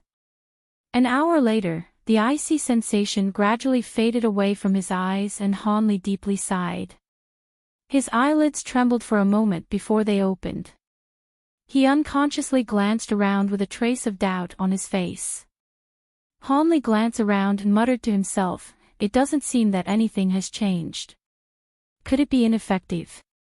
But after a moment more of thought, he suddenly poured spiritual power into his eyes and deeply glanced around. A blue light sparkled from deep within his eyes. Han Li couldn't help but shout out. He was able to see the restrictions in the silent room, and his eyes were stained light blue. However, his focus was disrupted from his surprise and the scene before him returned to normal. Han Li glanced at the ball of spirit water still floating in front of him and thought, it was no wonder that cultivators at core formation stage and beyond hold no interest in bright sight water. This meager ability to barely see through anything is to little effect. There are many supplementary magic techniques that could achieve a far stronger effect. However, this is only the result of cleansing the eyes one time. If I were to periodically use the bright sight water, perhaps my eyes would gain a miraculous ability. I'm looking forward to it. Without any reservations, Han Li used the remaining bright sight water to repeatedly cleanse his eyes. This amount of spirit water was enough for over 10 cultivators to cleanse their eyes once through, but with Han Li's profound cultivation, he was able to consume all of it after only a few times. Once the spirit water was completely consumed, Han Li still observed no changes. It was only when he focused spiritual power into his eyes that blue light suddenly appeared within them. Its ability to see through restrictions wasn't particularly improved. As Han Li had plenty of time, he wasn't dejected by these results. It would just be a gradual process. On the second day, Han Li had a quick word with Silvermoon before he entered seclusion and took out the golden page that recorded the Azure Essence sword arts. This sword art was a complete set, containing 13 layers. The divine abilities of the sword art included the Azure Essence sword streaks, the protective sword shield, and the sword light reflection technique. The first two techniques weren't particularly notable. Although they were easy to use, their power was nothing special. As for the sword light reflection technique, Han Li was greatly satisfied by it. He made use of that divine ability to great and immediate effect, bringing many battles to a sudden conclusion. However, because his opponents had been truly too powerful, the might of this sword art wasn't well displayed. He was confident that any common cultivator with similar cultivation to his own would be incapable of blocking several hundred of sword lights that surrounded them. They would be skewered in an instant. As of current, he had already cultivated to the 10th layer of the sword art and could now make use of the sword art's new divine ability. It had been quite laughable. He had already acquired the entirety of the Azure Essence sword arts from the Golden Page 1, but the final passage containing the last divine ability had been obscured from him at the time, perhaps by intention of the page's creator. Although he clearly knew that the words of light had contained the cultivation method for the final divine ability, his cultivation had been too shallow at the time. Even when he was at late core formation stage, he was still incapable of reading the divine ability.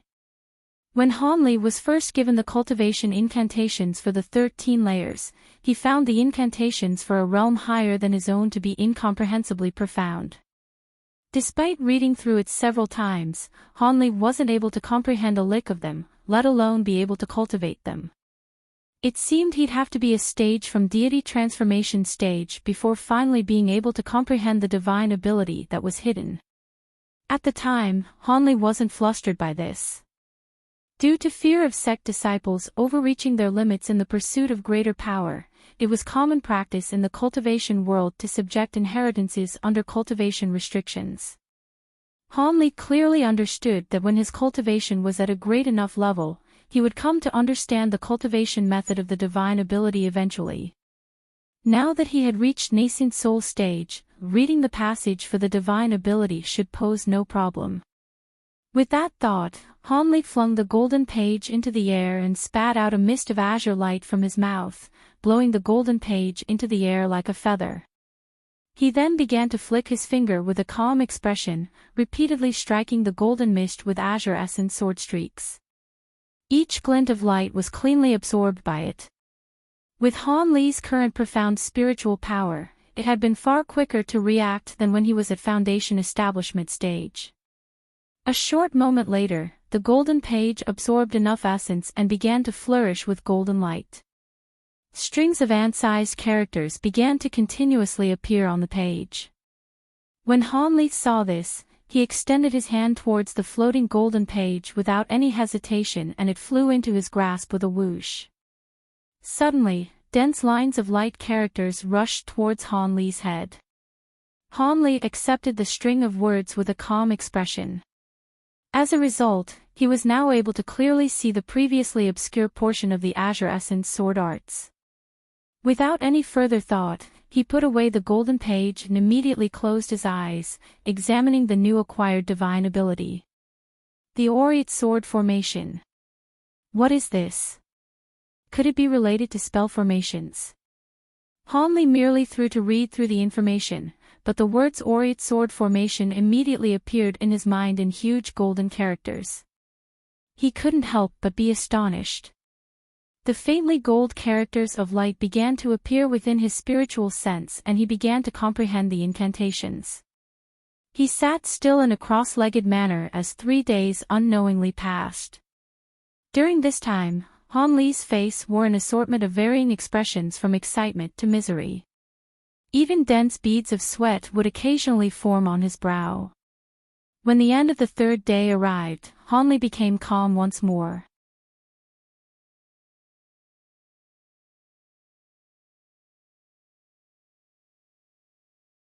Chapter 647, setting off on a journey. Since the celestial ice flames would allow him to easily exterminate nascent soul cultivators, Hanli didn't dare to be careless.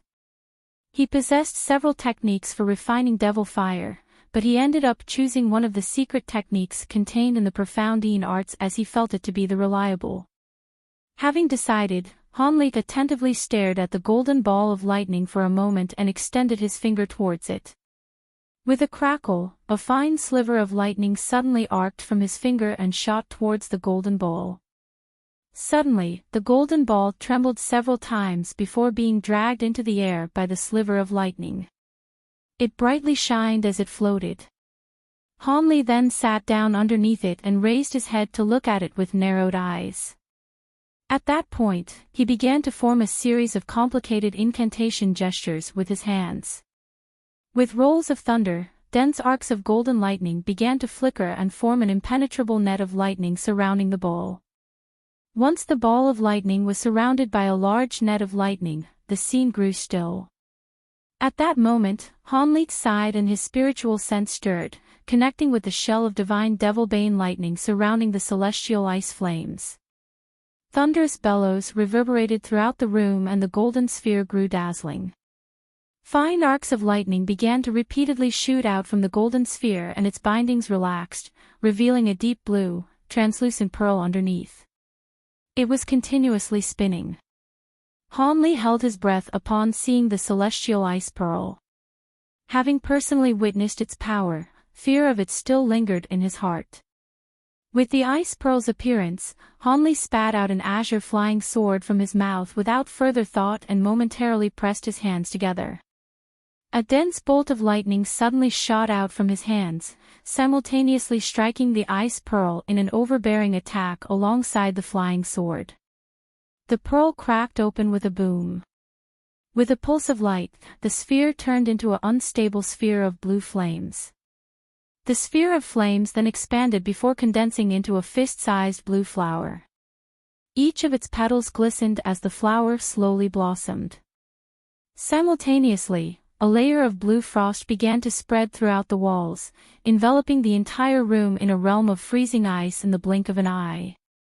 However, Hanli had long prepared for this.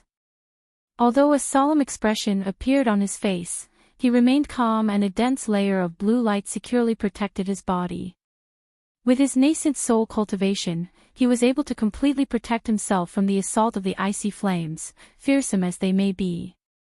Hanli felt somewhat relieved to see that the icy chi was unable to penetrate the light barrier protecting his body and proceeded to point into the air. The net of divine devilbane lightning immediately shrunk back and enveloped the blue flower of light. Underneath the golden sparkling light and blue radiance, the huge blue flower began to change once more into a flame attempting its utmost to resist the lightning net's constriction. Seeing that the celestial ice flames were restricted, Hanli took a deep breath and began to move his spiritual sense. Claps of thunder rang out as a small hole opened from the golden net, only to be mended a moment later. But in that short instance, a sliver of blue flame escaped and shot towards Hanli as if it were intelligent. Hanli expressionlessly clasped his hands in an incantation in response and he closed his eyes. Azure chi began to flow out from the crown of his head, followed by the emergence of an inch-tall nascent soul. The nascent soul's face was strained.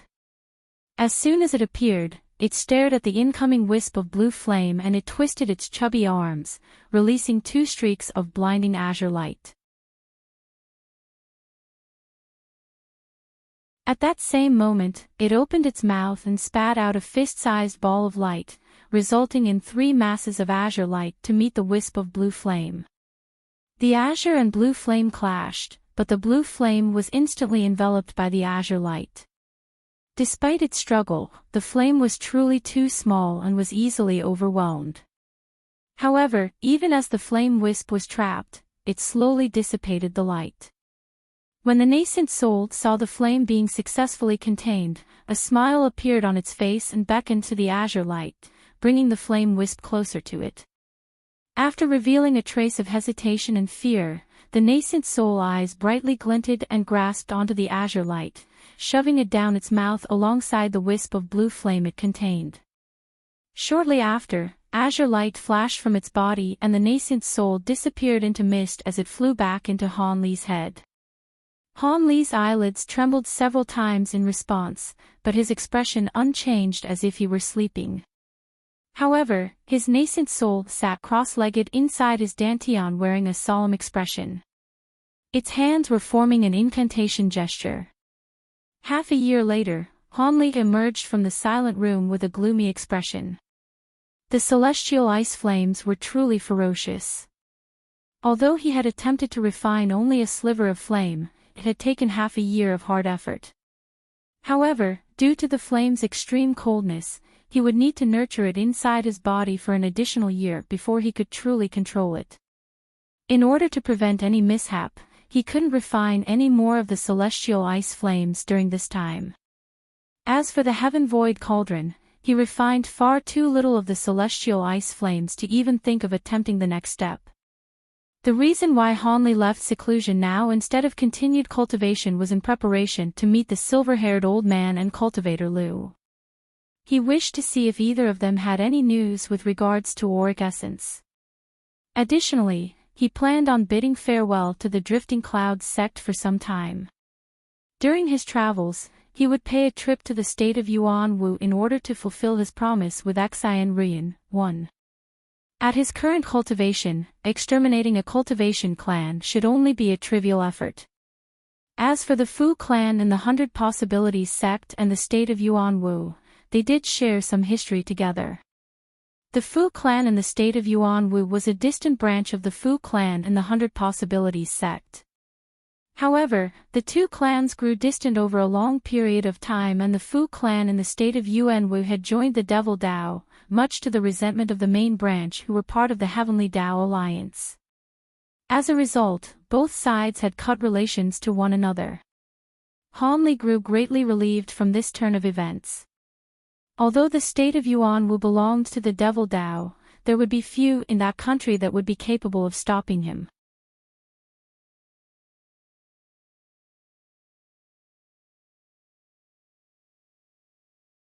Chapter 648. A party of three. The Fu clan's main stronghold was located deep into a mountain range in the west of Yuanwu.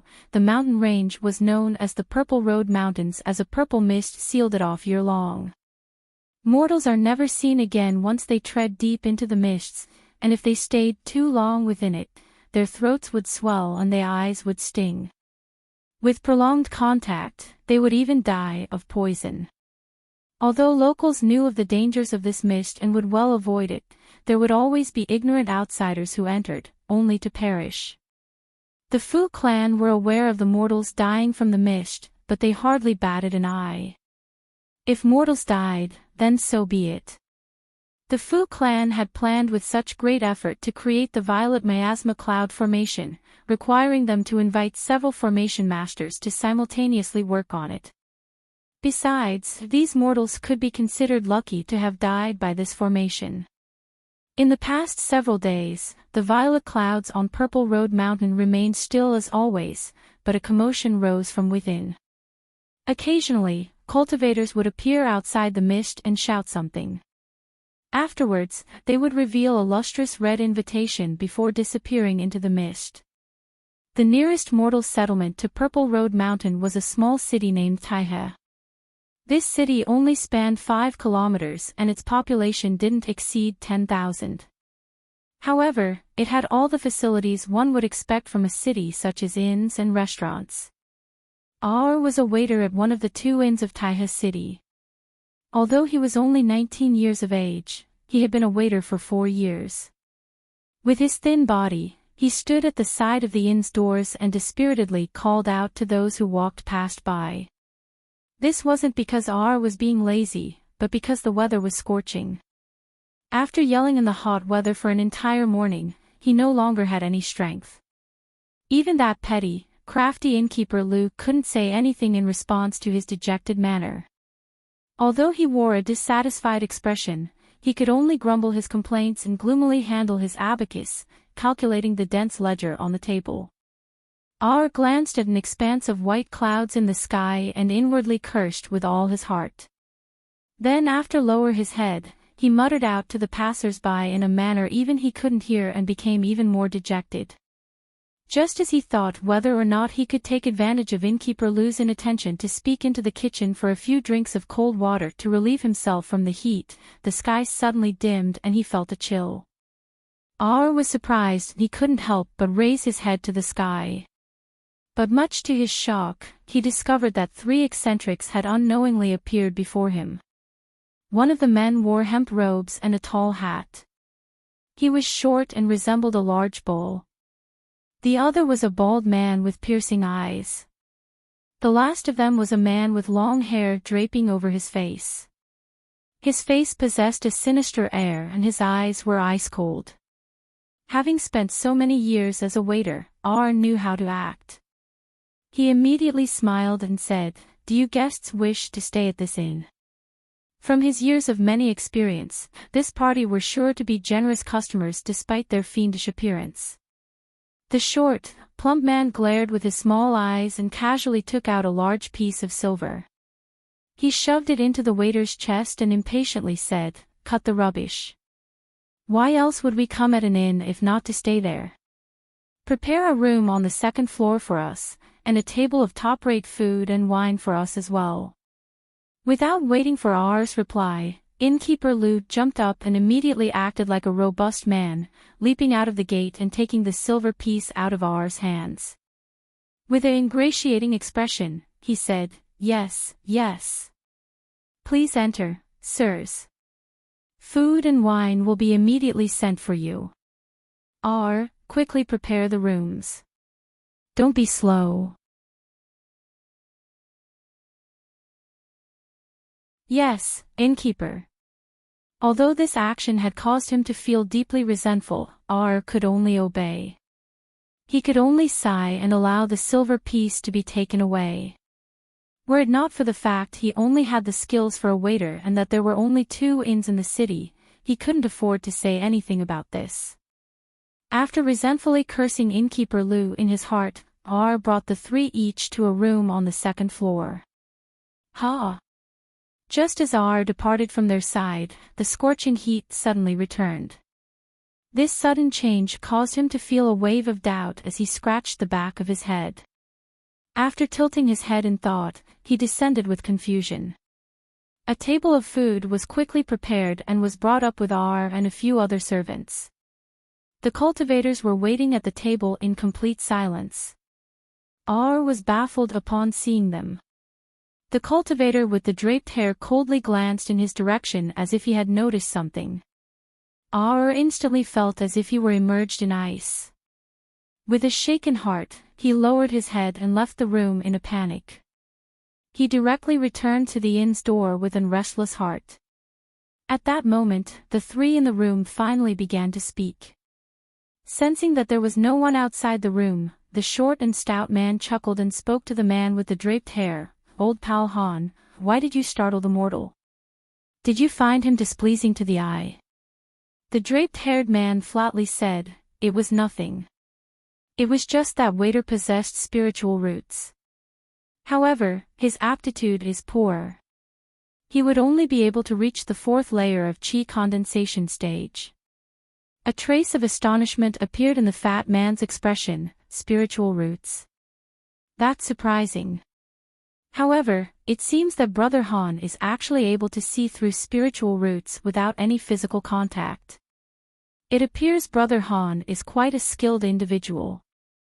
The draped-haired cultivator glanced at the fat cultivator and slowly said, "My cultivation isn't any higher than you 2 fellow Taoists. I merely cultivated a related secret technique."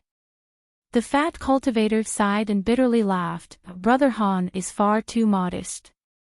However, that waiter can be said to have no prospects in the cultivation world. Even if he managed to somehow reach foundation establishment stage like us, if he doesn't have the backing of a sect, he will merely be a wild lone wolf, a target of humiliation to cultivators of a similar grade. We ourselves came to Purple Road Mountain to bid the Fu clan ancestor a happy birthday to see if we have the opportunity to join the sect. If we are able to catch the eye of a Devil Dao sect or the clan ancestor, we'd be quite fortunate. It is just a pity that us vagrant cultivators can only enter the Fu clan castle on the ancestor's birth date. We still must wait another month. The draped-haired cultivator indifferently grunted and nodded his head as if he were disinclined to further speaking. The fat man and the bald man couldn't help but look at each other in response. The bald man widely opened his round eyes and said with a muffled voice, "Brother Han, us 2 brothers only formed a party together to go pay our respects to the Fu clan castle. But in the past several days, we realized that while you are also a vagrant cultivator, your cultivation is unordinary. Where might you have cultivated previously? We've never heard of your esteemed name before." After the large bald man finished speaking, the eyes of the fat cultivator glinted and he began to stare at Hanli. The draped-haired cultivator's face remained unchanged. He merely indifferent replied, "I was once a cultivator of the state of Yu. I've only came to the state of Yuanwu recently. It isn't odd that you fellow Taoists haven't heard of me." The fate cultivator blinked and asked, "The state of Yu? Isn't that the territory of the ghost spirit sect? Why did Brother Han not try his luck with the ghost spirit sect instead of coming to our state of Yuanwu?" The draped-haired cultivator calmly replied, "I did try, but there is no path forward. Given that the ghost spirit sect is the sole power in the state of Yu, it doesn't tolerate the existence of outside cultivators. As such, I came to the state of Yuanwu to try my luck. However, I didn't expect to come across the Fu clan ancestor's birth celebration as soon as I appeared. I couldn't possibly have easily allowed such a rare opportunity to pass me by. So it was like that. It must have been difficult for Brother Han. The fat man chuckled and asked nothing else. Instead, he began to chat about a few of the rumors circulating throughout the cultivation world. Once the wine and food were finished, the draped-haired cultivator bid his farewell and decided to rest in a neighboring room. Once the draped-haired cultivator left the room, the fat cultivator's beaming smile instantly disappeared, only to be replaced with a sinister expression. He suddenly took out a talisman from his robes and formed a hand incantation.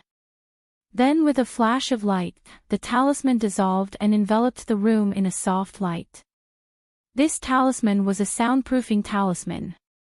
Once the talisman was in full effect, the large bald man hastily asked, "Brother Luo, do you believe that youngster is truly a vagrant cultivator?" The fat cultivator sneered and stroked the fat underneath his chin. He sinisterly said, "Certainly not. He is most likely a disciple of a small sect."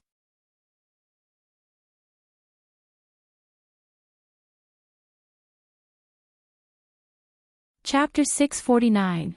Harboring sinister designs. The short and stout cultivator explained with a proud expression, "Did you not see his magic tool when we were traveling together? That was clearly a top-grade magic tool.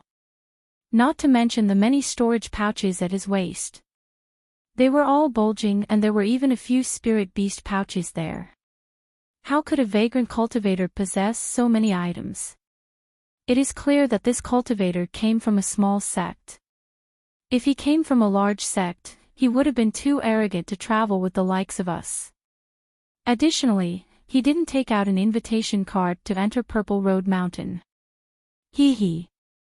After all, given how powerful the Devil Dao are, small sect cultivators wouldn't dare to act so openly. All of them would sneakily act as vagrant cultivators for fear that they would attract the Devil Dao's ire and subject calamity upon their clan for generations to come. That is why we've never heard of him despite his strong cultivation and magic tools. With eyes filled with avarice, the bald man rubbed his hands in eagerness. From what Brother Luo has said, that does seem to be the case and we can boldly attack him without worry. Although he is somewhat wary of us, he definitely wouldn't have thought that we were concealing our true cultivation. It should be quite easy for us two mid-foundation establishment cultivators to kill an early foundation establishment cultivator. That youngster is bringing about his own doom to come across the dual fiends Ping Yi." The fat man licked his thick lips and sinisterly said, "Of course, but in order to smoothly succeed, we lower his guard as much as possible. It will take much less effort if we launch a sneak attack. Let's wait 2 days prior to the Fu clan ancestors' birth celebration to attack. Yes, let's do as Brother Luo says. Even if neither of us makes it into a sect of clan, we'll still make quite a bit of profit." The bald man seemed quite confident in the fat man and he wore a grin on his face.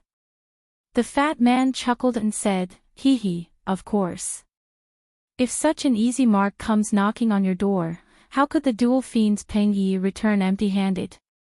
While the two chatted without restraint about killing the draped-haired man, the man in question sat down expressionlessly in the other room. However, he was able to easily hear their words as if the soundproofing barrier didn't exist.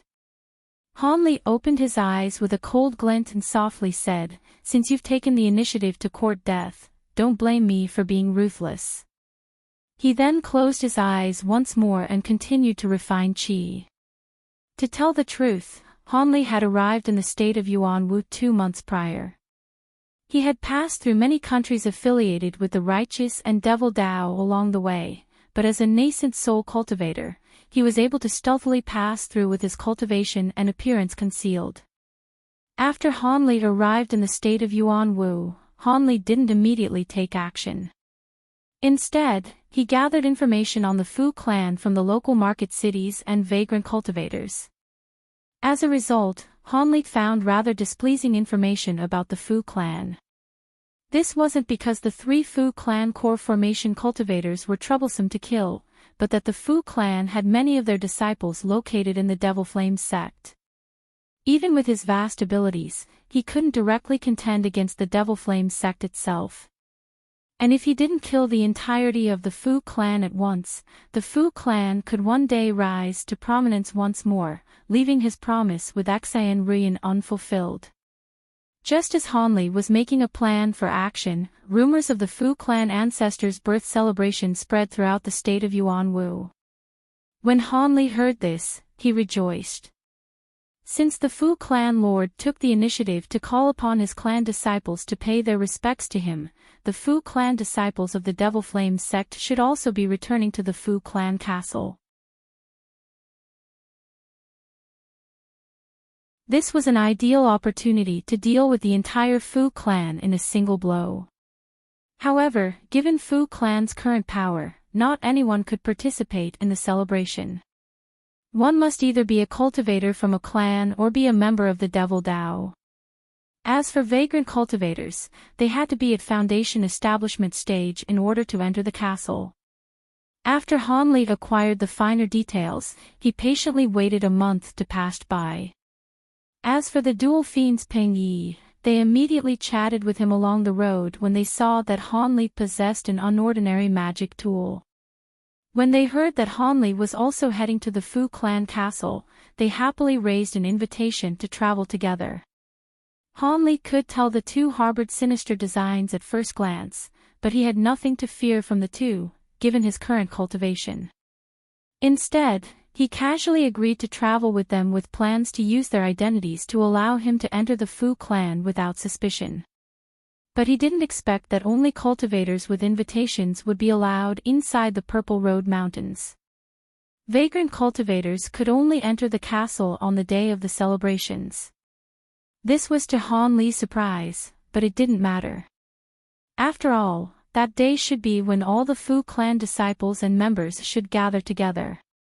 If he were to act any earlier, he would scare a few away. As of current, he was staying at an inn and hadn't yet planned on how he should deal with the dual fiends Ping Yi. Since the two were incapable of staying patient, Han Li wasn't going to be merciful. In the following days, Han Li and the dual fiends Ping Yi took a few trips nearby and would return to the inn at night to cultivate. The time of the Fu clan celebration drew near. In these few days, the two spoke quite effectively with Han Li and even addressed him as Brother Han, as if they were good friends for many years. At that moment, many vagrant cultivators began to gather at the small city. While a majority of vagrant cultivators were accustomed to the outdoors, a few cultivators more fond of creature comforts stayed at the two inns of the city. As a result, Han Li came across several other cultivators at the same inn.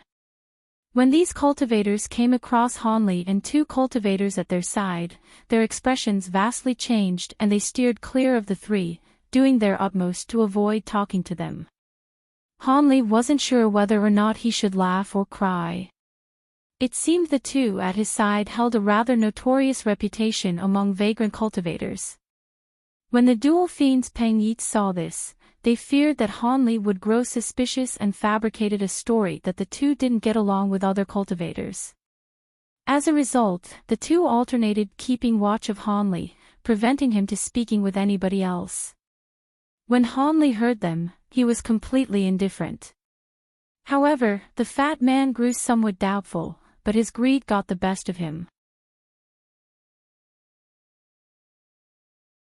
2 days later, the two cultivators suddenly urged Han Li to visit a nearby scenic spot with them. They said that the scene was fascinating and was too good to miss.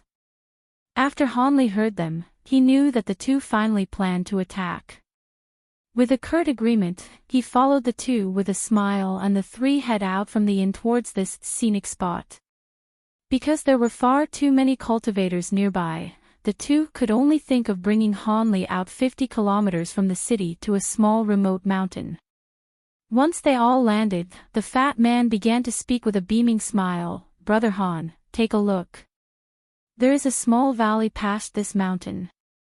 There are pure flowing streams and flowers of countless sorts. It is absolutely..." Despite the plain surroundings, he managed to continue his fanciful words about how impressive the scenery was. When Hanli heard this, he continued to derisively laugh in his mind. There truly was a hidden valley past this mountain. But apart from the passable scenery, there was also the spiritual fluctuations of a hidden restriction. It was very faint, but he was able to detect it with his spiritual sense. It appeared the two were quite experienced at killing others as they placed down a rather simple spell formation. If Hanli truly were an ordinary Foundation establishment cultivator, he would have found it difficult to survive if he entered the formation and were suddenly attacked by the two. When Hanli finished listening to the fat cultivator, he casually swept his gaze around and mysteriously smiled at the two. This scenery is not bad and there is no one here.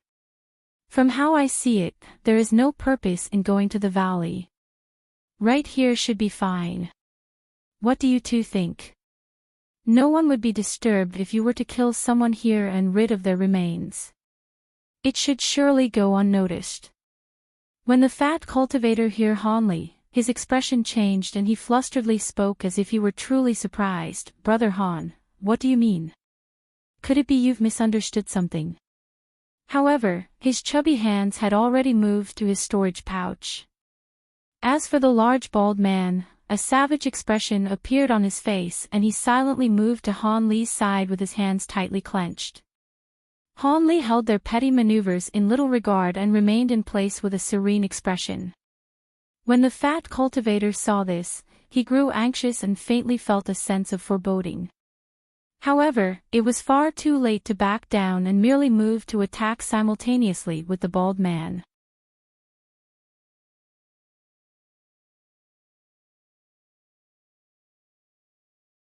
Chapter 650, Demon Nascent. In the same moment the two men moved to attack Hanli, a chuckle suddenly broke out. Hee hee. How interesting. I didn't think I'd wake up from my nap to see murder and plunder. But for two Foundation establishment cultivators to attack a nascent soul cultivator?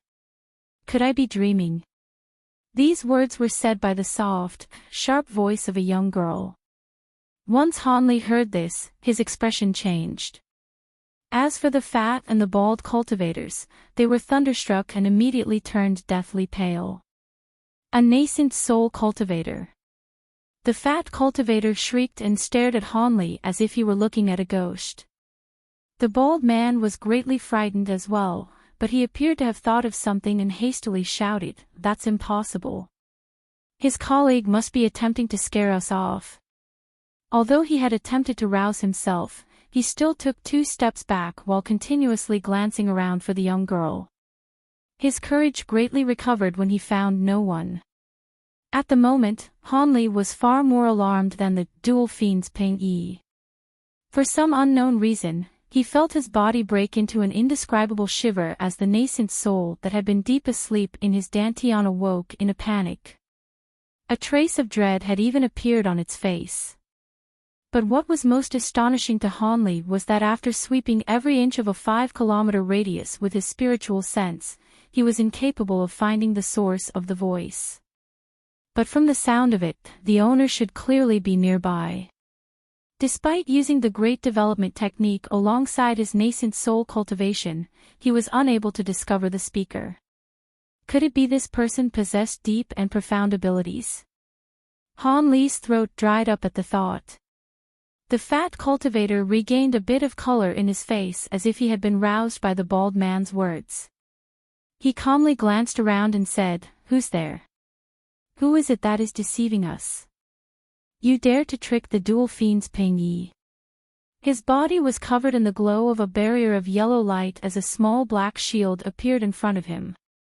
The girlish voice boldly said, "Hee hee. If you could see this old woman, I'd kill myself out of shame." However, the spiritual sense of this nascent soul cultivator is quite strong. If it were even slightly stronger, perhaps you'd be able to find me. Hanli's expression grew sullen and he did his utmost to sweep his spiritual sense over everything in his surroundings. Even with his exceptional spiritual sense, he was unable to find even a trace of another cultivator. He felt that this was far too strange. I am a tad hungry. How about I make a meal out of you 3? TCH, it's been a while since I've had a taste of a cultivator's nascent soul. I long to experience it once more. The girl's tone was completely free of malice, in stark contrast to the meaning of the words being said. Hanli snorted and ceased concealing his cultivation while his expression remained unchanged.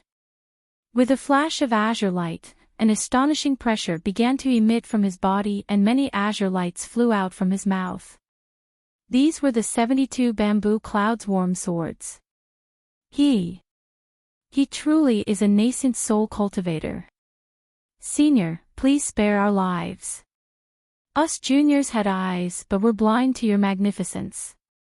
We didn't mean to offend Senior. Second brother, what are you doing? Don't run. We don't stand a chance before Senior Han.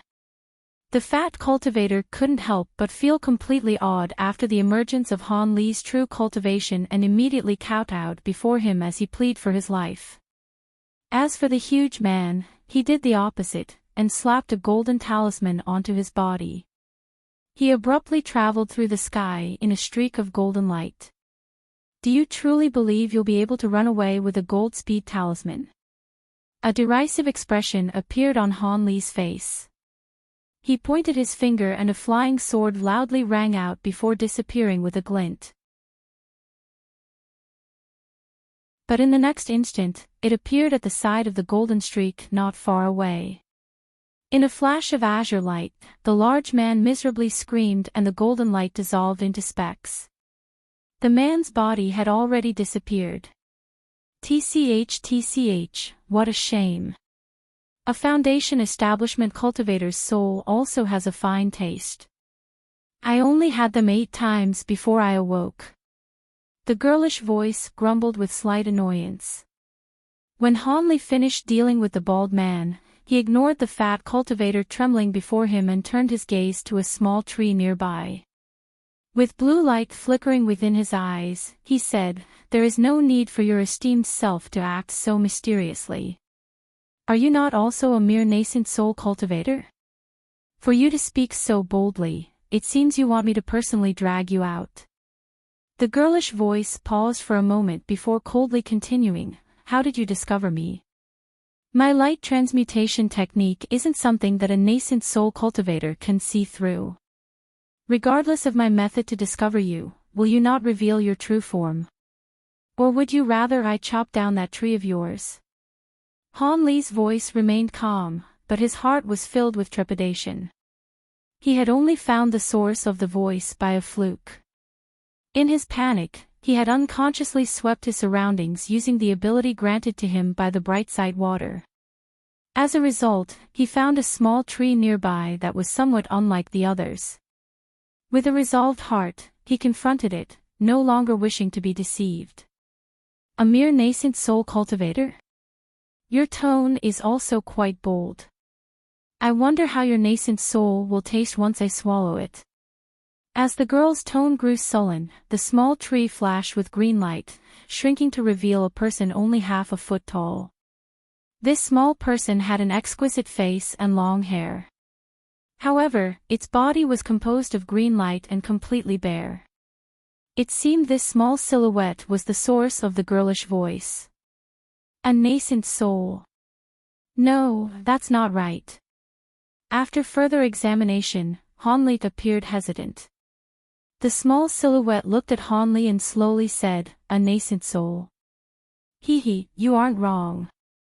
But you are quite out of luck to be the first nascent soul cultivator I've seen since awakening, or maybe my luck is just good."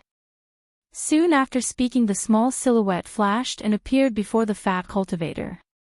It giggled and said, "Your soul would make a good fit in my stomach, yes?" "No. Senior, please spare me." Realizing that this small silhouette was in existence on par with a nascent soul cultivator, the fat cultivator pleaded for his life as he jumped away, wishing to flee. However, a malevolent expression surfaced on the small silhouette's face, and its body turned into a ball of green light that shot into the fat cultivator. An instant later, it came out of the man's body back in its original form, except with a thumb-sized green ball of light that was intermittently twinkling.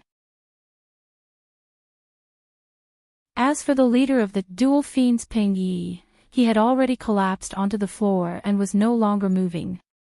The small silhouette didn't bother to speak any further and simply gobbled the ball of light with a few bites. Afterwards, the silhouette's body grew slightly more concentrated. Hanli could no longer keep calm upon seeing this. After pursing his lips, he harshly shouted, "Are you ghost or man? You dare to directly consume a soul?" He had clearly felt the small silhouette's cultivation to be similar to his own at the early nascent soul stage.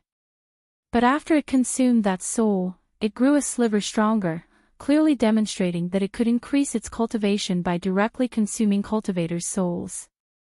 It was inconceivable that this was the result of a technique. The incandescent green silhouette ignored Han Li's question and instead glanced at Han Li's dantian as if it were directly looking at his nascent soul. It wore a greedy expression and muttered, "The appetizer is done and now it is time for the banquet.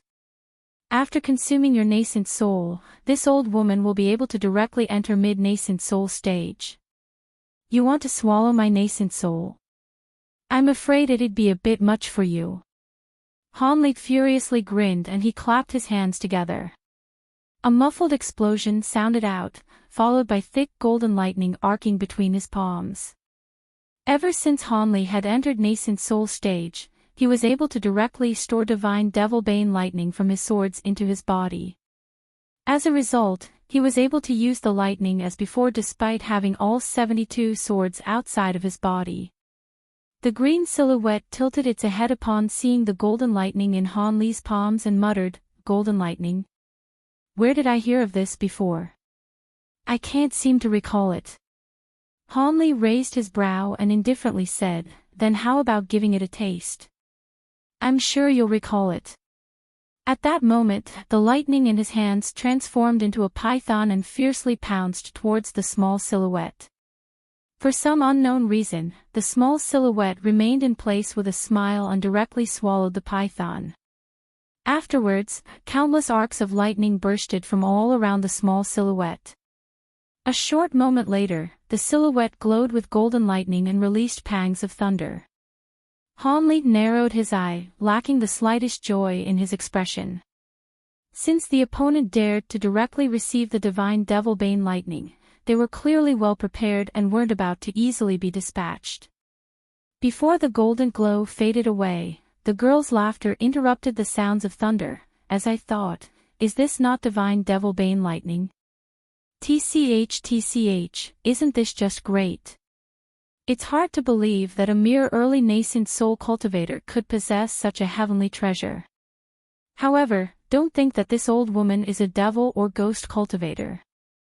Using that lightning to deal with me is beyond its abilities." You're tuning into the Journey of the Soul YouTube channel. Don't forget to subscribe and join us on this journey to catch the most captivating stories.